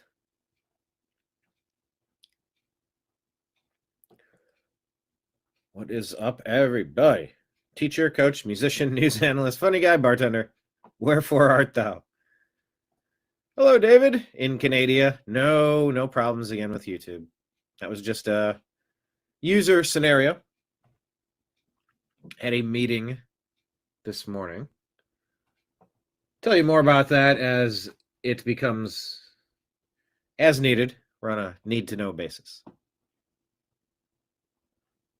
All right. Yeah, the problem wasn't necessarily with YouTube. It was with Restream. Amazon Web Services created a problem. And so I couldn't use Restream the other day. But we are back. Yeah, so you don't think sports are fixed? I hate that sports are fixed. It just ruins sports. But if they're going to allow it, then sports needs to be ruined, I think. All right, let's take a look at the stories in the news, and we will eventually get to the NBA story. This is sort of breaking. But it also touched the Cleveland Guardians. Manuel Clase and some other pitcher both got busted for throwing balls in games, rigging the games against the teams they're playing for. They would argue, oh, I'm just throwing a ball. Yeah, well, you're also putting your team at a competitive disadvantage. It's the number one reason why you don't gamble. So I think it's going to come out. This is way more pervasive than we realize. All right, here's Tim Pool. Harry Sisson gets dunked on by everyone, and when proven wrong, changes his lie to, yeah, okay, but I don't know who the guy in the middle is, but I know the guy on the left is named Harry Sisson, I believe. And he's unfortunately one of the best that the Democrats have to offer. He's not very good. On with Pierce Morgan here. Question about whether or not a high-ranking Democrat has used this rhetoric. Who is Kamala Harris? I know. I want you to answer all the questions. I want you to answer all the questions for you. Who is Kamala Harris? Wait. Answer all the questions I just gave you. And can you name me when Kamala Harris said that Donald Trump is Hitler? Who was when did Kamala Harris? Great. Was Kamala Harris last year a high-ranking Democrat when she was? When did Kamala Harris call Donald Trump Hitler? October of 2024. Kamala Harris said on the campaign trail, Donald Trump vowed to be a dictator on day one. His former chief of staff said he wanted generals like Hitler's. Donald Trump openly admires dictators, including Adolf Hitler. Last October, that was said on the campaign trail from the Democrat. Kamala Harris said this during the campaign, during the closing days of the campaign. It was her final campaign pitch. And by the way, in the final week, Barack Hussein Obama said that President Trump called Nazis fine people. He was still. This is why I'm so bullish on charging Obama with treason. He was still trying to convince people in this country that President Trump said Nazis are fine people. Lying. Still. There's politics, and then there's whatever that shit is. The most divisive political lie in American history. The final week of the campaign, still out there repeating the fine people hoax. Everything about Obama was a hoax. Oh, there's a Russian dossier. We have to spy on candidate Trump. No, you don't. You're trying to rig the election to put in your permanent rule of the deep state. The deep state Democrats permanently ruling this country as kings.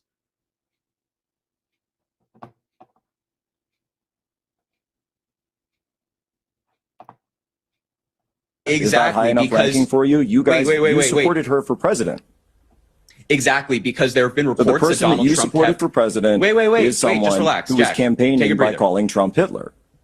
Jack, you're so disingenuous when you bring this stuff up. You can't even acknowledge the fact that your own candidate was on the campaign. She got a video about it. It's on her Facebook, or it's on her Twitter page. Let me offer one here, which is Hillary Clinton. Hillary Clinton literally compared Trump's rally in Ohio last week to Nazi leader Adolf Hitler's speeches.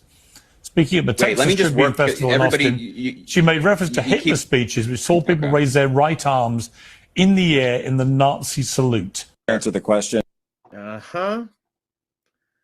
Yeah.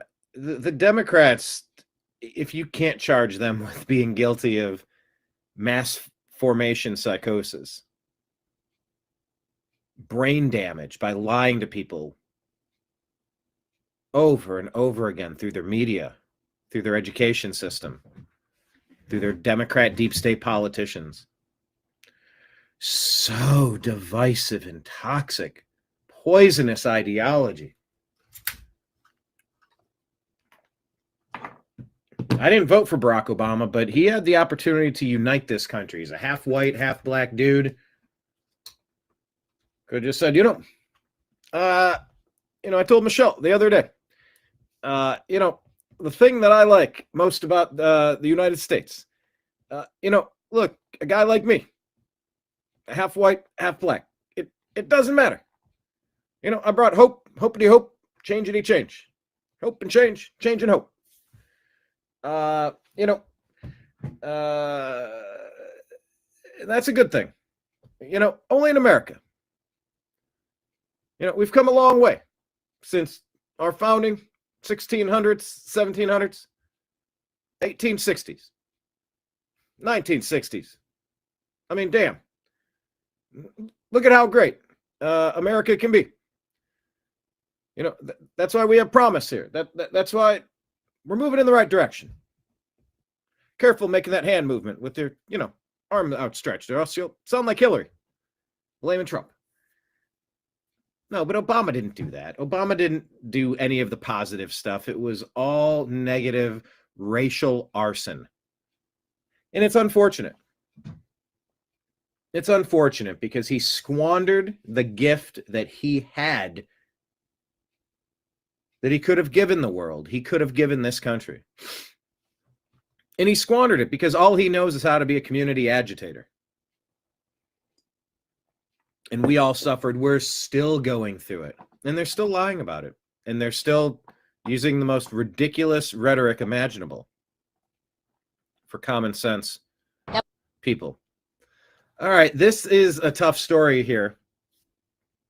Anthony Cabasa says, a man who took 3 lives and left at least 4 others injured is an illegal alien who entered the country illegally in 2022, but was released back into the U.S.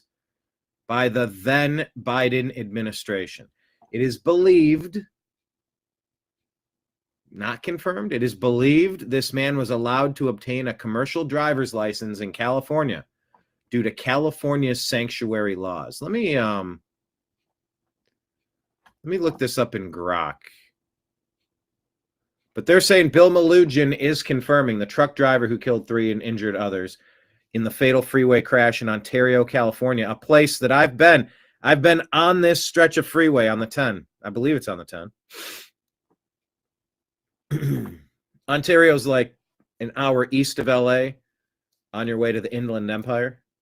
I've made that drive so many times. That could have been me. My life snuffed out by somebody who had no business being in the country. Commercial driver's license, an illegal alien from where does they say he's from? I don't think they say where he's from. Let me ask Grok. Let me see if I can get any more info on this. Jashanpreet Singh. Okay, from India. Accused of driving under the influence of drugs, causing an 8-vehicle pile. Yep, on Interstate 10 in Ontario, California. Killed 3 people, including a roadside mechanic who was assisting with a tire change. Oh, man. Incident captured on dash cam footage from Singh's truck showing him failing to brake before slamming into stop traffic, igniting a massive fire. Toxicology tests confirmed impairment. And he faces charges of gross vehicular manslaughter while intoxicated and DUI causing bodily injury.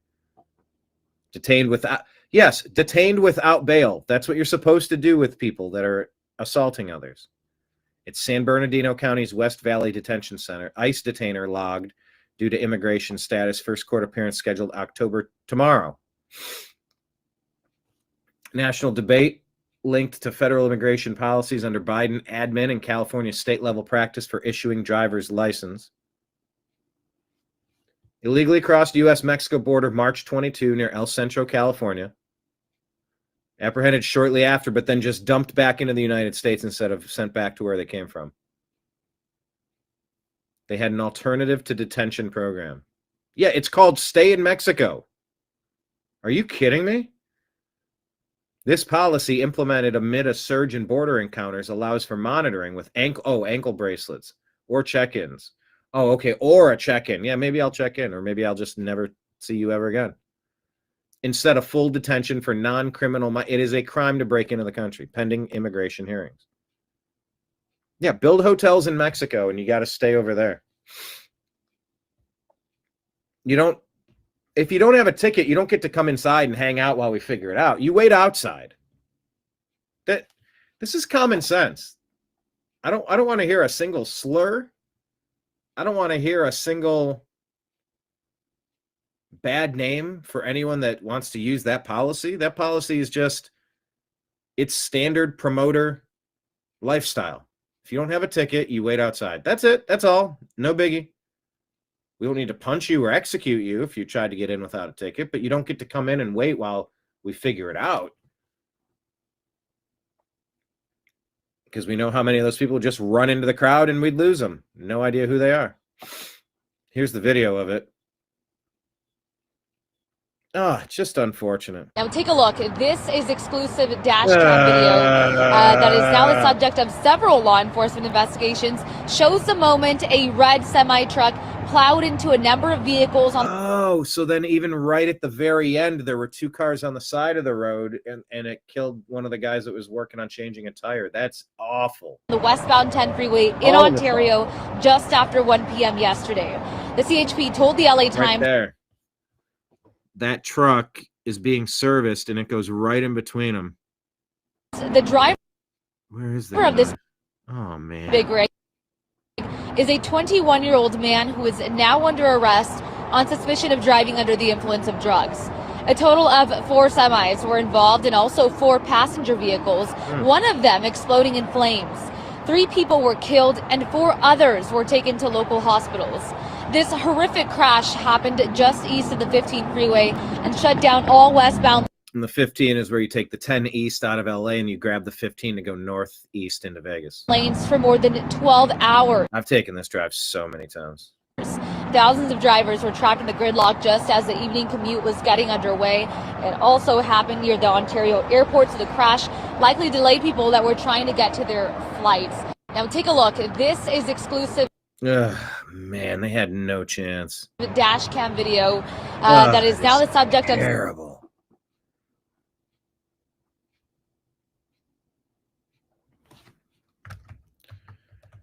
Democrats need to start getting sued for the ramifications of their traitorous policy positions. Biden admin has blood on their hands here.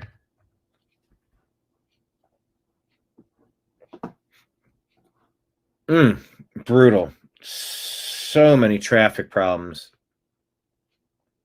Yeah, you have to, it's kind of a pretty important thing that you.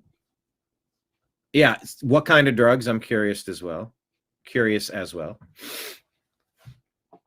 East Indian? How do you know? Why would you guess East Indian? Is there a difference with names or looks or something? David's up in Canada. I mean, Canada's been invaded by Indians. A very organized effort to create satellite populations, like how Elon's trying to take humanity up to Mars. These other countries are trying to build enclaves inside America well, they're trying to do it all over the globe, really. Take military-aged fighting men, military-aged men of fighting age. There we go. I went to Vancouver. It did not strike me much as Canada. It was very Indian. I was fairly surprised by that. But yeah, you should have very high standards. Number one, you got to be a citizen. Number two, you have to be able to read, write, and speak English. And three, you shouldn't be on drugs. I don't know what. That is a good question, though. What kind of drugs? Kenneth, you said sound. I have sound. Now I have sound again.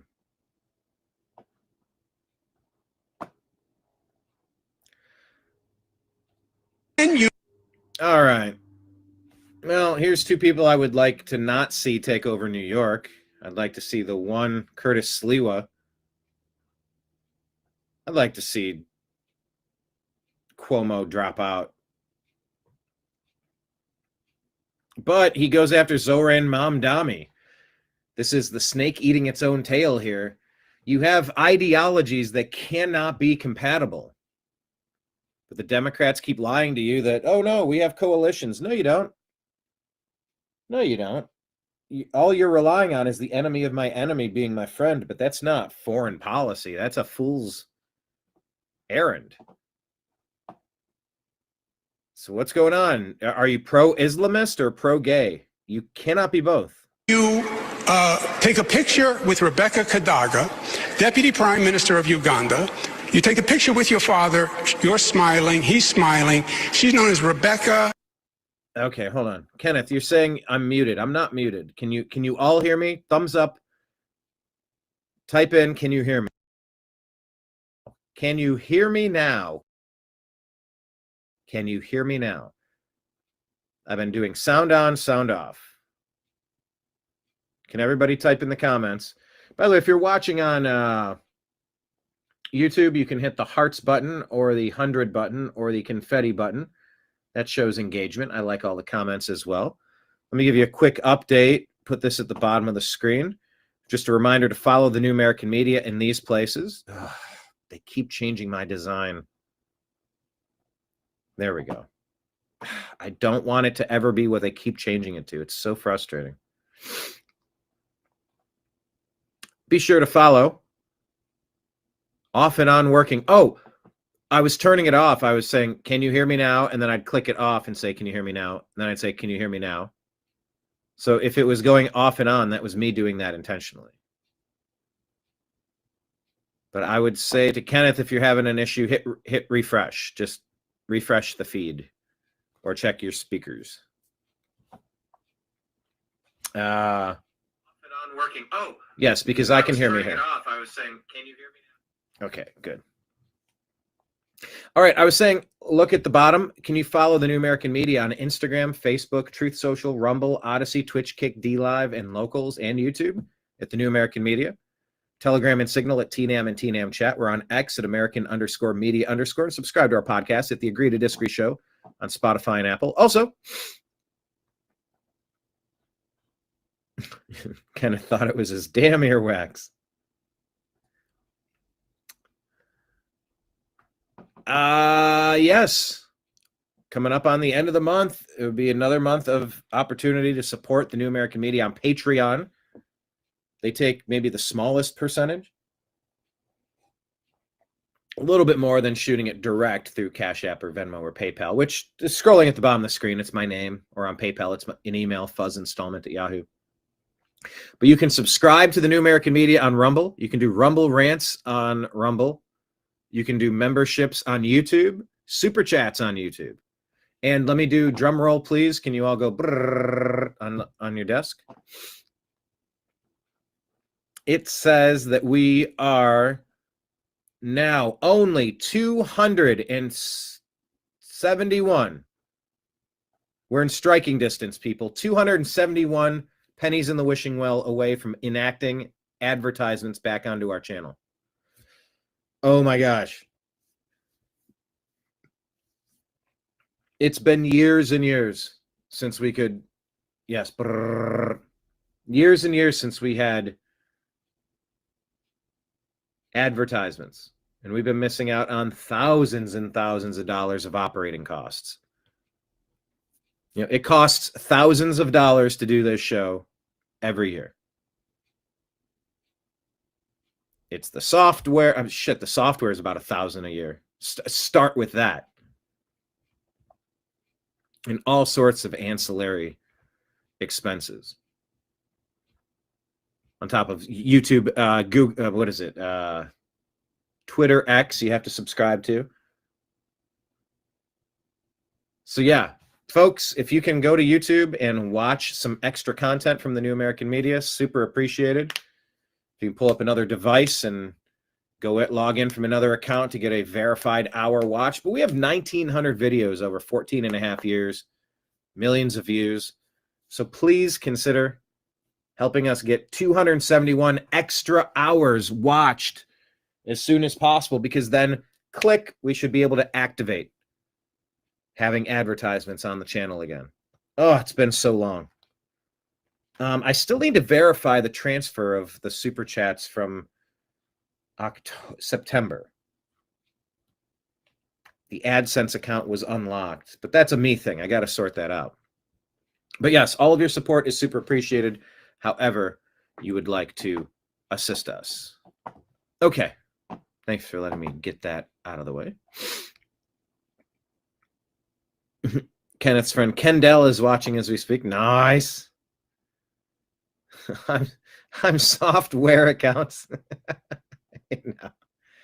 Yes, and hit that thumbs up button and hype it up when you can. Yeah, please share this. Text the show to a couple friends. Share it out on X and just say, hey, we're watching this right now. Join us in the chat room. We're trying to see how Zohran can both be pro-Islamist and pro-gay. Because it's impossible. It's impossible. It doesn't take long to paint these virtue signalers of the left into a corner. Because they have non-competing ideology. Non-compatible ideology, rather. The two things cannot be the same at once. So call them out on it. Which one is it? Queers for Palestine. Huh? They would throw you off the roof. Are you serious? You don't want that culture imposing its will on you. They're not very accommodating to people who have different opinions on life. Oh yeah, but yep. Super queer for Palestine, are you now? Okay. Anyway. Here's Andrew Cuomo. Gay killer Kadaga. You're a citizen of Uganda. You took the picture. You said you didn't know who she was. It turns out you did. How do you not renounce your citizenship or demand BDS against Uganda for imprisoning people who are gay just by their sexual orientation? Isn't that a basic violation of human rights? I think he gets the question. Then you take a picture with Rebecca. And in one hand, like, you take pictures with anyone, you don't know who anyone is. I don't always blame, but if he's lying about not knowing him and they actually do, then that is sort of evidence of, you're up to something you're not supposed to be doing, and we're on to you kind of thing. Cheers from my pal with a Stein. Yes, I have the Don't Tread on Me mug, but I also have the New American Media mug. If anyone wants one, shoot $40 over. That'll include about $10 in shipping. Get that mailed right out to you. Kenneth has a mug for the New American Media. John created the mugs. Thank you, John. I think I have 17 left, and I'd like to get one to everyone. So let me know if you would like one. That's another way to support the show. So yeah, well, anyway. Yeah, I don't like Cuomo. Curtis is the guy. Yeah, how can the most important city in the world elect a 34-year-old with zero executive experience?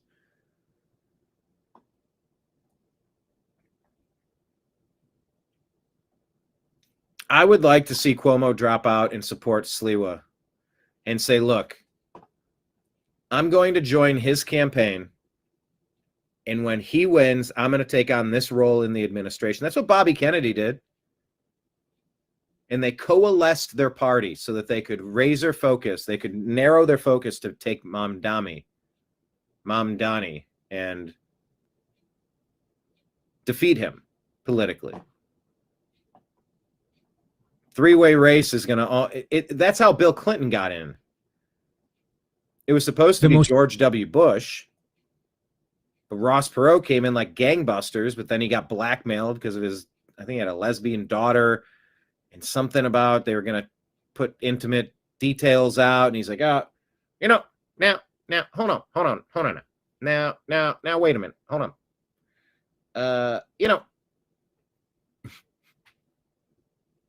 Can I finish? Can I finish? Can I finish? Yeah. Now, yeah, if I wasn't there, Bill Clinton wouldn't have got in. I haven't done a Ross Perot impression in a while. He just passed away a couple of years ago.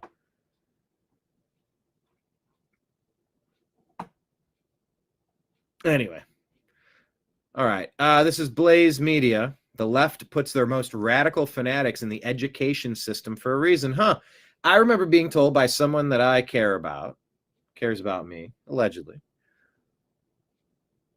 that I was being reckless. I was calling out the teachers after Charlie Kirk was killed, so I'm going to endanger teachers. Huh? Yeah, there might be shootings at schools because people like you are blaming the teachers for Charlie Kirk. I'm like, first off, don't you fucking yell at me because your side just executed one of my side's best communicators, you asshole. How did this happen? You're yelling at me because I'm pointing out the obvious that there's a lot of people in the education system that are calling for this stuff? Okay. It was just weird. I got attacked. You're going to encourage... Don't you know that I'm in a relationship with a teacher, and if something happened, you would be responsible for the person if something bad happening because you're blaming him for Charlie Kirk? I'm like, so are you telling me without telling me that you feel the same way as the people that wanted to end Charlie Kirk's life because they disagreed with something he said, which is utterly terroristic and traitorous? I think she told it, people kind of tell on themselves sometimes. I think this person was mad at me because they were celebrating Charlie Kirk and I was calling it out and they didn't like that. They didn't like that I was calling it out. Well, we got a huge problem in our air quote education indoctrination system. Vile reactions to Charlie's murder have almost all been public school teachers and college professors. Tells you a lot about what America's children are facing and why TPUSA is more important than ever. But for years, I've described the government school system as Satan's youth ministry. And you have to understand that we're not having enough kids ourselves. We're having way more than they're having. And so how do they perpetuate themselves? You have to groom. You have to indoctrinate. You have to take over institutions because the institution that is supposed to inculcate and pass on the family, you have forsaken it. And so you have to take over the cultural institutions as a substitute for the family, put government in charge as a substitute for dads, and now these become the discipleship mechanisms for the next generation. And this is how you perpetuate yourself because you're not doing it the way the creator intended. And this is why we often find the most radical and savage elements in the education system. And they have sent them on purpose into these institutions to perpetuate themselves because they don't do it the way God intended. The most vile reactions to Charlie's murder have almost... Oh, it's an absolute plan to indoctrinate these kids. It is abuse. David says, this is why I don't care if any more people wake up. It's obvious that they never will if that commie Mamdani gets elected. Teacher's pet? Likely a cat.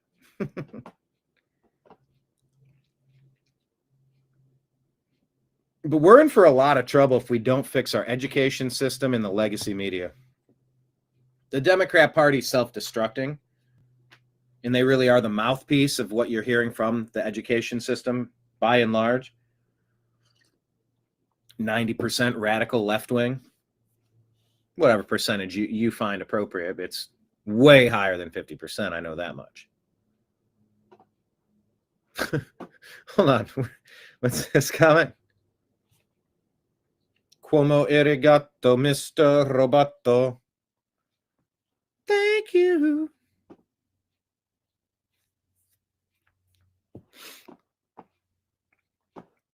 And the voting system, of course, yes.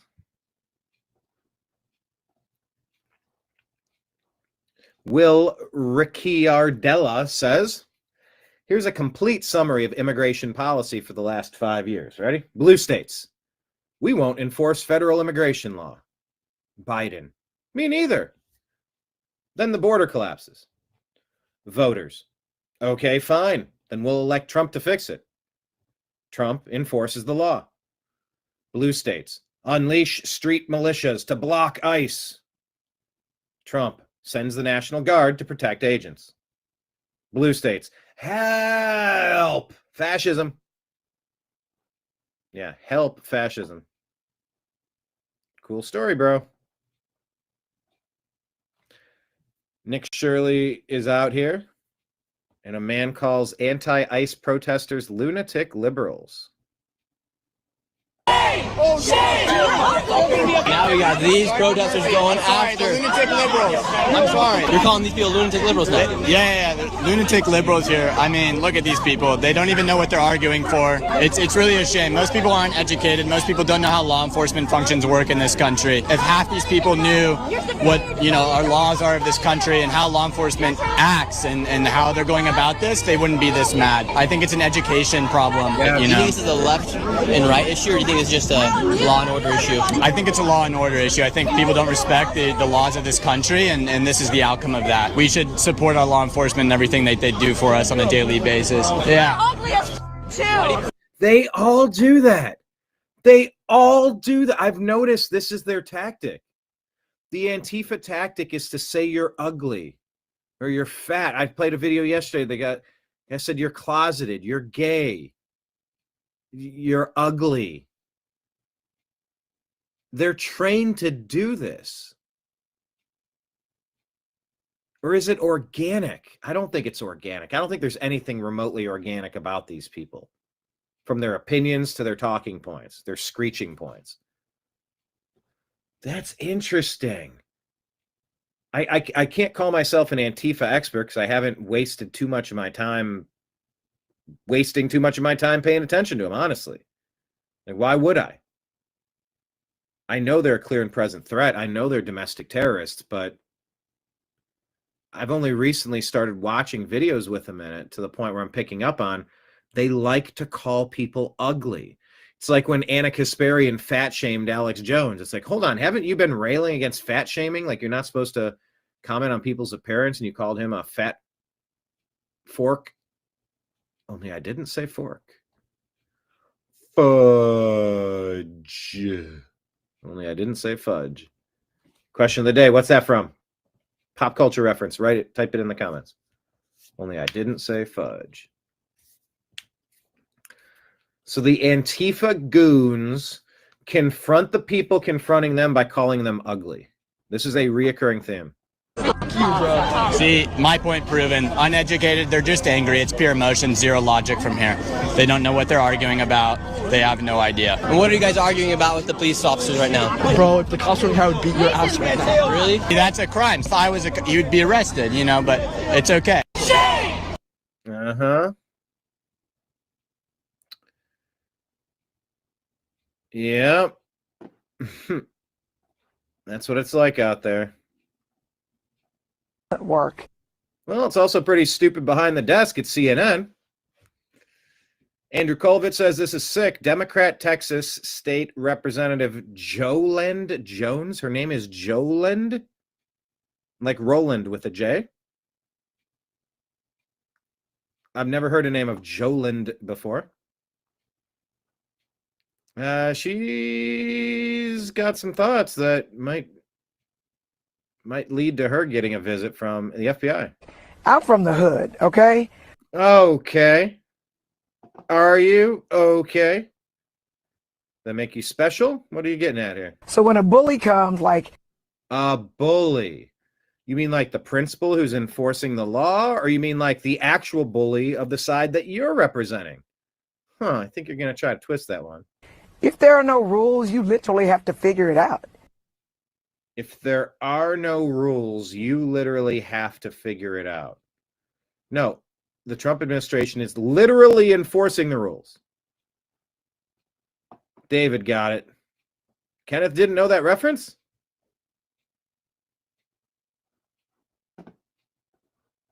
So Donald Trump has changed things.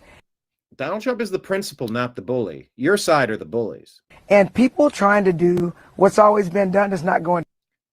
People trying to do what's always been done is not going to, I don't know what you're saying. To work. And I think that's why Democrats are losing black people. That's why they're losing poor people, because. Why are Democrats losing black people and poor people? Okay, she didn't quite make the mistake Joe Biden said, or the honest Joe Biden thought, where he said, come on, man.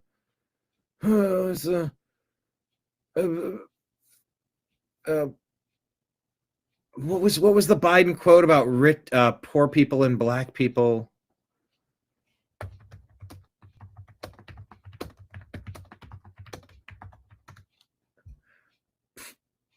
Like black people can be something just as something as poor people. What was this? There we go. We have this notion that somehow if you're poor, you cannot do it. Poor kids are just as bright and just as talented as white kids.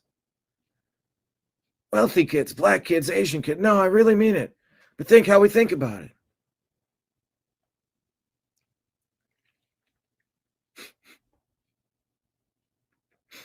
Poor kids are just as bright and just as talented as white kids.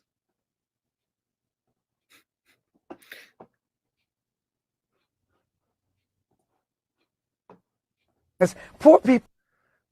You're losing black voters to the Democrat Party because nobody likes Democrats. You're losing poor voters who are from supporting the Democrat Party because people don't like the Democrat Party. They don't like the policies. They don't like the results. They see the destruction in mass. Aside from wimpy white women, everybody has gone to MAGA. All the demographics have shifted because the Democrat policies are destructive. They're actually just traitorous to America. Not sure who funded this, how this occurred, how this became the party platform, but my gosh, it's in severe need of a rebranding, at least. Well, all they want is for us to fight. So if you hit me in my face, I'm not going to punch you back in your face. I'm going to go across your neck, because we can go back and forth fighting each other's faces. You've got to hit hard enough where they won't come back. And so, yeah, So, yeah, what are you talking about? Your side tried to kill President Trump on multiple occasions. In Butler, on the golf course in Florida. Luckily, those attempts failed. Your side took out Charlie Kirk. Unfortunately, that succeeded. She's saying that the principal of the school enforcing the rules means that you should take out the principal and slit his throat. She made the 86 motion to decapitate, to end the life of, to Islamic radical extremist,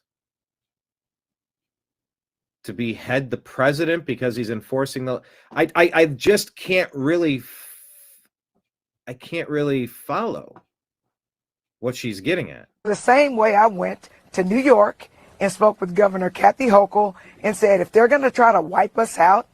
Okay, they're going to try to wipe us out. What is she even talking about? We're trying to remove the illegal aliens who have broken into America. There's no wiping us out. Who is us? Angry Americans, lady Americans, black Americans, Democrat Americans. What are you talking? Who's us? Who is she claiming is going to get wiped out? How is somebody supposed to do what is she to take us out, to wipe us out? In Texas, we need to wipe out every Republican. In New York, in California. Okay, I think wipe out, they're talking about changing the gerrymandered districts. By the way, it's my understanding, I'm open to a fact check on this, but my understanding is that the Democrats have already gerrymandered every single place they could, maybe except California, maybe a couple more in New York. They're 95% fully gerrymandered to add extra districts and add extra power, add extra control. And so the Republicans are just doing what the Democrats have done to take their power back, because the Democrats have had a leg up and they've been cheating they've had their finger on the scale the whole time. It's like if you set a bag on at the airport at the weight at the scale, and you have your foot underneath and you're lifting up on your foot to make it less weight, putting your fingers on the scales of justice. You've already rigged the system, and they're just fixing that.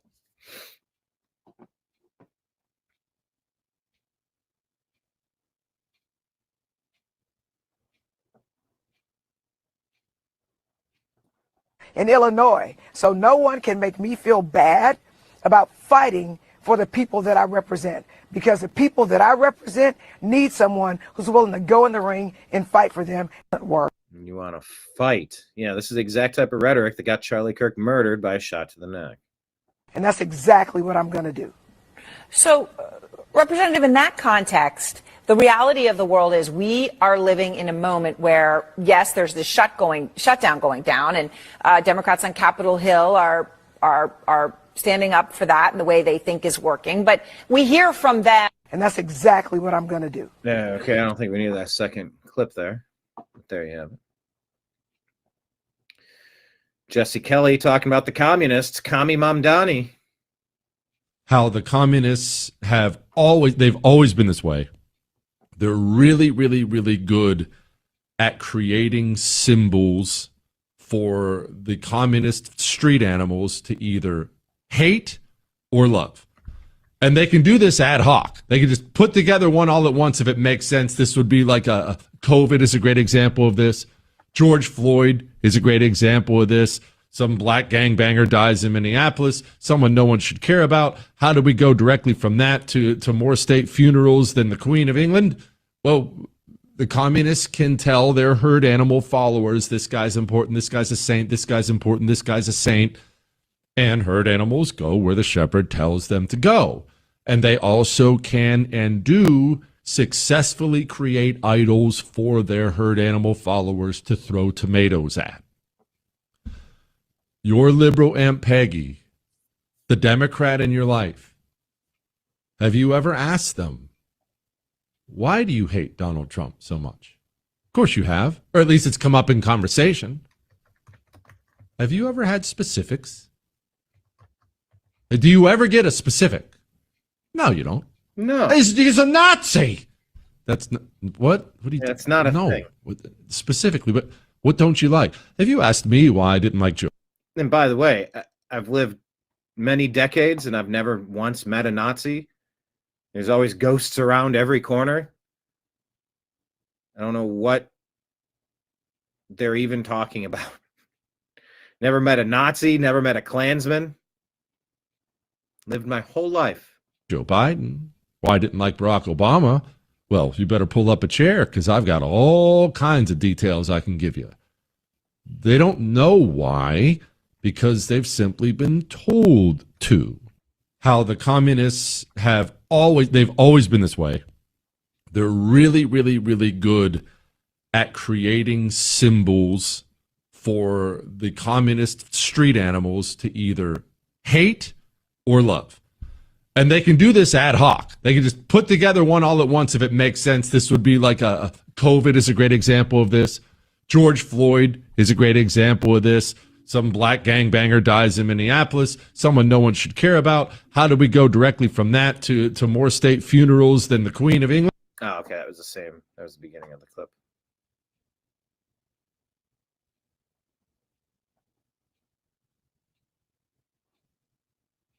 Yeah, the Democrats have a playbook and they just keep going right back to it. Talking about communism again, Michael Carbonara And by the way, pinkies up to Lauren.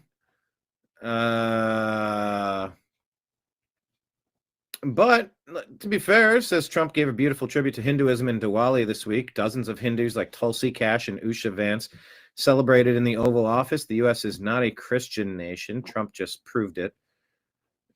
Well, that's not true at all. You can be a Christian nation that recognizes other things because Christian nations tolerate other people.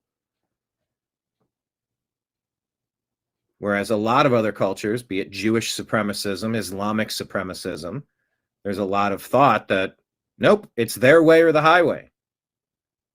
And if you're not one of them, you're subhuman. Oh, yeah, there's a lot of people out there with Jewish supremacism, Islamic supremacism, for sure.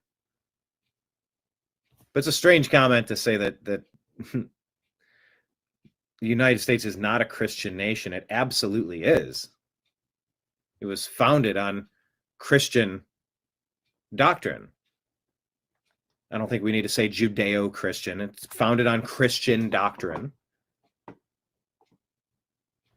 with a welcoming attitude to other people who are not going to try to come in and subvert this country and change it into things that it is not, such as a radical Sharia country. But I didn't know Tulsi Gabbard was Hindu. So I did look it up, and it says, yes, Tulsi is Hindu. I didn't know that.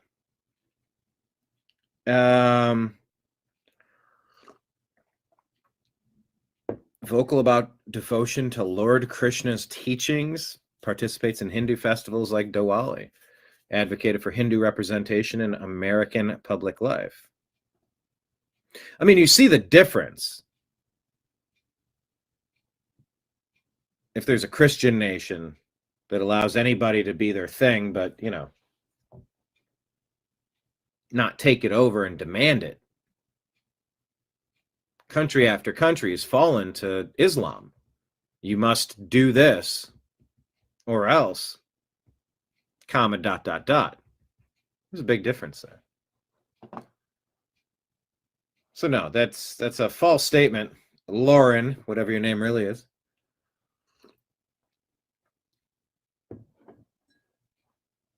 To give a shout out to other people that are into other things. Hey, you know, you can get a shout out, sure. I mean, there's nothing wrong with a shout out. Anyway, back to Comey Mamdani. Breaking: the CCP bought American farmland near military bases. But now Trump's National Farm Security Action Plan has ended it. Take a listen. Today, we are taking this purpose and our American farmland back. American agriculture is not just about feeding our families, but about protecting our nation and standing up to foreign adversaries who are buying our farmland, stealing our research, and creating dangerous vulnerabilities in the very systems that sustain us. Reshoring and nearshoring our food and agriculture supply chain is essential for our nation's security. In coordination with the White House, the Departments of Treasury, Defense, Homeland Security, and Justice, as well as state governors, state agriculture commissioners, local, tribal, and territorial governments, today we announced the USDA's National Farm Security Action Plan. This plan includes 7 key action items, and there's a lot of people here that I want you to hear from, so I'm not going to go one by one, but just very quickly. It's on our website. The press has gotten a preview of it, and we can ask some questions once we finish the main program. But very quickly, and perhaps the most important, the first of the 7 is securing and protecting American farmland ownership. Actively engaging at every level of government to take swift legislative and executive action to ban the purchase of American farmland by Chinese nationals and other foreign adversaries. Standing on the shoulders of great governors, 3 of whom are standing behind me, who have already been leading the way on this issue. And at the federal government level, working to do everything within our ability, including presidential authorities, to claw back what has already been purchased by China and other foreign adversaries.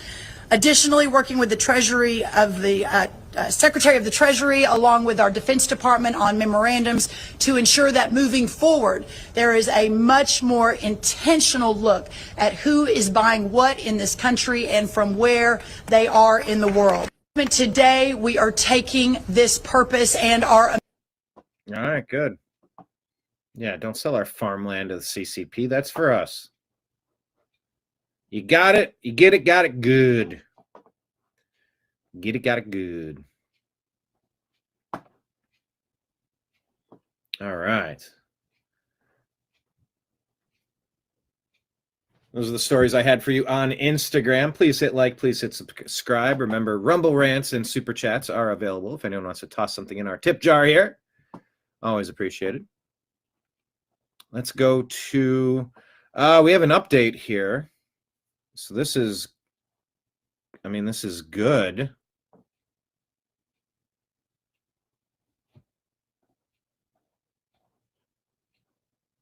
Here, let's... I got a couple of these. Let me share the X feed. We're at American_media_ on X.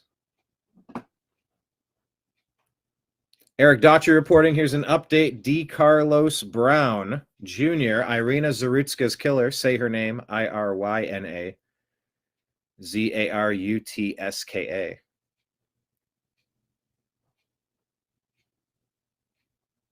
This demon has been federally indicted and is likely to face the death penalty. Yeah, get him in the chair quickly. It's time. Live stream this. Make this pay-per-view. If that story didn't send you into a bit of an outrage, you're not paying attention.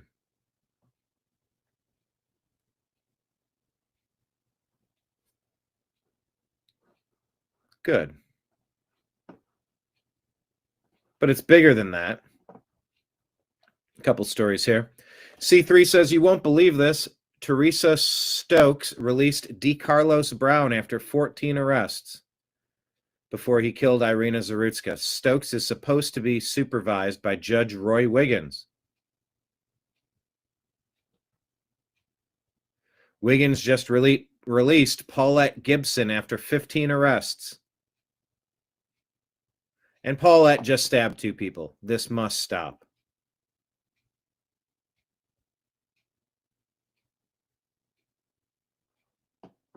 "15 arrests, and you let her out again and she stabs people. You should be able to, not you should be able to, you should have to defend your decisions. And if a panel of U.S. courts put 50 people, put 2 people per state, make it 100 judges. It's all done virtually. You meet once a month. You have a monthly meeting. And the worst judges have to defend their decisions. And if you can't defend it and the people vote you out, you lose your position. And how about if people get out of prison and commit crimes? How about you start holding some of these judges accountable? That one judge the other day for the Big Balls case, 10 to 12 people, I think, jumped big balls, pack animals, a pack animal attack. She said, oh, my job's to rehabilitate, not to incarcerate. No. Your job is to keep the monsters away from general population. Use the jails, exactly. Matt Van Swall says, I want to give a huge shout out to North Carolina state Republicans. They accomplished 2 major feats recently. 1, Irina's Law, Iryna, say her name. Type it in the chat. Irina Zarutska. It eliminates cashless bail for violent criminals. Yeah, you commit a violent act, you don't get out. Number 2, New York redistricting gives North Carolina another GOP House seat. It's been super hard on the GOP. I've been super hard on the GOP, but this is great. Federally indicted. Justice coming, says Mark Harris, representative, North Carolina. Oh, no, we didn't forget, but this was 2 days before Charlie Kirk. That was supposed to be the most difficult show I ever did. I was so gutted by what I saw. I got that white girl. I got that white girl. A racist, unprovoked, as if we even need to add that as a qualifier. As if, oh, well, if you're provoked, if something provokes you, then you're allowed to kill. That's not true.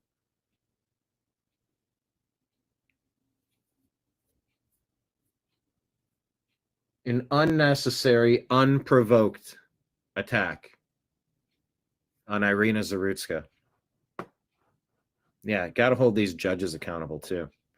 So it's our judges, it's our education system, and it's legacy media. We got to fix these three things.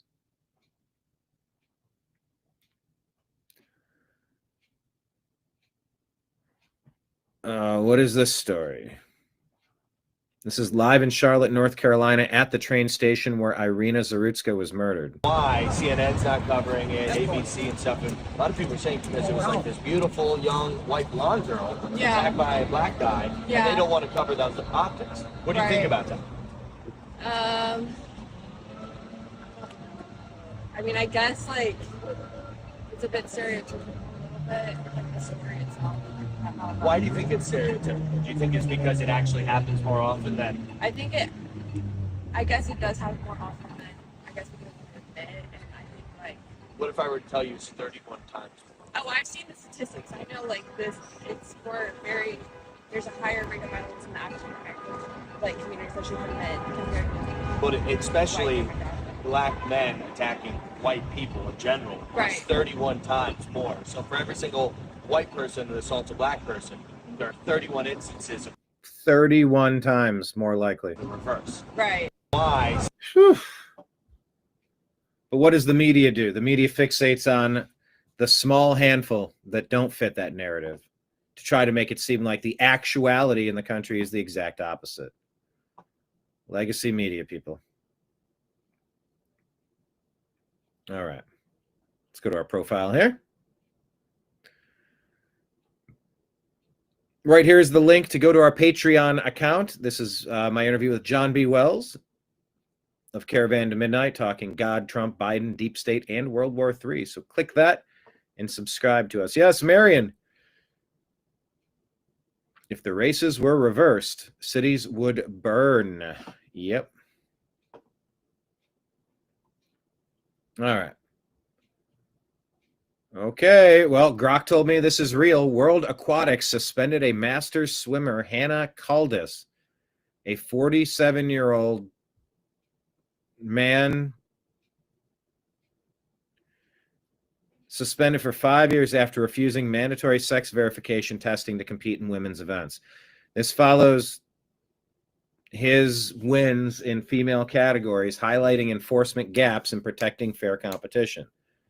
Sources like Swim, Swam, and Daily Mail confirm the details in recent announcements. This regarding Riley Gaines put this out and says this is not AI, and this is not the Babylon Bee. Well, if it's not AI and it's not the Babylon Bee, what is it?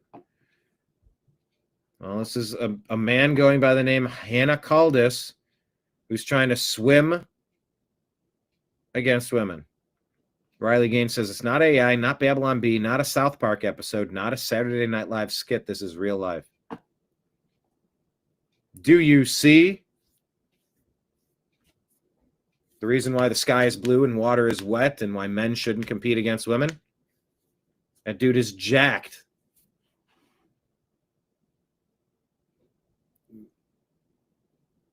You want to live out your life in a feminine manner? Hey, I mean, it's on you, buddy. You do you. You don't get to compete and steal glory. It's stolen valor. You don't get to pretend to be a lady and take valor away. Let the ladies have their sports. Yeah, why are there no women transitioning to men than trying to compete in men's sports? None. Have you seen any? Any? I can't believe this story is real. Here's another one that I couldn't believe is real. Visegrad 24 interviews the victim of a SA attack from an illegal alien invader who broke into Sweden and destroyed this girl. Do you want people breaking into your country to destroy your girls? Jag mår fortfarande illa när jag I still feel sick when I think about it. I can't. Jag har ju berättat det här I've told this story 1,000 times, especially to the police. And I've been to district court, but I still feel that it's really hard. During the whole school year last year, I barely went to school. Now and then I still dream about it. And I've been really scared to go out and walk by myself. Why would you let somebody break into your country to damage your citizens? So I almost never go out alone now. I still break down when I sit and talk about it for a long time, especially when I go into the details. So it feels like I'm reliving it again, and I feel his hands on me. Luckily, I have my great friends and my parents who have been there for me every single day. Can't make these translations. I'll always be affected by this. Really hope now that other girls hear this. It's also why I want to do it. They should also think that it's worth reporting. Even though it might not go through, but it can actually be worth it. It might help another girl. Yeah, you need to vet the people that you let into your country. The Swedish appeals court ruled that an 18-year-old Eritrean illegal alien named Mohammed, who was convicted of R-ing the 16-year-old Mia Aberg, won't be deported because the assault lasted only 20 to 30 seconds. Only. Okay. They only stuck something in. They only assaulted somebody for 30 seconds, so it doesn't count? No, that counts. You've ruined this person's life. Sweden needs to fix their criminal court system. It says it falls short of the criteria for expulsion in grave crimes. Victim detailed her trauma in Norman interviews, yet he received just 3 years in prison. Tell me, where's the redeemable quality? Tell me why you're not executing people that damage little girls. Why wouldn't you execute someone who would damage a little girl?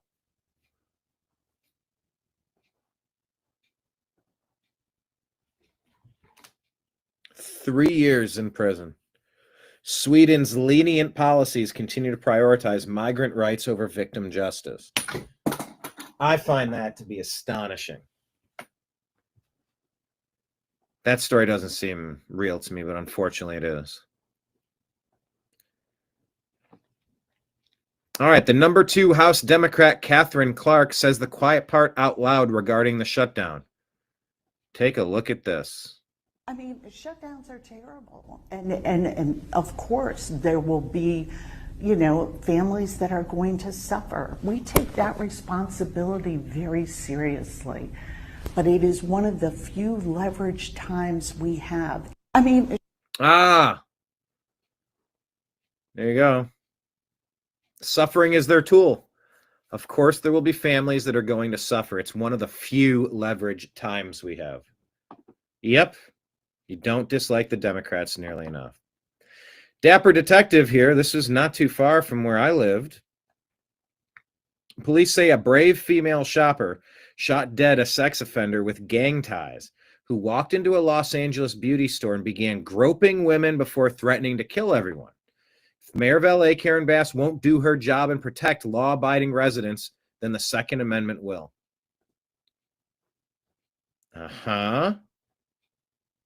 That's why you keep violent, crazy people away. But bravo to this lady. Here's the report. Investigators say a woman opened fire trying to protect other shoppers. It's seemingly business as usual here at Pink Beauty Supply on Alondra Boulevard in Compton. But Sunday, just after 3:30 p.m., an afternoon shopping trip turning deadly. The Los Angeles County Sheriff. It says 3:30 p.m., but this picture's from nighttime, which is interesting. Sheriff's Department says a 42-year-old man with possible gang ties was causing a disturbance inside, and that's when a woman who was a customer pulled out a gun and shot him. By the time deputies arrived, the man was already dead. Sheriff's investigators tell us that man allegedly walked into the store and groped a female customer, proceeding to throw items at the staff while claiming he could kill everybody.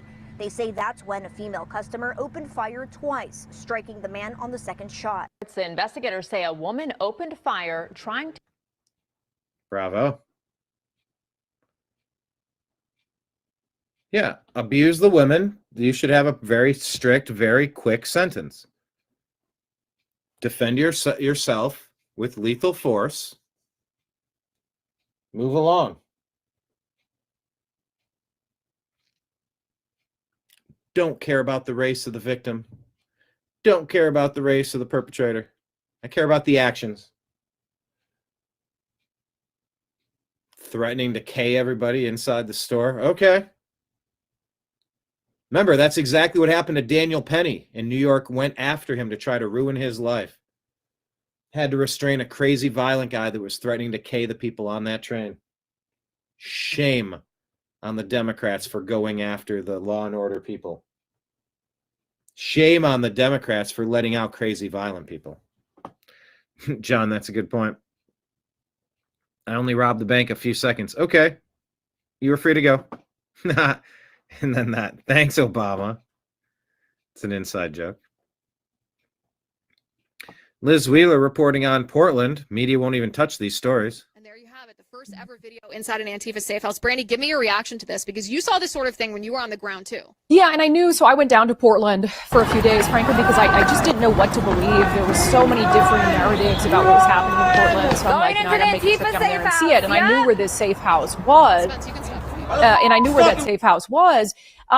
First of all, yeah, that's totally not organized at all. All these people just spontaneously, show up in their black bloc and, find a place to stay. And one of the things that's most nefarious about that, I think, super spontaneous, that hasn't really gotten enough attention, is that safe house is within an affordable housing apartment, which is kitty corner from the ICE facility.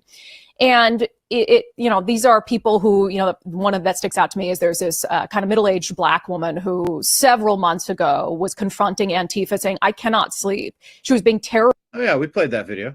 Night after night, living in this affordable apartment building. And so you got this black woman who the woke left is supposed to love. And you've got these young white punks who are screaming at her, threatening her, vilifying her for coming out and saying, I cannot. Young white punks. Young white thugs. It's not about what you look like. It's about your actions. This is a theme. It's a theme. Sleep because of what you guys are doing night after night. So I don't know. This building gets taxpayer funds. How are they? And they're using it to harbor left-wing terrorists who are going there. And then my other thought was, I cannot imagine how bad it smells in there. I cannot imagine how bad it smells in there. I have to ask Nick Sorter about that. But there's clearly a level of organization. I mean, there was also some video from Nick Shirley, I believe, who, caught people coming in and out with U-Haul trailers filled to the brim with supplies. And there was also a storage unit where supplies were being taken from and brought to this encampment that they've set up on the sidewalk. So someone's paying for all of this. And having met and seen many of these left-wing extremists in person, they're not paying for it. I can promise you. I really don't think many of them have jobs.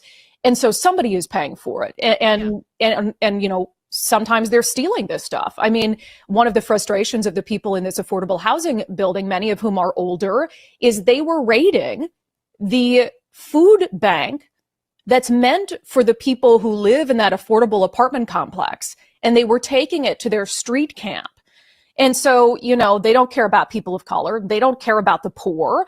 And the media in Portland won't even touch that. It's like, wait a second, Antifa militants are holed up in an affordable apartment building that's paid for in part with taxpayer funds, and they're stealing food from a food bank that's meant to help the poor and elderly. And you're not even willing to talk about that. It's insane.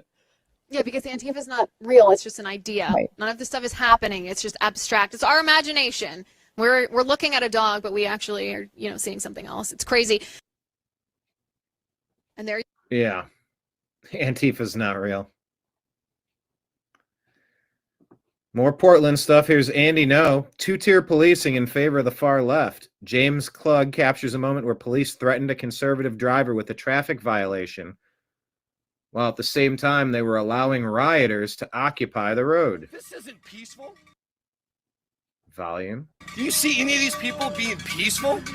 I haven't called you. Called me a 3 times. I haven't called you a name, but I guarantee you're unemployed. I guarantee you're unemployed.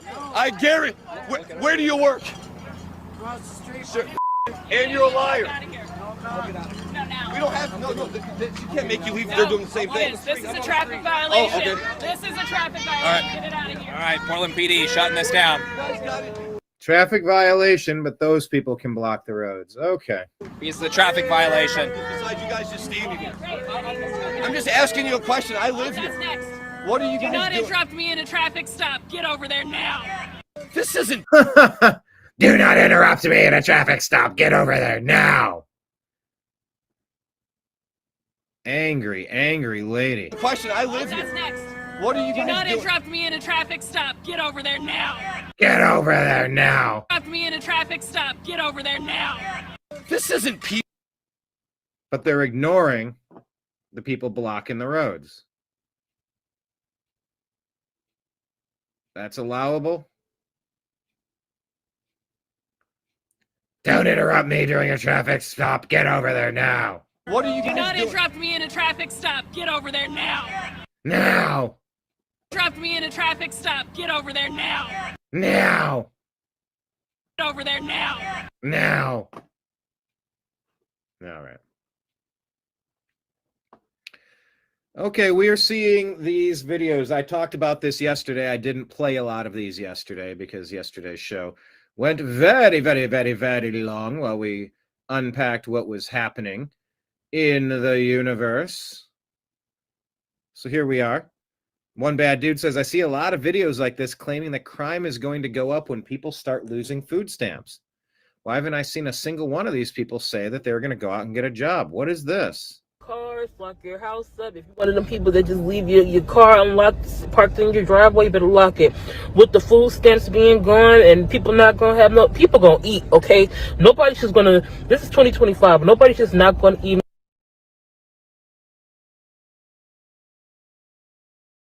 All right, lady, hold on. You are eating too much. You are severely overweight. Not to pass judgment, not to like punch down or be mean. But the way to lose weight is to eat less. That's one of the key points that you start with. Start and stop with, well, eat less. Driveway, better lock it. With the food stamps being gone and people not gonna have no, people gonna eat, okay? Nobody's just gonna, this is 2025, nobody's just not gonna eat. Nobody's, food stamps, I'm telling you right now, even with the government shutdown and the food stamps and stuff being gone for next month, and it's gonna affect everybody, there's about to be a lot of stuff going on, okay? I'm not even gonna talk about it too much, because hey, you know what's about to happen. Lock your cars, lock them. Y'all better lock y'all cars at night, lock your cars, lock your house up. If you're one of them people that just leave your car unlocked. Okay, this is strange. There's a lot of these videos if I scroll around. Okay, Wall Street Apes reporting this. Phone records show a 33-year-old Muslim was very excited and knew ahead of time about the October 7th attack on Israel.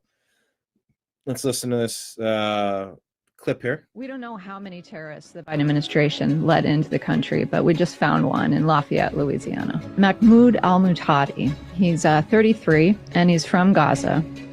We got music here. Anyway, his phone was traced to a location where 60 people were killed, including 4 Americans. He fled to Egypt. Then Joe Biden granted him a visa inside America? We don't know how many terrorists the Biden admin let into the country, but we just found one in Lafayette, Louisiana. This guy from Gaza got word on a... Okay, so he knew the attack was going to happen. Records of him on the phone calling for people to enter Israel, said the border was open, bring your guns, bring your ammo, meet me. He was very excited that this is going to cause a third world war. There are phone records of basically tracing his phone near a kibbutz where 60 people were killed, including 4 Americans, and a number of people were kidnapped. He then went to Cairo in Egypt, applied for permanent visa, also known as a green card, to come to the U.S. The Biden admin welcomed him in 2024. That's insane.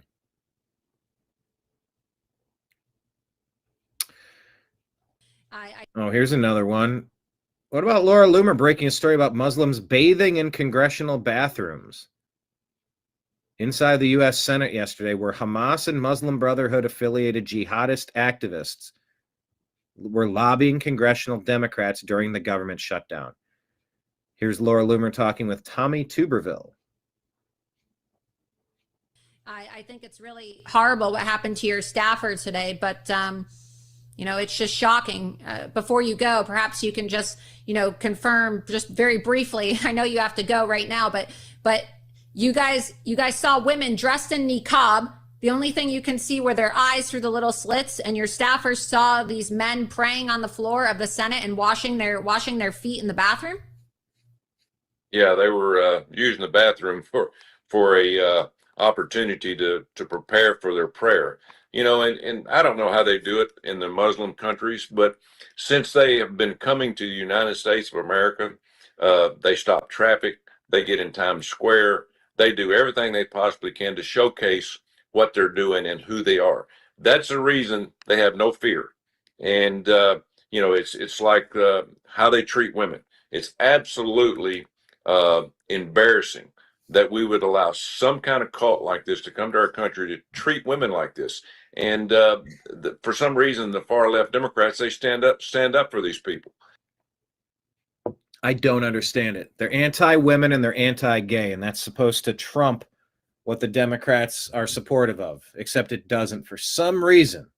And again, if you come here, go by our Constitution, do things right, try to assimilate, I'm fine with it. But if you're going to come over and preach death and how you treat women and marry 3 or 4 different people, I mean, it's that's above and beyond. So I'm with you, Laura. If you keep pushing this, you and I and a lot of others, a few in the House, we're going to make some progress on this, but we cannot give up, because I promise you they're coming.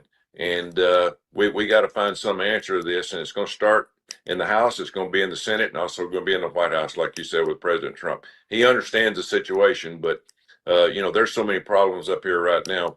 We're lucky to be holding on to this country, and thank God President Trump got elected.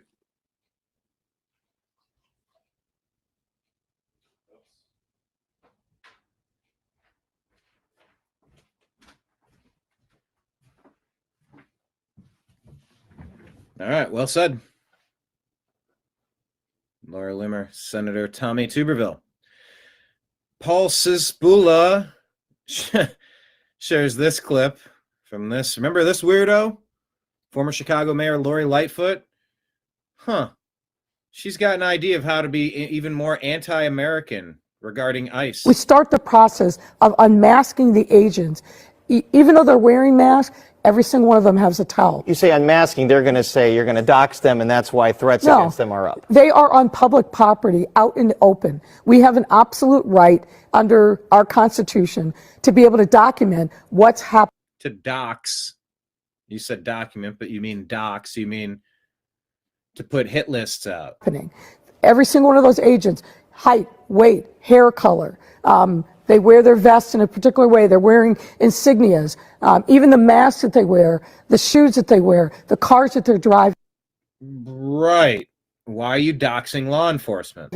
We have a right to compile that information and put together a profile of each of these agents that's alleged to have committed crime. This is not about doxing them. This is not about putting them in danger, and I'm sure we're going to hear that. But as residents of this city in the metropolitan area, we have a right to know who's doing what, and supposedly in our name, but we believe that they are committing crimes, and it needs to be investigated, and then let a grand jury, let the prosecutor make a determination. Are you saying you're going to compile this information and then take legal action, civil action? Well, what we're going to do is we're going to compile the information, and hopefully it's going to compel local law enforcement, the state's attorney, and others to do their jobs and investigate the allegations of serious crimes being committed. Yeah.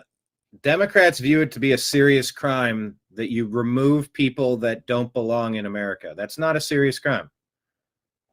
That's the most basic thing we ask of government, is to keep people from invading this country.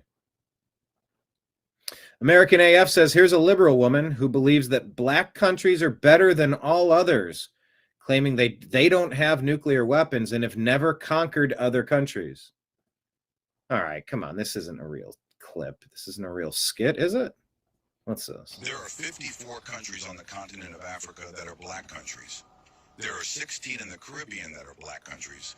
That means out of 195 countries in the world, 70 are black countries. Yet not one of those 70 countries has a nuclear weapon.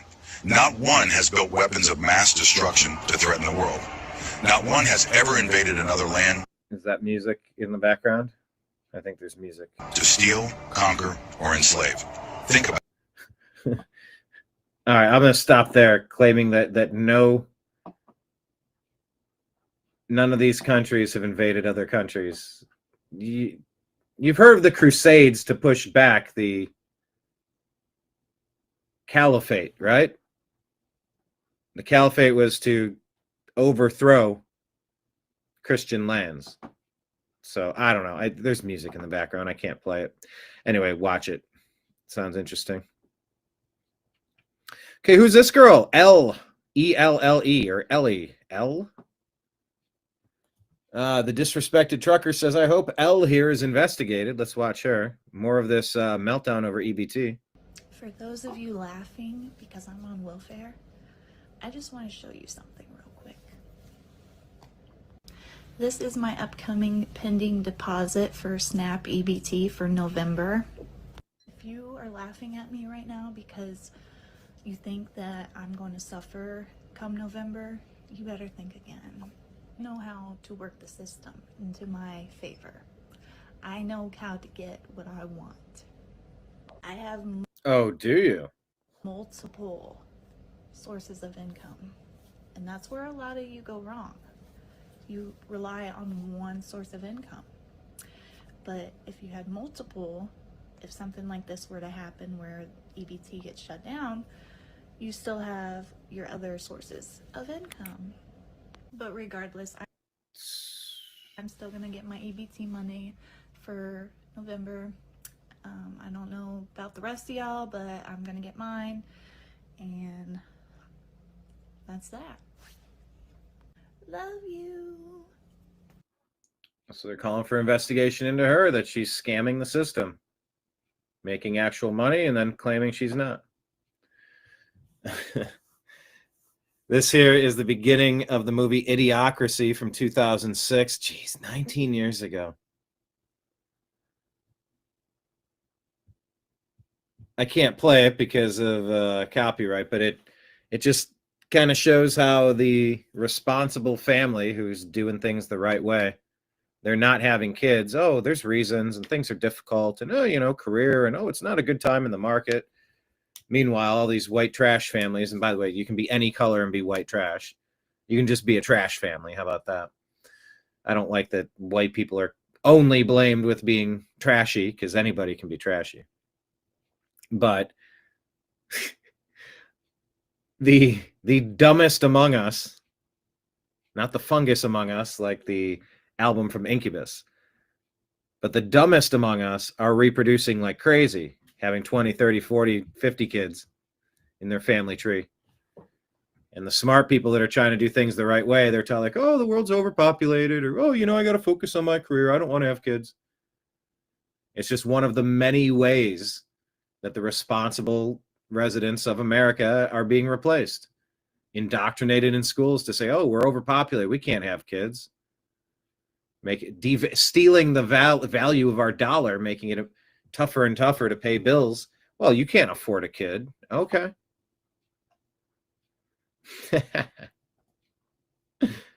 Only certain people can be trash pandas. Yeah, anybody can be trash, but only elite can become trash pandas. Marion, what? Over $4,000 on EBT? It is upside down world. Anyway, I can't play this clip, but it's funny. Vince Langman reminds us that George Ryan was the governor of Illinois who went to prison for selling commercial driver's licenses to unqualified drivers after one of them was involved in a fatal car crash that offed 6 children. Does this sound familiar, Gavin Newsom? You start holding these politicians accountable.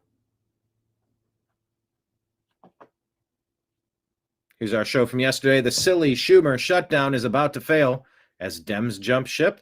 Question mark. Maybe, maybe not. One bad dude here puts this out and says, I'm starting to think that people are taking advantage of the food stamp program. Really? What's this lady have to say about it? You know what? If I don't get my food stamps, I'm going to Walmart, I'm going to rack up, and I'm going to ride right out the door, and I dare anybody to put their hands on me. I'm going back to stealing, so you better lock your cars. I'm going to take everything in sight. You know, I'm tempted to think these are fake videos, but it's impossible to tell the difference between reality and satire at this point. Because I also sort of think this could be real. You know what? If I don't get my food stamps, I'm going to Walmart, I'm going to rack up, and I'm going to ride right out the door, and I dare anybody to put their hands on me. I'm going back to stealing, so you better lock your cars. I'm going to take everything in sight. A lot of these crash out videos are happening. Okay, Lee Zeldin for the win, confirming stratospheric chemical spraying. I'll take this. Shared from Medea Greer. Sulfur dioxide into the sky being sprayed. Health risks are real. What used to be called conspiracy is now called official policy. EPA Chief Lee Zeldin confirms that dangerous chemicals, including sulfur dioxide, are being released into the sky for geoengineering. Health risks are real. Environmental damage guaranteed. This is no longer conspiracy. It's official. Here you go. Take a watch. Concerned Americans have urgent and important questions about geoengineering and contrails. The American public deserves and expects honesty and transparency from their government when seeking answers. Yes. But for years, people who asked questions in good faith were dismissed, even vilified by the media and their own government. That era is over. The Trump EPA is committed to total transparency. As a result, I tasked my team at EPA to compile a list of everything we know about contrails and geoengineering for the purpose of releasing it to you now publicly. In other words, I want you to know everything I know about these topics and without any exception. Instead of simply dismissing these questions and concerns as baseless conspiracies, we're meeting them head on. We did the legwork, looked at the science, consulted agency experts, and pulled in relevant outside information to put these online resources together. Everything we know about contrails to solar geoengineering will be in there. That means anyone who reads through this information will know as much about these topics as I do as EPA administrator. To anyone who's ever looked up to the streaks in the sky and asked, what the heck is going on? Or seen headlines about private actors and even governments looking to blot out the sun in the name of stopping global warming? We hear this all the time. We've endeavored to answer all of your questions at the links on your screen. In fact, EPA shares many of the same concerns when it comes to potential threats to human health and the environment, especially from solar geoengineering activities. The enthusiasm for experiments that would pump pollutants into the high atmosphere has set off alarm bells here at the Trump EPA. Prior to now, EPA has never been this proactive to raise awareness about concerns with geoengineering and to stop this activity from being scaled up. This is what it looks like when government actually listens to the will of the people and doesn't try to squash it. You can always trust this administration and this EPA to take your concerns seriously, answer your questions honestly, and carry out the will of voters with integrity. Thank you. Please stop this immediately. We didn't vote for this. Concerned Americans have... Thank you, Lee Zeldin.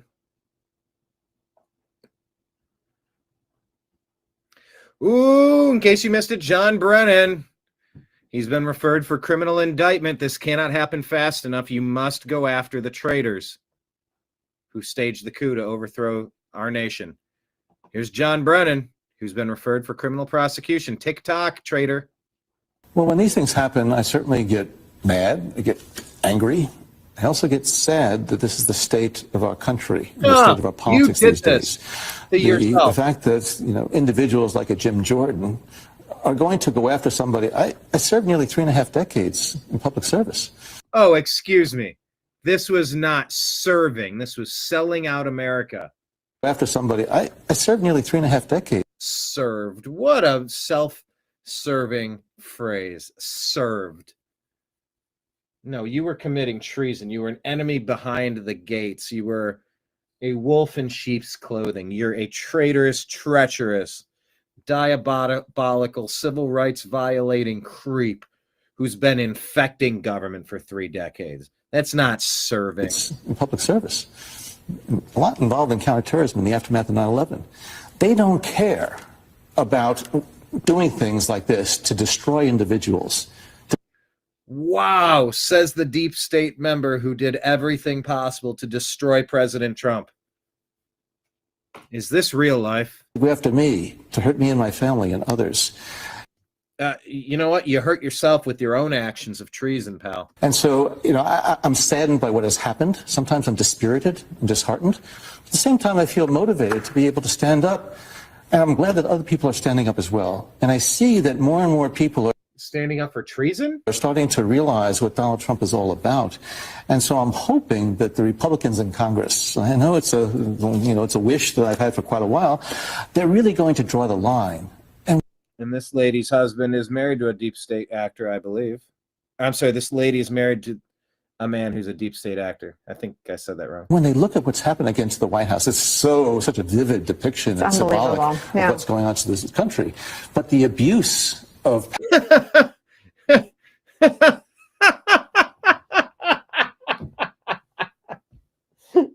And also, would you look at what's going on to the White House? Yeah, it's called a renovation, you F-wad. I'm well aware. I know it. What a man.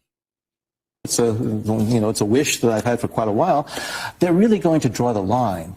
And when they look at what's happened against the White House, it's such a vivid depiction.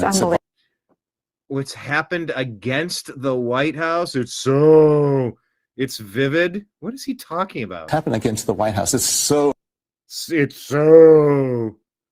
It's overacting right here. This guy's such a scummy liar. That I've had for quite a while. They're really going to draw the line. And when they look at what's happened against the White House, when they look at what's happened against the White House, what a strange phraseology here. It's a wish that I've had for quite a while. They're really going to draw the line. And when they look at what's happened against the White House, it's such a vivid depiction. It's such a vivid depiction. It's called a renovation and a modernization, you goofball. Symbolic of what's going on to this country. You say diabolical to do a renovation for free? The depiction and symbolic of what's going on to this symbolic country. But oh, look at that. It's so symbolic. Yeah, it's an upgrade, MFer. It's an upgrade. That's what's happening in the country. A massive upgrade, despite your best efforts to frame an innocent man to throw him into jail for the rest of his life, if not to explode him in Butler, Pennsylvania. Screw you, John Brennan. Your indictment can't happen fast enough. Brennan, Comey, Clapper, Obama, Clinton, all of you did this to yourselves. Yeah, it is so symbolic. It's called an upgrade. I know it's a wish that I've had for quite a while. They're really going to draw the line. And when they look at what's happened against the White House, it's such a vivid depiction and symbolic of what's going on to this country. But it's symbolic with what's going on to the country. He can't even speak properly. He's not making sense how he's phrasing these things. Yeah, it's called an upgrade. Abuse of. Oh, no, an upgrade is called abuse. No, what you did was abuse, and you're going to be held accountable for it, punk. Power. No, you had abuse of power. You and Obama, Biden. The desecration of the rule of law. You desecrated the rule of law, Brennan. The fact that Donald Trump continues to do these things, why they continue to allow it, I think it's going to hurt the Republicans over in the long term. And just doing this right now to be able to satisfy the whims of Donald Trump, I never thought we would face a situation like this throughout the course of You never thought you'd get caught, my career. is what you're saying. You never thought you were going to get held to account. We said, TikTok, that's the sound of the treason clock. Unreal. Did you hear this video? Here's an anti-ICE protester in Los Angeles issuing a threat to ICE agents. Okay. Do your job, FBI. Don't forget where you're standing. This is South Central Los Angeles. They are not the only ones with guns in this city. They're not the only ones, and don't forget that. And I don't say that because we're calling for violence. I'm saying that because the people have every right to defend themselves against masked, unidentified gunmen with AR-15s and other military rifles. The people have every right to defend themselves. Don't forget. It's a bold strategy. What is this? Gunther Eagleman reporting. Muslims are now declaring that Las Vegas is no longer Sin City. They've renamed it Halal City. America needs to wake up to the spread of Islam. It'll end up worse than Europe if we don't stop it now, he says. This is amazing today. Allahu Akbar. Allahu Akbar. You refrain from idle thought with your family, your spouse, your children. They didn't do any of that. And you didn't warn them, you didn't try to fix them. You're also responsible for them as well. May Allah subhanahu wa ta'ala make us amongst the khashi'in. Las Vegas now. May Allah subhanahu wa ta'ala make us amongst the musallin, the people who establish the prayer. Okay. There's this scene from a public school in Chicago of a teacher holding the door closed against a deranged student is going viral. Lots of crash outs.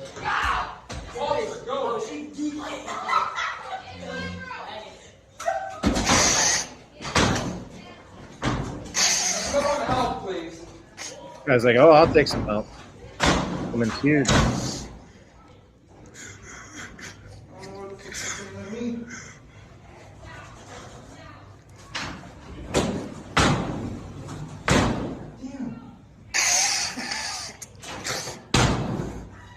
Too many weird bitches in school.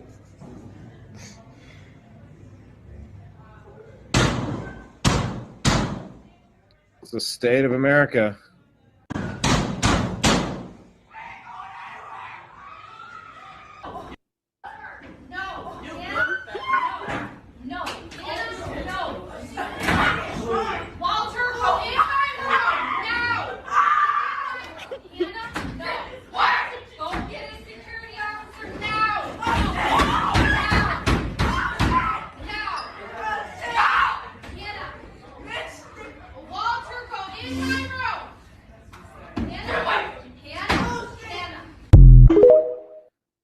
It's just there's no like coaching, teaching, punishment mechanism anywhere.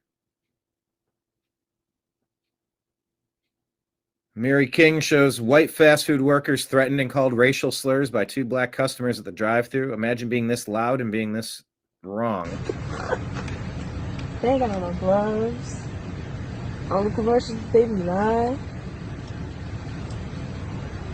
Fucking misunderstood. Okay, sir. Well, if you paid $1.28. Okay, so she made that motherfucking mistake. Don't I'm not redeeming it again here, cause I'm about to slay this motherfucking barbecue sauce on your motherfucking ass, bitch. Fuck ass cracker. Hey. Ah, casual racism. Isn't that swell? Fuck ass cracker. Hey. Come out. Let me see my nugget. Come out. Let me see. Give me the name of the corporate. I want the name of the corporate. I asked you to give me. I asked you to give me the corporate. Give me the corporate. It's where on the receipt. I just got a special place in my heart for people that are rude to food service workers. And that special place is go to hell. You ever work these jobs? You know, they're kind of tricky. They're kind of tough sometimes. And crashing out on food workers is never cool. Fuck you, tramp looking bitch. Troll asshole. Huh?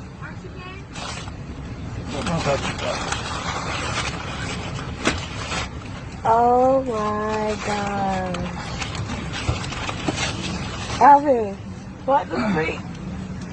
Hey, man. Get the fuck off, you stupid ass stuff. Fuck you, bitch. I know what the fuck I'm doing. Fuck you. Is America crashing out entirely? Now, Oh my God. other people what is it? And these people would record themselves proudly displaying this is how we act in public. Just come on. Get the shit straight next time, ho.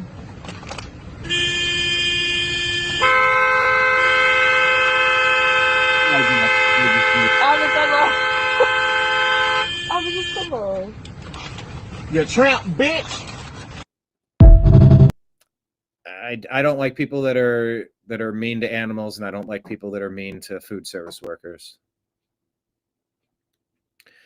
Okay, so what's this here? Kim Katie USA says, unbelievable. Employees of the Max Diaz State Farm on Spalding Avenue and 26th Street in Chicago harbored a fugitive of the law and refused to turn them over after the suspect ran inside. It's time for another boycott, Patriots. I don't know the context here, but what's the video?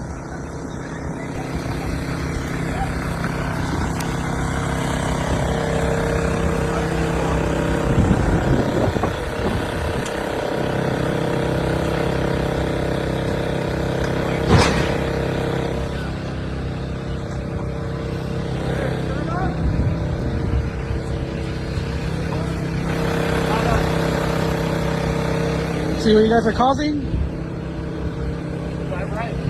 You see what you guys are causing? What you guys are causing. Love the blame game. No, coming here illegally is what caused this. The Democrats caused this.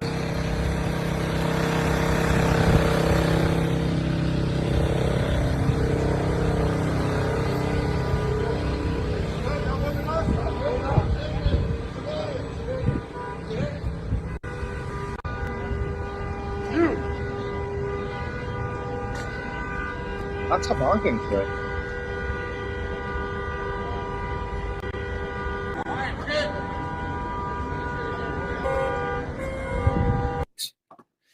I guess America honks. America runs on Duncan. America honks. Andrew Colvett says the Minnesota Supreme Court just ruled that this guy can compete against women. Does that seem fair to you? You would think it's a joke, but it's not.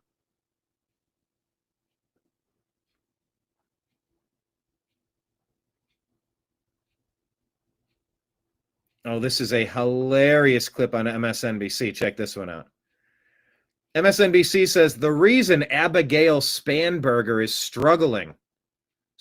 Well, she wouldn't denounce that was his name Jay Johnson or Jay Jones? Jay. The guy who fantasized about wiping out his political opponent and then taking out his children as well. She wouldn't denounce and was standing up there smug while Winsome Sears. Another lady, by the way, called for her to denounce it and she refused to and smugly just, nope, I'm not doing that. Which, it's condoning it in these terms. She's failing because of why. MSNBC is hilarious. It really Jay Jones. is incredible when you have Abigail Spanberger, Mikey Sherrill, her background, all the different jobs that she has held. Oh, you mean she had different jobs? Okay. In the military, and also like Alyssa Slotkin. Yeah. I mean, my God, these women are incredible, and to them I would say fight. Yeah, look at this character. Well, you got the race hustler Al Sharpton here. And this is classic. If you went to a Spirit Halloween store and asked for a liberal costume, you would get extra thick glasses, dyed hair. Fight, because we need them. Yeah, we need them. And to fight. What does that even mean? And Mikey is like, she's doing a ton of interview. You know, when I talked to that, when I was in the car, you know, it was this car, she had gone from interview to talk to, but you know, you still see the anxiety. Yeah, Cheryl did have a few missteps in her campaign, but she still has, as you say, about a 5 or 6 point lead per polling. Spanberger's leading Virginia a little bigger than that, but you know, both still competitive races here heading into the last couple of weeks. But to Mika, to Molly's point, I mean, this is something that a lot of Democrats are grappling with right now. Is they've nominated women 2 of the last 3 elections for the presidency, lost both. There are some who say, well, we can't do that again. The stakes are too high. But of course, that does fall into the same misogynistic trap. Other countries have no problem electing women. Yeah, it's a misogynistic issue. Well, Spanberger is running against a woman, says Ron DeSantis. So it really is pretty ridiculous. Whoo, eyebrows. Corey DeAngelis shares this. This mom demanded her child be removed from a teacher's class after the teacher was caught on video celebrating Charlie Kirk's death on Saturday. The school rejected the mom's request and defended the teacher. This is Obsidian Middle School in Canocti Unified School District, allegedly. What is this? I went back up to the school to demand my child be removed from the class, which they still denied, even though I said, hey, I don't feel safe my child being in this lady's classroom, even more so now because she's receiving a lot of threats. The school has been leaked, yada, yada, yada, yada. Will there be a substitute teacher? I'm not sending my child back to the school until he gets a new class. Or will there be a substitute? Will she continue to teach? They said, why wouldn't she? And you expect me to send my child into a classroom with a lady who's getting threats, whom she told me last week that she does not like my child. And if this was a month ago and she knew how he was, she would have had him removed from his. I went back up to the school to demand my child be removed from the class, which they still denied, even though I said, hey, I don't feel safe my child being in this lady's classroom, even more. All right. Ooh, okay.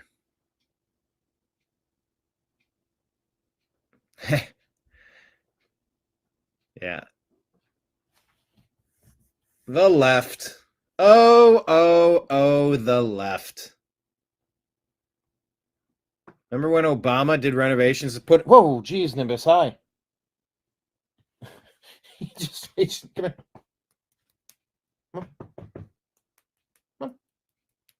He just reached out with his claws and got my leg. I did not know he was here. Come on. You coming up or what?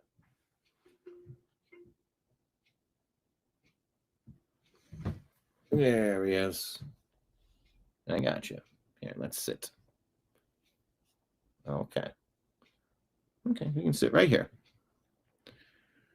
I believe this is when Obama was putting in a basketball court. Sounds like you're building another wing to the White House, but we appreciate you keeping your focus. Happy smiles. All at taxpayer expense. 2 years. All of the banging, the jackhammering, the dust, the confusion, the noise of all places to do construction is happening right here, the front lawn of the White House. It's a 4-year renovation project. Estimated cost, $376 million. Oh, okay. All smiles and no big deal. Obama's $376 million White House renovation, fully funded by taxpayers, unlike President Trump's $250 to $300 million ballroom that he's paying for by himself. It's going viral as viewers call out Democrat hypocrisy and fake outrage. Mary King is on one today. He says, here's a fat black woman warning white people there's going to be an uptick in violence, robberies, and break-ins if food stamps aren't reactivated immediately. Are these all real videos? This message is for everybody that's not on food stamps and that is on TikTok laughing and just so happy that people ain't gonna get their food stamps. This message is for y'all. Y'all be like, oh, I got a job. I can pay for my food. Y'all ain't gonna have food stamps. How y'all gonna eat? Baby, how you think they gonna eat? Off you. Yeah, off you. You know how many homes about to get broken into? You know how many people about to get knocked over the head coming out their job? Or leaving the ATM or the bank? Wow. You know how many people about to get set the fuck up? I'm just saying, while you over there laughing, grinning, cheesing, looking like Chester the cat, baby, Cheshire cat. they gonna go for y'all first.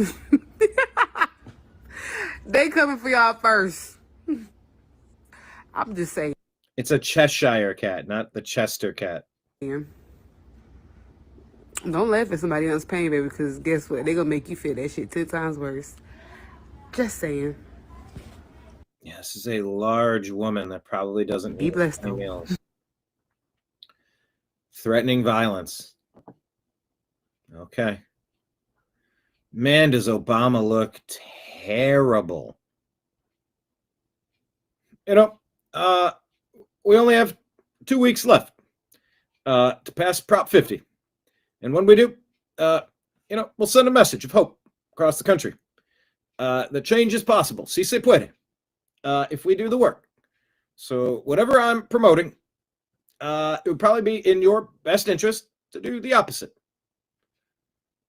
If I'm selling it, watch out. Watch your ass. There's a broader principle at stake that has to do with whether or not our democracy can be manipulated. It's a republic, and you manipulated all of it, you traitor. Our democracy can be manipulated by those who are already in power to entrench themselves further, or... You mean like your deep state that went after all of us normal Americans and President Trump?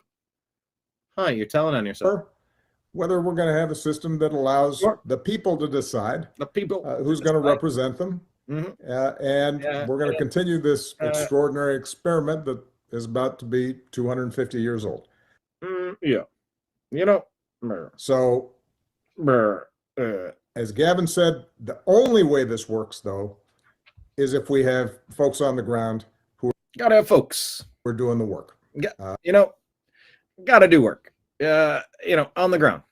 I gotta work. We can have terrific leadership. We can have wonderful elected officials who have good ideas and want to move things forward. You gotta go forward. It's not backward. Progressive. Got to keep going forward, running out of victim groups. Because we are an egalitarian society, but I'm always going to push the other. Constant division, divisive tactics. Got to progress. Got to keep going forward. But none of that will make a difference unless we are able to reach millions of people. And the best way to reach them is through the work that you're doing. Through that work. So I am so appreciative of the time that you're putting in, the effort that you're putting in, the hard work that you're putting in to make sure that Prop 50 passes. No. So vote against Prop 50. If Obama's selling it, do the opposite. This statement brought to you by Freedom, Common Sense, Reality, and Liberty.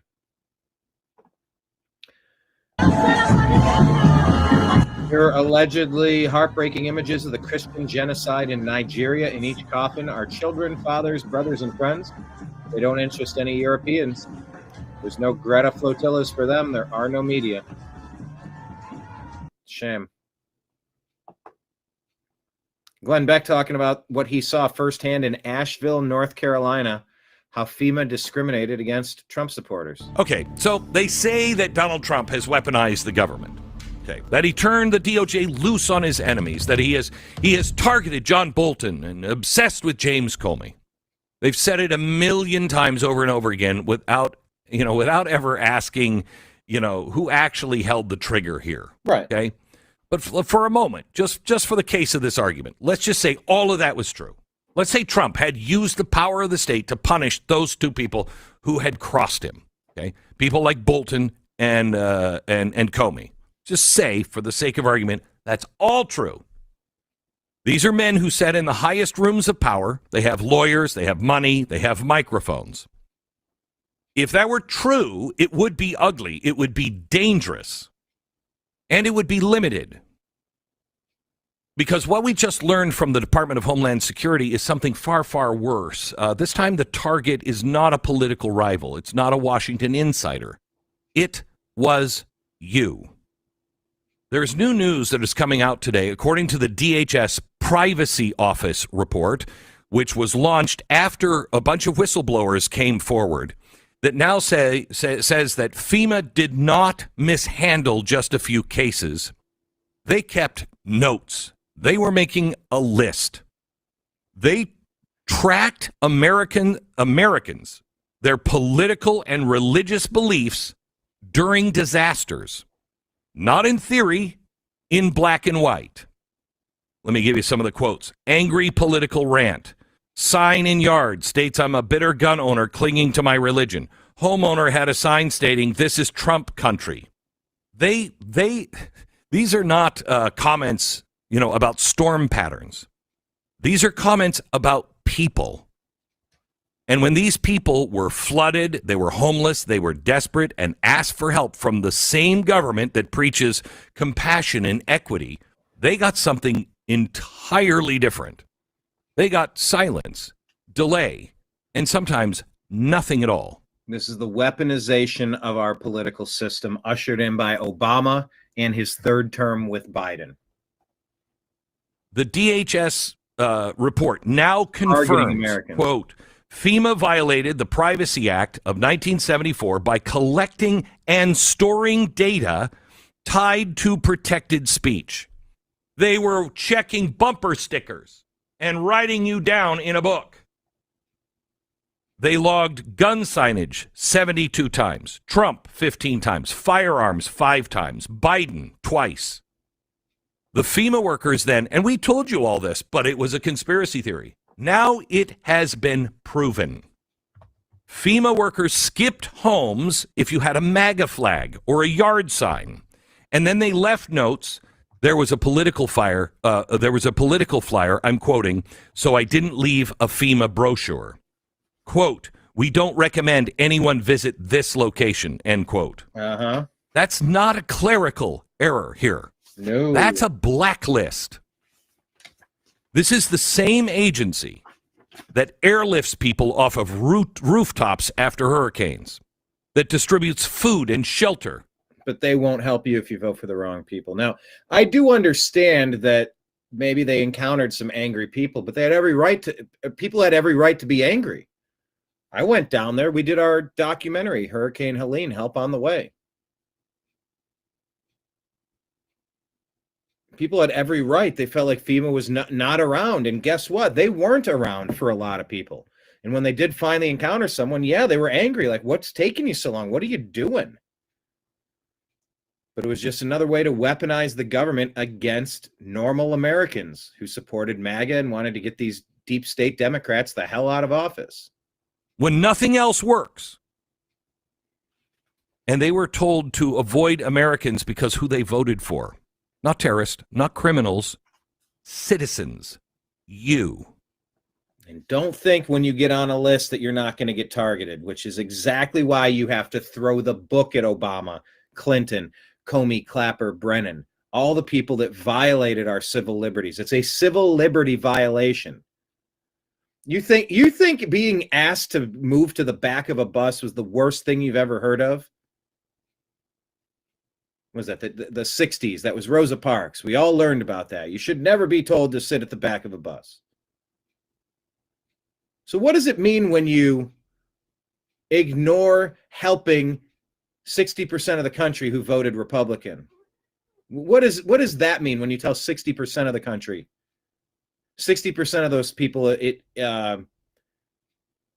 suffering in North Carolina with Trump yard signs.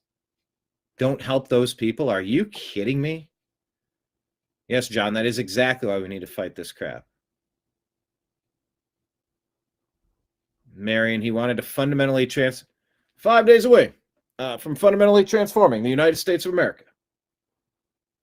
Exactly. I will tell you, I have been in disaster after disaster, much of it not of my own creating, but natural disaster all over the world. I've shown up at the hurricanes and the floods and the tornadoes with help.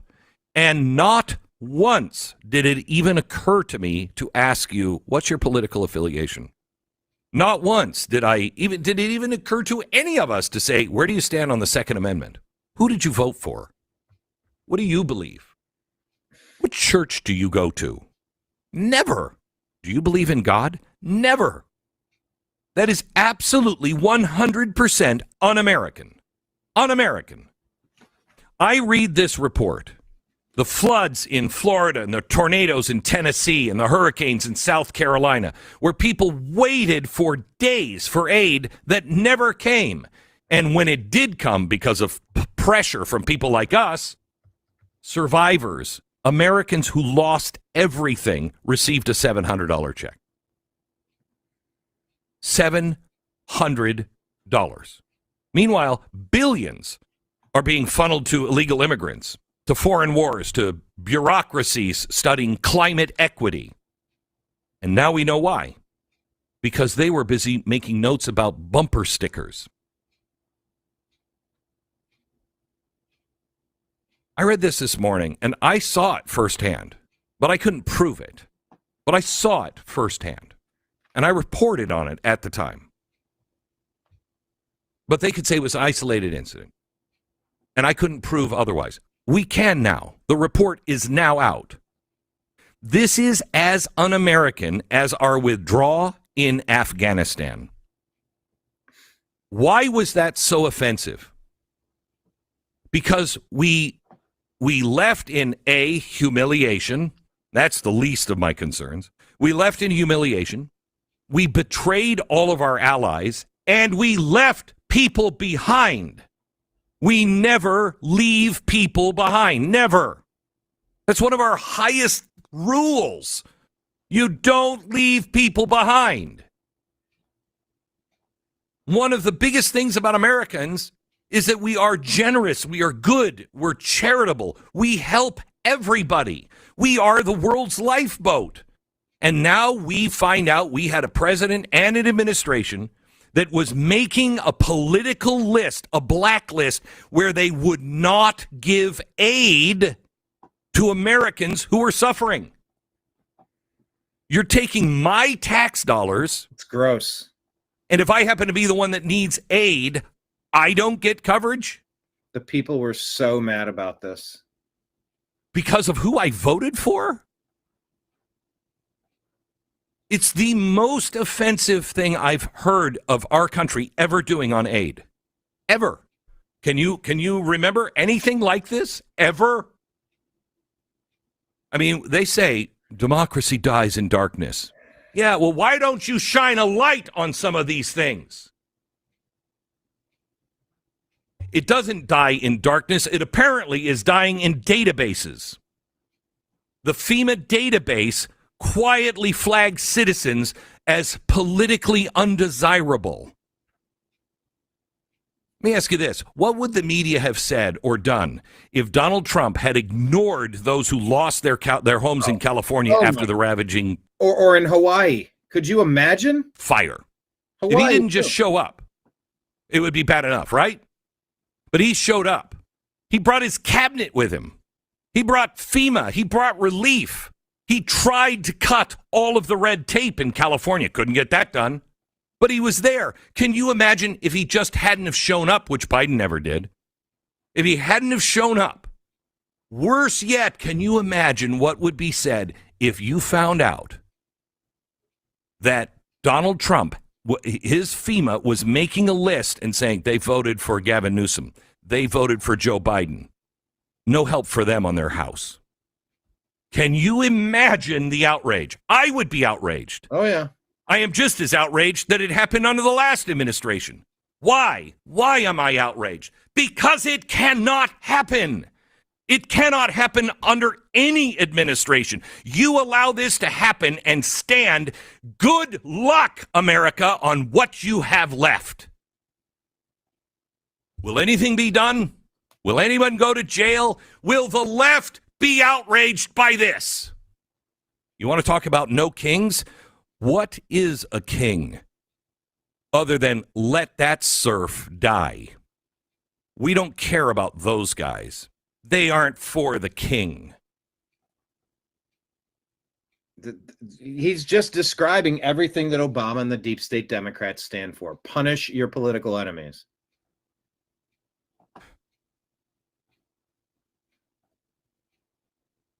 You know, Mercury One has already rebuilt homes.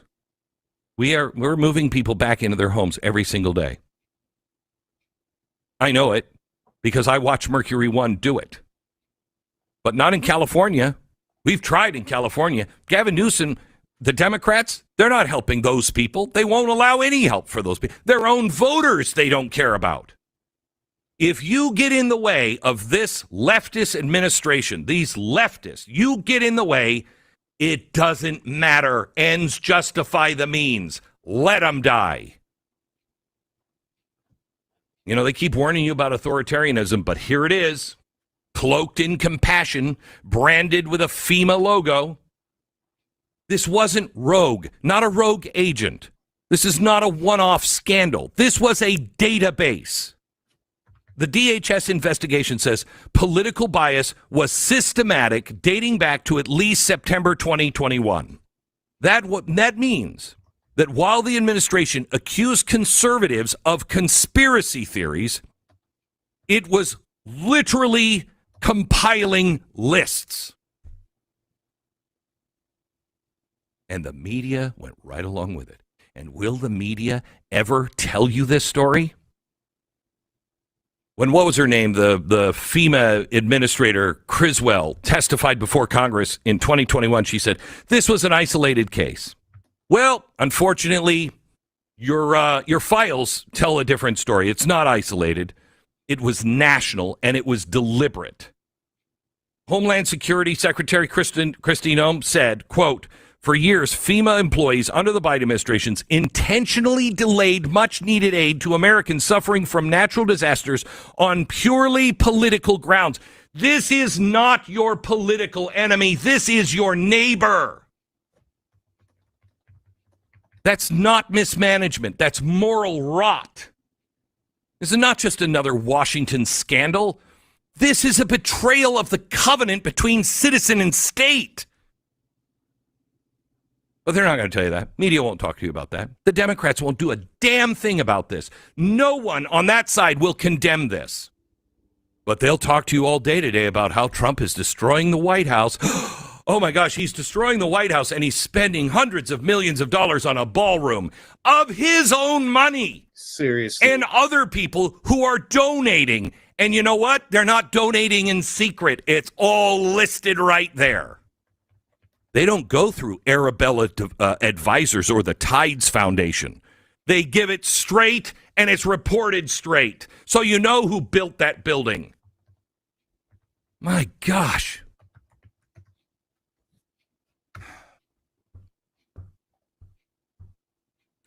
They'll report on the White House today, but they're not going to report on your house, you know, when FEMA didn't show up because you were on their list. Uh-huh. Anyway, I still care about that issue. Still care about Hurricane Helene in North Carolina and what they did there.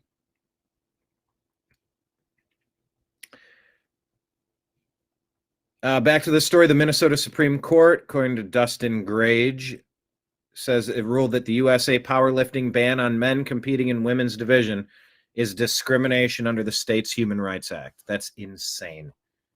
All 7 justices were appointed by Democrats and a majority by Tim Walz. Unreal. We said that we need a nationwide sanity test for judges. It's time to form the U.S. court and force judges to defend their terrible decisions or lose their positions. Enough is enough. Whoopi Goldberg is missing the plot. So I love the 3 seconds of generic grumbling noises. She looks like a ram. So this will also be decided. This is the part that really tickles me. It's going to be decided by some of the same Justice Department lawyers who worked with him on these past cases. So Americans, the question is, are you on board with all of this? This is like a cash grab. Yeah. And your taxes are probably going to be paying for that. She looks like a ram. She did her hair ram style. Okay. But he's saying this is about the ballroom, but this is about $230 million. That ballroom. I mean, it's kind of kooky. It is about the ballroom. I'm confused. Because there is something where... What is the Trump $230 million? It's like a payback for the lawfare that the Democrats did. U.S. Department of Justice compensation for federal investigations he faced during his first term in the Biden admin stems from 2 administrative claims filed under the Federal Tort Claims Act in 23 and 24 before the 24 re-election. Claims allege violations of Trump's rights and seek reimbursement for legal fees, reputational damage, and punitive damages. Yeah. Russia investigation claim, the Mueller probe filed in 23, $115 million. Civil rights violations. Of course. It was a hoax that cost tens of millions of dollars in legal defense. Mueller report found no conspiracy, but did not exonerate Trump on obstruction. They're trying to claim that he obstructed a non-crime. It's the most pretzel logic you've ever heard.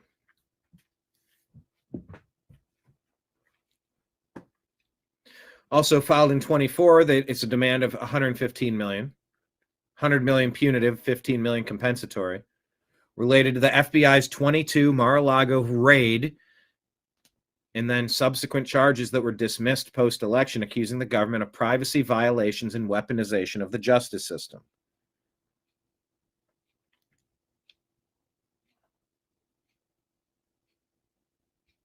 He said he'd donate any payout to charity. Keep it.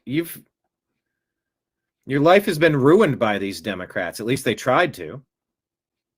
There need to be penalties for civil rights violations. Hey, would this make you feel more or less safe if you were in New York listening to Comey Mamdani? What my opponents are clinging to is the past, because that's all that they know. What I am proposing is something that will address the needs of New Yorkers in the present. We speak and hear from New Yorkers across the 5 boroughs who outline how the mental health crisis is one of the major challenges in this city. And yet what we have in our city is asking those same police officers who are being asked to respond to shootings, respond to murders, to also respond to these calls. I trust the dispatchers who would be receiving these calls to make the determination as to whether there was any indication of violence. If there is no indication of a threat of violence, then we would set the mental health experts and providers to respond to those same incidents. The reason I believe in... If you're being mugged or assaulted or your home's being broken into, you need to wait while they assess if cops should come. Okay. David Santa Carla, here's another one. Look how excited she is thinking about looting, says the comment. Are these real posts or skits? I want to be in the grocery store when they start looting it, because you think that people are going to be hungry? You think that these people not going to get their Thanksgiving? Baby, when they run up in there and start stealing them turkeys, oh, it's going to be like Christmas came early up in this bitch. This is really what America's turned into. I want to see the first news story about somebody stealing a turkey, because you know that shit about to go down, and I want to... What you know should be about to go down is increased security and arrests. I want to be front row for it, because I'm here for it. Get everything up out of the grocery store. Get it all. All right. Sophia Laurie says, here's 2 California high school girls who are sitting out of their volleyball game because the male's on the other team. Their coach won't even let them sit with the team and didn't put their name on the roster, so they had to pay to get into the gymnasium.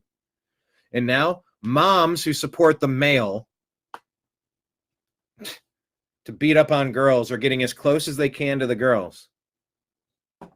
This is crazy. cheering over their heads and constantly making comments to egg on the girls. Disgusting.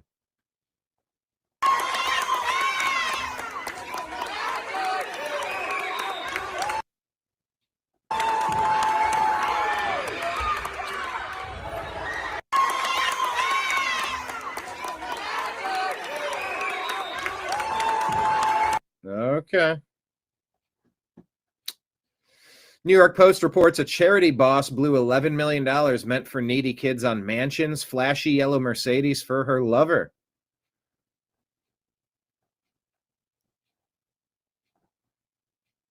Missouri charity boss stole $11 million meant for starving and low-income kids, blew it on lavish items. Connie Bobo ran the New Heights Community Resource Center, Bridgeton.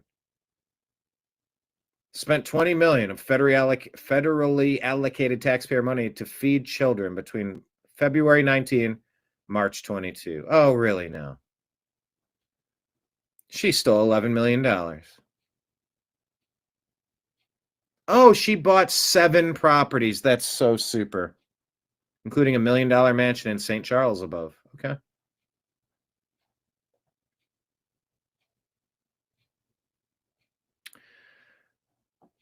Wow. And gave her romantic partner $1.4 million. This stuff is so gross. As her lies were discovered, the defendant used forged documents to try to cover up her crimes. 7 properties and $1 million mansion for herself.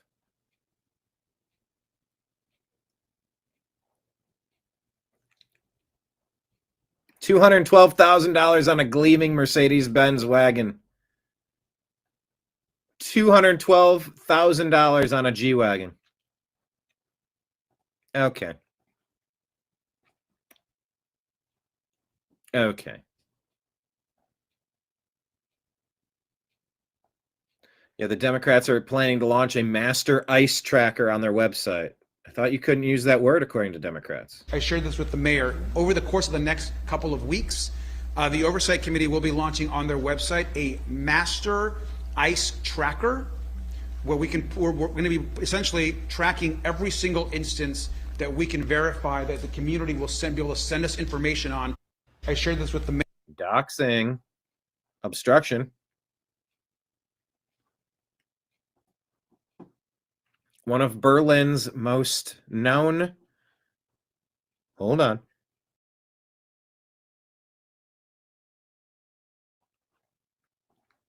One of Berlin's best-known drag queens under investigation for the distribution and possession of child pornography, says Disclose TV. I don't know. Big crash out videos.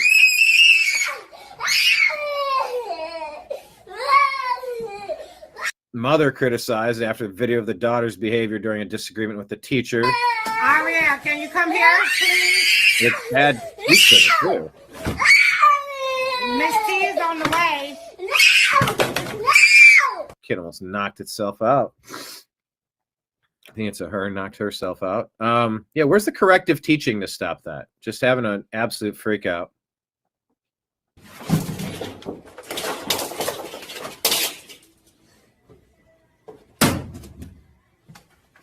Okay. State of America. All right, Ian Miles Chong says Japan's new prime minister says she prefers to let the population shrink rather than bring in waves of low-skilled immigrants to offset the decline because the preservation of Japanese society matters more than cheap labor. You're just going to have to trust Ian Miles Chong's interpretation here. We're asking, though, who actually got together and decided to flood each sovereign nation with invading military-aged men anyway? Who voted on that? Because it was a wide-ranging story.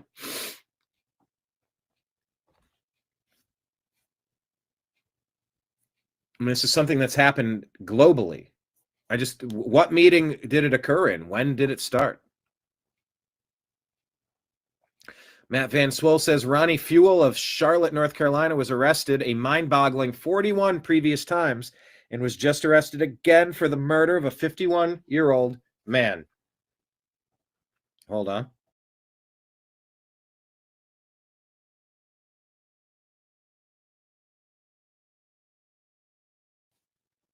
There we are.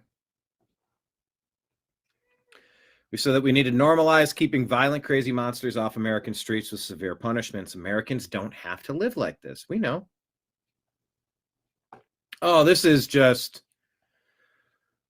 Oh, Colin Rugg reporting hundreds of high school students line the hallways of an Alabama hospital to say goodbye to their classmate as she heads into surgery to become an organ donor. 18-year-old Kimber Mills was shot at a party over the weekend in the leg and the head, allegedly by 27-year-old Stephen Tyler Whitehead after a fight broke out. Mills did not know Whitehead, who has since been charged with her death and 3 counts of attempted. The high school cheerleader was taken off life support Tuesday. Our sweet little baby sister went to be with the Lord at 7:08 last night. She had the biggest gathering for Honor Walk that the doc has ever seen, Mill's sister said. She was and is loved by so many. We miss you, Kimber. This is heartbreaking. To become an organ donor. This is like the last goodbye. Ugh.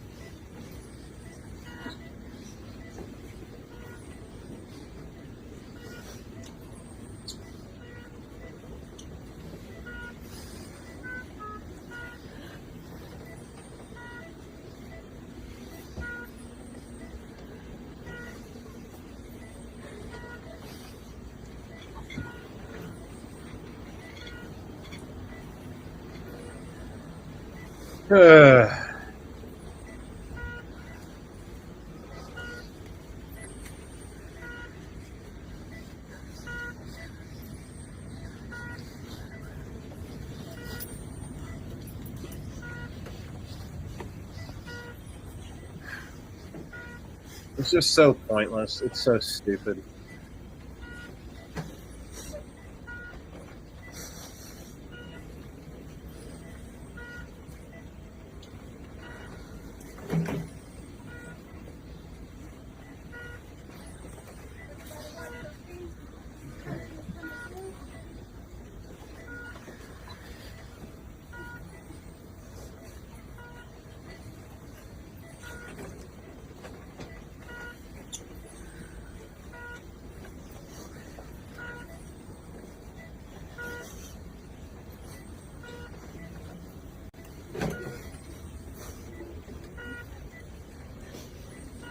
Like the whole town came out for this.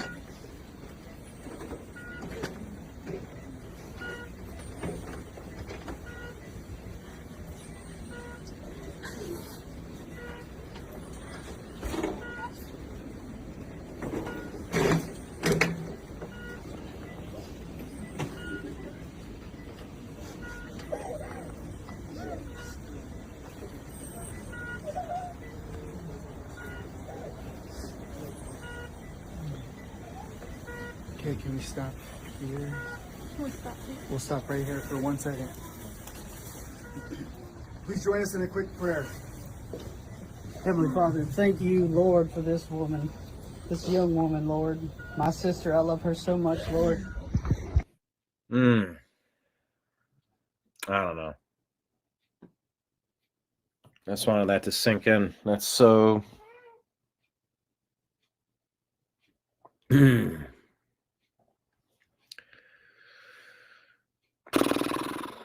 so powerful. You could be on the I-10 in Ontario, California, and get hit by a trucker behind you. You could be at a party and catch a stray from a 27-year-old. It's like every day could be our last.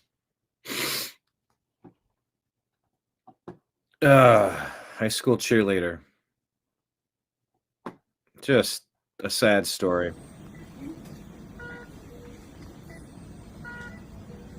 out of Alabama.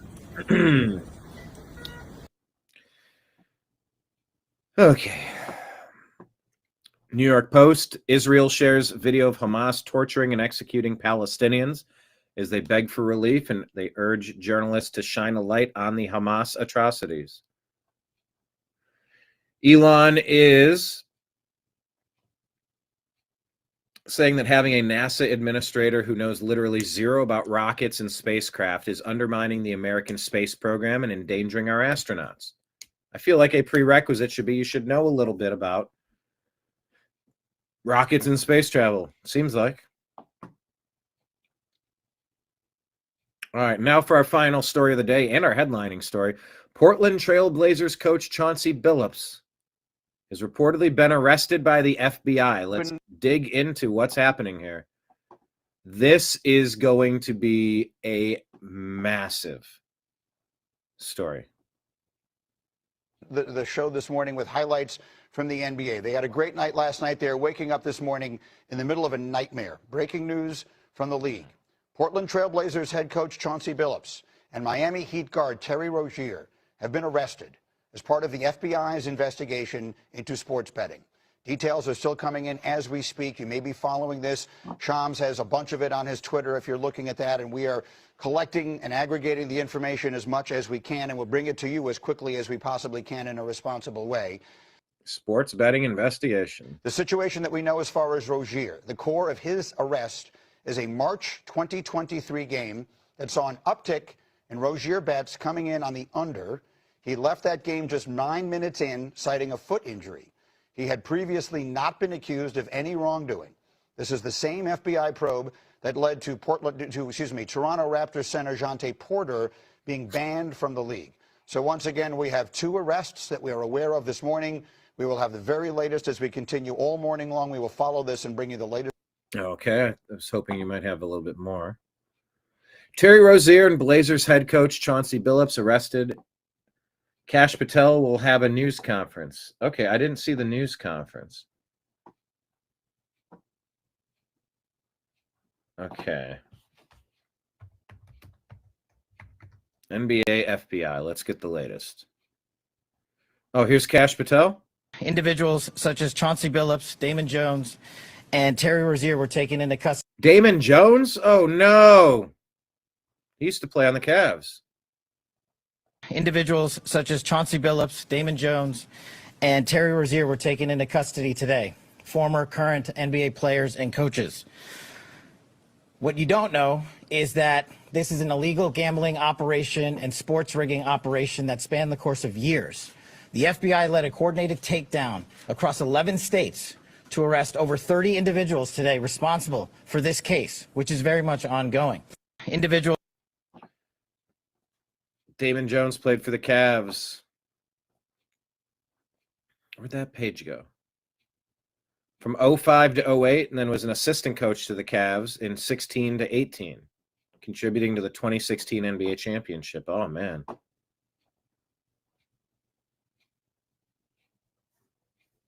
All right, Damon Jones, all arrested in illegal gambling cases. This is going to get real bad. Are there any other sports leagues that are rigged? All of them?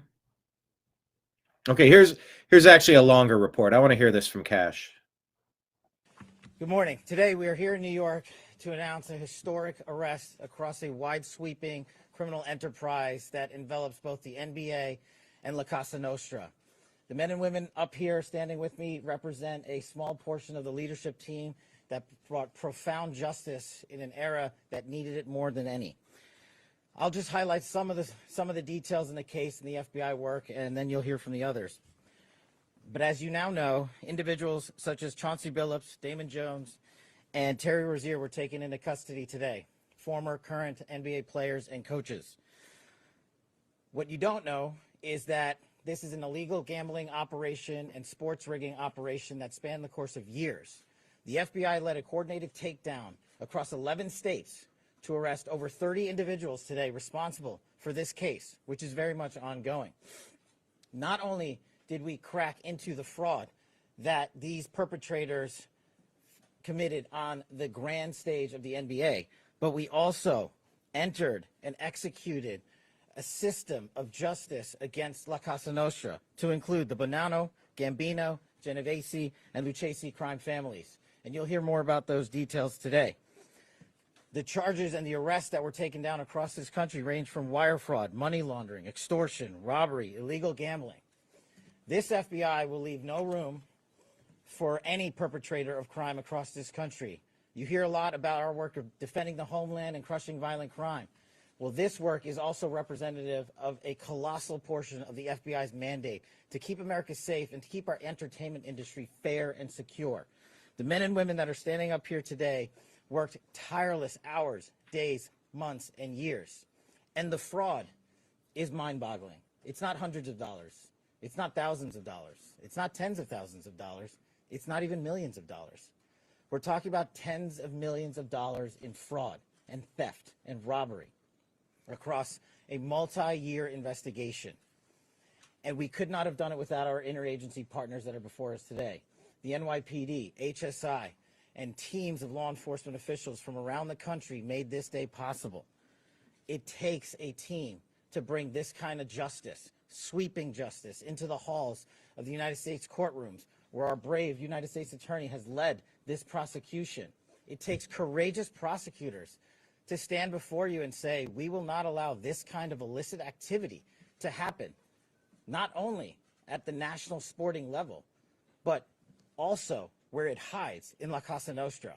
And when these two collided together, they perpetrated a fraud that is historic in terms of not just money, but the scheme and the deceit that they utilize to steal and swindle people for money, to include crypto fraud. This is an operation that showcases to you that under President Trump's administration, there is no room for any type of criminal behavior, be it on the world's largest stage or in the back rooms of tiny parlors where guard games are being played. We are proud to stand here today with the men and women of the FBI and this legal team. And to the United States Attorney, I just want to thank you personally for taking the time to display the work that the media is about to hear about today in detail. As I said, it does take courageous prosecutors, but it takes a courageous United States Attorney to bring this case, because we are going to take heat for it. But we don't shy away in this administration. Pardon the pun, the Miami Heat. We don't say no. What we do is we bring the results across the finish line. We bring them to the public. We bring you accountability. And yes, they will have their day in court, and you will hear the evidence through the court system exclusively. We will not deny anyone of due process. And that's the brilliance of this system. That's the brilliance of this administration. Everyone will be held to account. So with that, I turn it over to United States Attorney Nosell. Thank you. All right.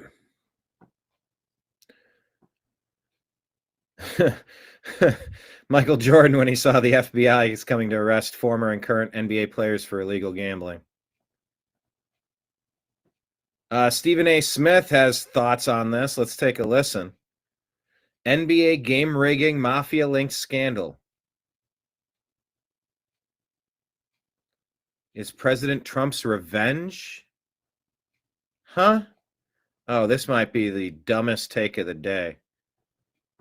Dude, this gambling stuff is going to ruin sports. I've not been a fan of this since they've opened up all these betting apps. It's making this stuff easier and easier.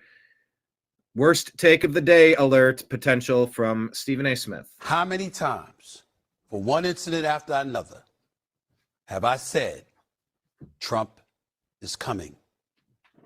He's coming. I'm going to say it on national television again.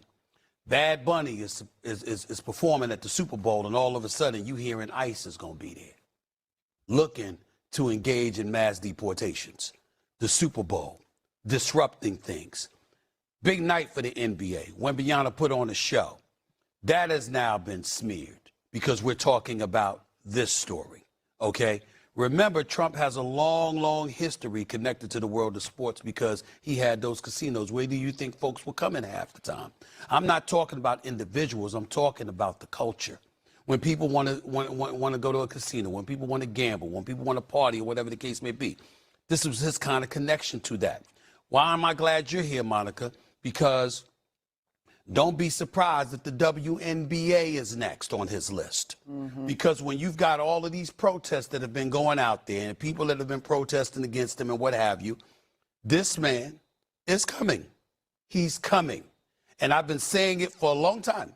And to me, this is the latest nugget of evidence that we're talking about right here. That's not to question the legitimacy of the case. We don't know. We're all sitting up here and we're saying that we don't know. But anybody that has been around him, anybody that has talked to him, anybody that has seen his reactions from the sports leagues and the positions that people have taken, they are not surprised at what's going on today. I'm watching a press conference with the director of the FBI. Tell me when we've seen that. We've seen people, we've seen accusations before. We've seen athletes get in trouble with the law before. You don't see the director of the FBI having a press conference. It's not coincidental. It's not an accident. It's a statement. And it's a warning that more is coming. And that's what they're saying here. And everybody better, I'm just telling you, it's as serious as it gets. This ain't the platform for me to get into it the way I'm going to get into it. But I've been saying he's coming. He's coming because in his eyes, folks try to throw him in jail. In his eyes, he's innocent. They try to put me behind bars. I'm getting everybody. He's not playing. And so this, in a lot of people's eyes, talk to people in the NBA, talk to people in the NFL, talk to people in the world of sports. This is the worst take in sports. Oh, that is a good point. John says, do you do any betting, Stephen? Are you scared? It sort of seems like he's protesting too much. Why would you defend this behavior? This isn't about, he's trying to make this about Cash and Trump. This is about rigging games and Costa Nostra, the mob. This isn't about Trump. They think this is like the tip of the iceberg. These are the kind of words that are coming out of people's mouths. Yeah. This happened in baseball. 2 of the Cleveland Indians pitchers went down for this year, including the Cleveland Indians' all-time saves leader, Emmanuel Clase, the best in the business. He might have been, I think he's going to get a lifetime ban. This isn't about the NBA. This is about sports and sports betting in general. This is going to be a huge story. Stephen A. is way out in left field here. It's not a surprise. It's very disheartening. It's very concerning. We don't know where this is going to go, but this is just the tip of the iceberg. Everybody's better brace themselves because he's coming. Oh, this is so stupid. Oh, the boogeyman's coming. No. Once again, what's coming is accountability for criminal actions. That's what's coming. These people with their Trump derangement syndrome, it's the weirdest shit. The person who got mad at me after Charlie Kirk was assassinated, like, okay, yeah, how dare I call out all the vitriol from the teachers? I didn't do that. But then they get mad when you point it out, when you point out the obvious.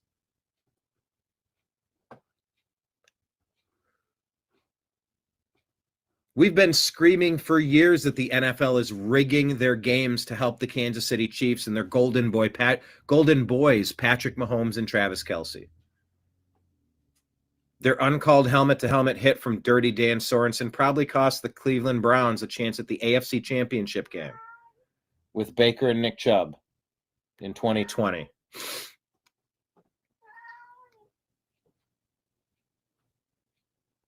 Do you agree, Nimbus? He's just licking his chops and meowing. 30 arrests, 11 states, 1 nationwide takedown. Cosa Nostra. Cheating, corruption, laundering. Oh, this is going to get crazy. Chauncey Billups arrested with an illegal poker operation tied to the mafia. Look, I don't have a problem with playing poker. I don't understand why there's an issue with poker.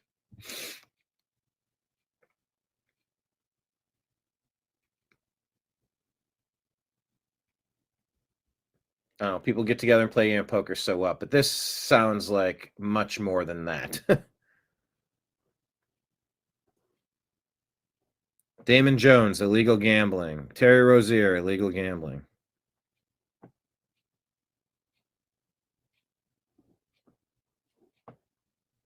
Oh, this is hilarious.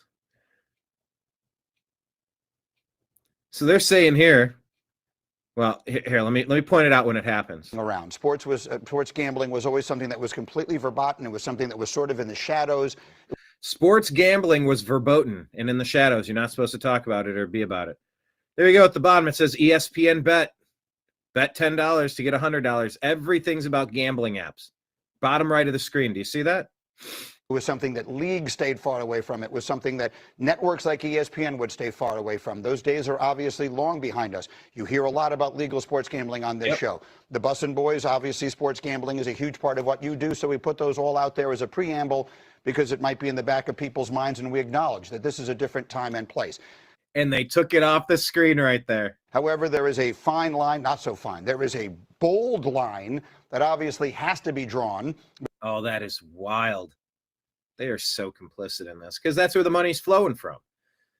It's like the pharmaceutical companies. That's where the money's flowing from. So the geriatric media companies. I've got an aggressive fruit fly over here that's been dive bombing into my coffee or coming around near it. Sorry about that. Clapping. That's hilarious that they're talking about it and they take it right off the screen. There is a preamble because it might be in the back of people's minds, and we acknowledge that this is a different time and place. However, there is a fine line, not so fine. There is a bold line that obviously has to be drawn between legal sports gambling when it comes to the public and anything that might infiltrate into locker rooms and into teams. And it is, we all knew it was going to be a complication as this became more around. Sports. Okay, that's maybe my favorite clip of the day. I'm going to put that out there. Best clip of the day. At the unhappy hour _. Let's share that. The NBA is very concerned about multiple arrests made as a result of the FBI's sports gambling code. Use code multiple arrests for a 30% profit boost on a 3-leg parlay with DraftKings, the official gambling partner of the NBA. I believe that's a joke.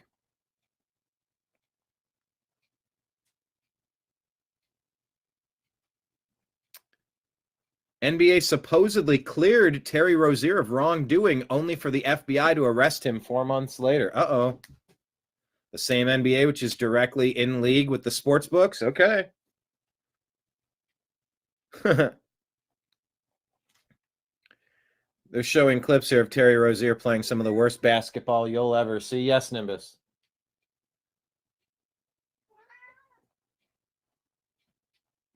Manipulating his performance during a game to benefit illegal gambling. I mean, shots that are the biggest air balls, dribbling it off your foot, passing it to nobody, lollygagging. Shots that aren't even remotely close over and over. Now, he could just suck, but he's either undershooting the passes it out of bounds. There's evidence. This is all evidence. Yeah, there's, I mean, just a missed shot's no big deal, but here he goes. He gets a second attempt. Nope. Airball's the second one. Doesn't he get a third attempt here? I thought I saw one where he got a third attempt. So the NBA requested an investigation into Russell Westbrook, but the FBI declined. What is that about?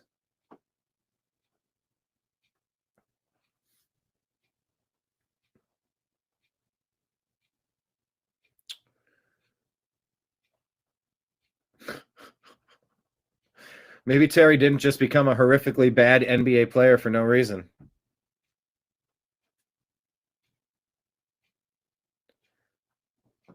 Oh, Chauncey Billups, a day before getting arrested by the FBI, says this. You can't make this up. No, you know, I don't, that pressure thing is nothing to me, man. I do the best I can and let the chips fall where they may. You know that about me by now, quick. Oh, yeah, we do know that about you right now. letting the chips fall. That's a great gambling reference.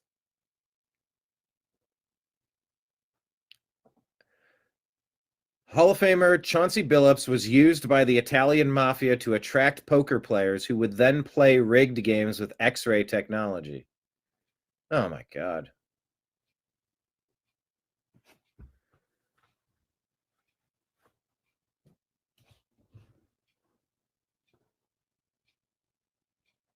Yeah, they're calling out Stephen A. Smith for his ridiculous take here.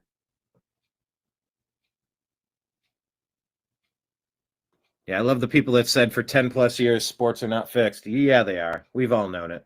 And it's a shame. It's ruining the sport.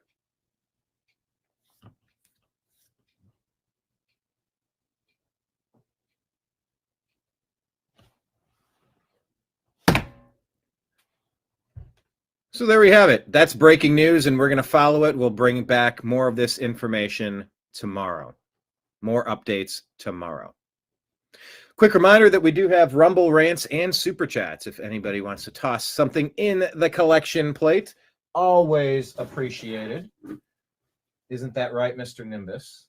Yes, it is. Helps me buy his cat food and his cat medicine. John saying, lots of people are going to be in deep crap. I think so. Just look at the Kansas City Chiefs. Look at the numbers. And maybe we'll bring that up on today's episode of Strictly Football. 6 p.m. Eastern is when we're doing that. Jim Mitchell, Mike Barra, myself. I think Ezrael Robinson might be out for this one. 6 p.m. Eastern.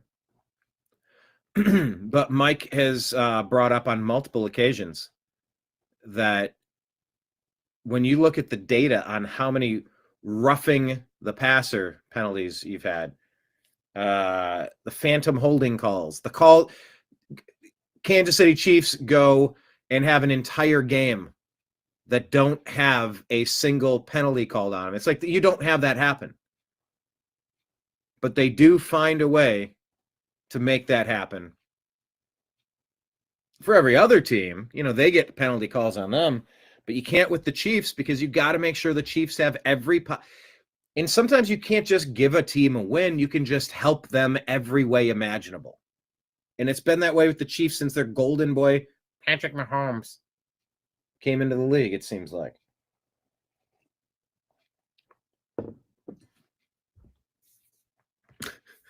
Kenneth sends, what is this? My brain is having a moment. This is a super chat that says a Rumble can't. No, it's a Rumble rant, not a Rumble can't. But thank you for that. That is friggin' fantastic. Literally, though, I did just go to Target yesterday and drop $110, and it's I probably spent $15 on me. What did I even get for me? I got, oh no, I guess maybe 20. I got emergency. I got some dish soap. And then it was cat food, cat food, cat food. Did I get anything else? Cat food, cat food, cat food. Yeah, I mean, 70% of my bill was for the cats. So the cats appreciate the Rumble rant. The Rumble can't. The super chat. Thank you so much. Kenneth, you're a superstar. Appreciate you. But yeah, we'll be back talking football today. And I will try.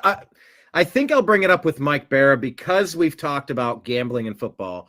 The Jim Mitchell segments are about betting the lines and betting trends, you know, based on the last X amount of times these teams played. What did we learn? What are some good betting trends? So a portion of the show is about betting. So I'll bring it up. I'll bring it up today, and we'll talk about it in the world of football. Yes, Nimbus, you want more salmon? I think he wants some more salmon. Okay. We'll go double check if my buddy needs some more salmon.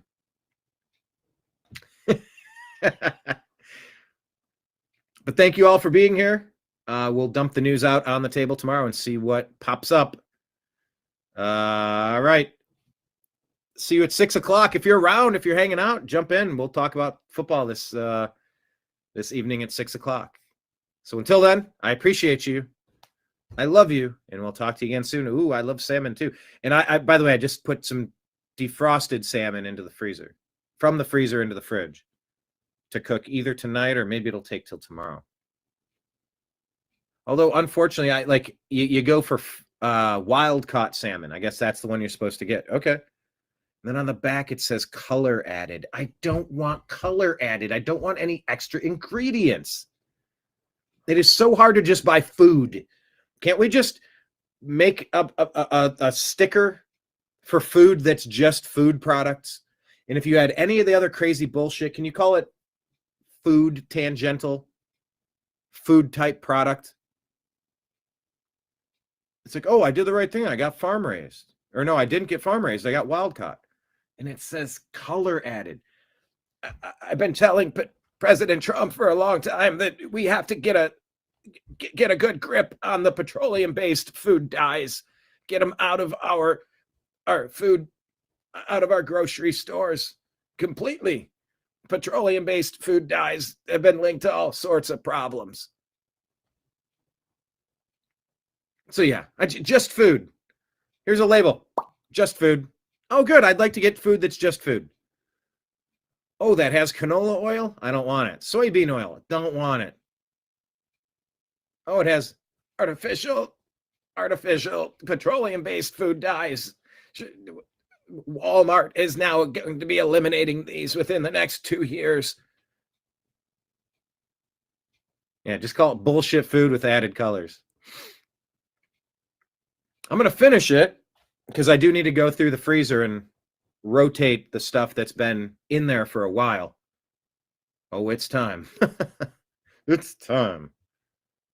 I've had food in there for several years. I'm sure you've had food in your freezer for several years. And it's still good, right? At least I hope it's still good. Anyway, salmon for him.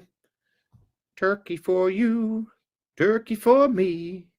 Let's eat the turkey in a big brown tree. What's that from? Question of the day. Type it in the comments. I know. Marion, eliminate the food dyes now. Why are they waiting 2 years? I think it's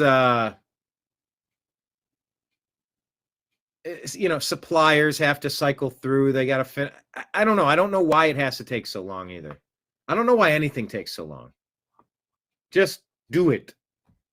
I get it to a certain degree, but on the other hand, just do it. All right. Thank you, everyone. We'll be back 6 o'clock, Strictly Football. I appreciate you. I love you. And if I miss you on Strictly Football, we'll catch you tomorrow on the TNAM Daily Show here on the New American Media. Talk to you again soon. Take care, everybody. Peace.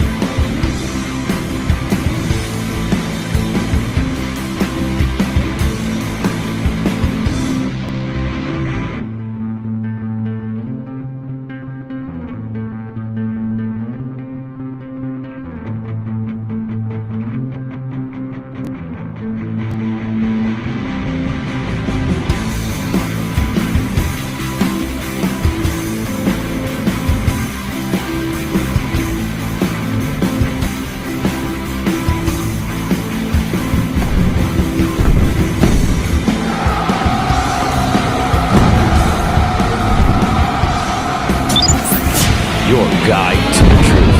TheNewAmericanMedia.com.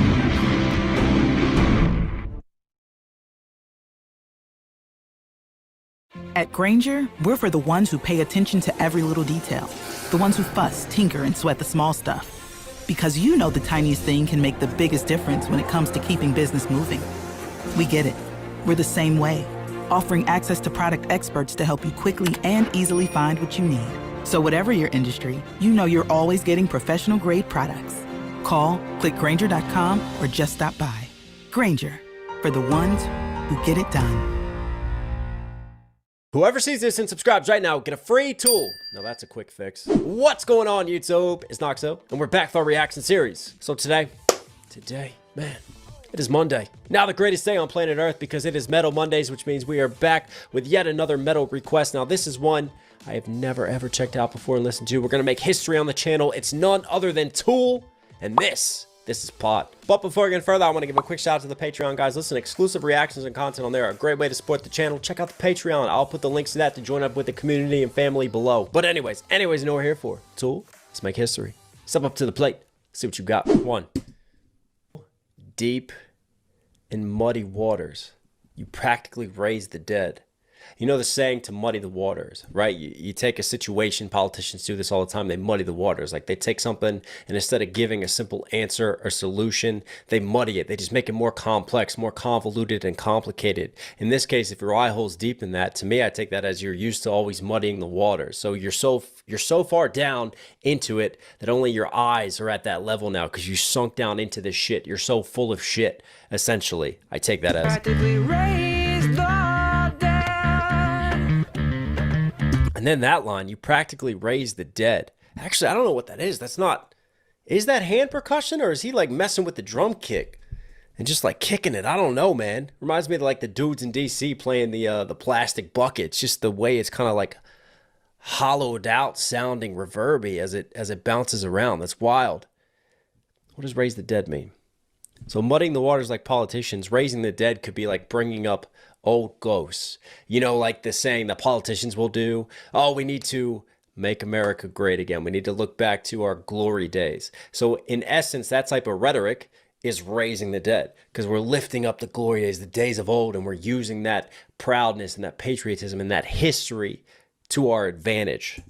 Hence raising the dead. Oh my God, there's so many lyrics. I'm going to be pausing a lot, aren't I? But man, again, love the percussion just bouncing all over the mix as it's played. That's so smooth and cool. Snow the cradle. Snow can be white, obviously, which is a sign of innocence and purity. So you're robbing the grave. You know the saying, cradle rocking, robbing the cradle, but in this case you're not. You're actually robbing the grave. So you're raising the dead, you're robbing from the past in order to spread like this innocence. In order, what I take this as with the muddy waters, with the eye hole, with the snow, the cradle, and sort of these contradictions is, you know, someone who's a liar, basically. He's just so full of shit, so convoluting of the truth that they truly are guilty. And then the snow could also be further, because a lot of these metal bands do have like drug metaphors and euphemism. So I'm wondering if like percussion right there is just kind of like odd rhythms. It's like polyrhythms. I wonder if that is polyrhythmic. If the drummer can comment below, I would love that. But that's wow, that's wild. There's my metal. You know, there's those rock guitars kind of coming in. And then, you know, when too much work bogs you down, Asana helps you handle it. That's because Asana is where humans and AI coordinate work together. AI makes it easy to hand off routine tasks, streamline workflows, and keep everyone focused on the work that matters most. That's how work gets handled. That's Asana. Visit us at asana.com. That's ASANA.com. The saying of Soapbox. What was it? Soapbox House of Cards and glass. Hang on.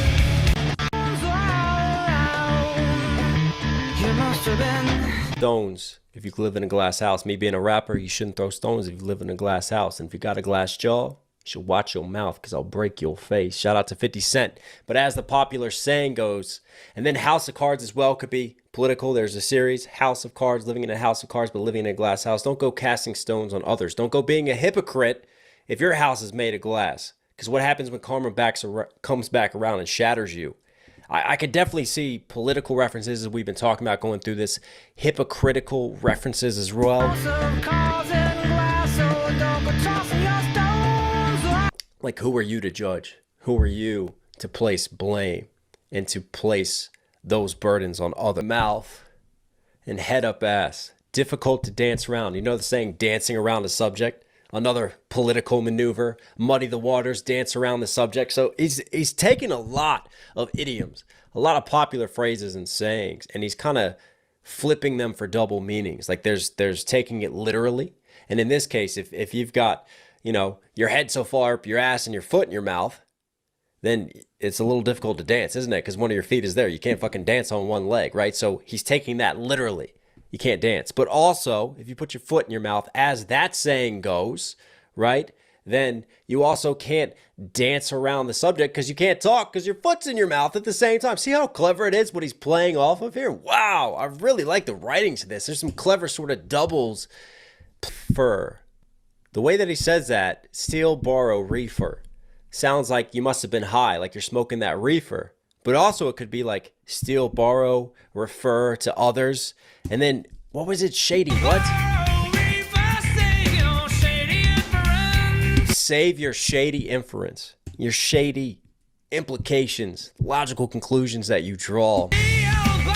See, we're getting like more and more of a picture painted of who our speaker is talking about. And he's just like adding more color and more depth and more detail as he dives more into these lines of who this understood you is and who the subject of this track is.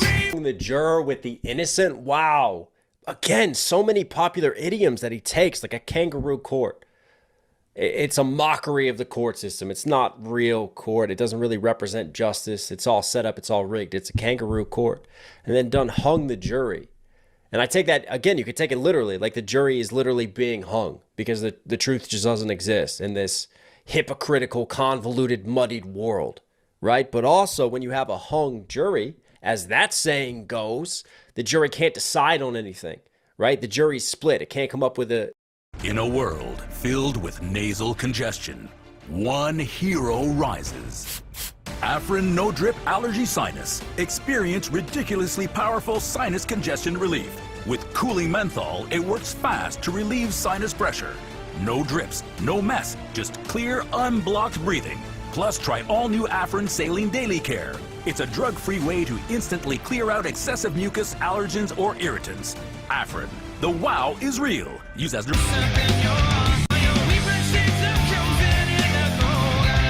Weeping shades of chosen indigo? Something indigo. Weeping shades of indigo. I think I heard got lemon juice up in your eye. Hang on. What I want to do, I don't want to mess this up because this is, wow, this is intense. I'm going to look up the lyrics of this one because I don't want to screw this up.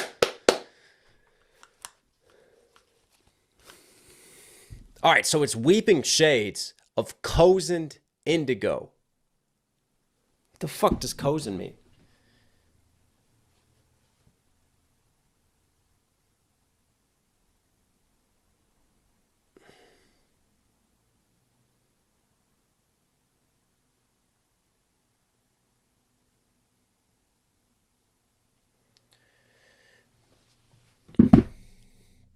All right, so it's weeping shades of cozened indigo. Cozened, like tricking, deceiving someone. So in this case, cozened indigo, weeping shades of indigo. I mean, indigo is an interesting choice in color. But lemon juice up in your eye, like that's something actors would do. They would squeeze lemon juice in their eye. They make their eyes water and tear up. But also the side effect could be that it blackens like indigo. So like squeezing lemon juice in your eye, think about what that means. Again, this picture gets painted further of someone who lies, someone who's hypocritical, someone who's giving you crocodile tears, giving you fake tears, who's acting, who's putting on a front. I take all of those lines. And then the cozen indigo too, in your eye, right? Like indigo is one of the chakras. Is it the sixth chakra? Let's get metaphysical here. And the chakra relating to indigo, an eye, like your inner eye, your third eye that sits up here, your indigo eye. I think there's just so many this is crazy. Wow, this is hard, but I like it. I love that. Cancer's hard. I experienced life at St. Jude. Every dollar that goes to St. Jude goes to a good place. It's keeping families together during the hardest thing they'll ever face. St. Jude saved my daughter's life. I love St. Jude. When you support St. Jude through your company employee giving program, you can help make cures possible for kids with cancer. To learn more, visit stjude.org/employee giving.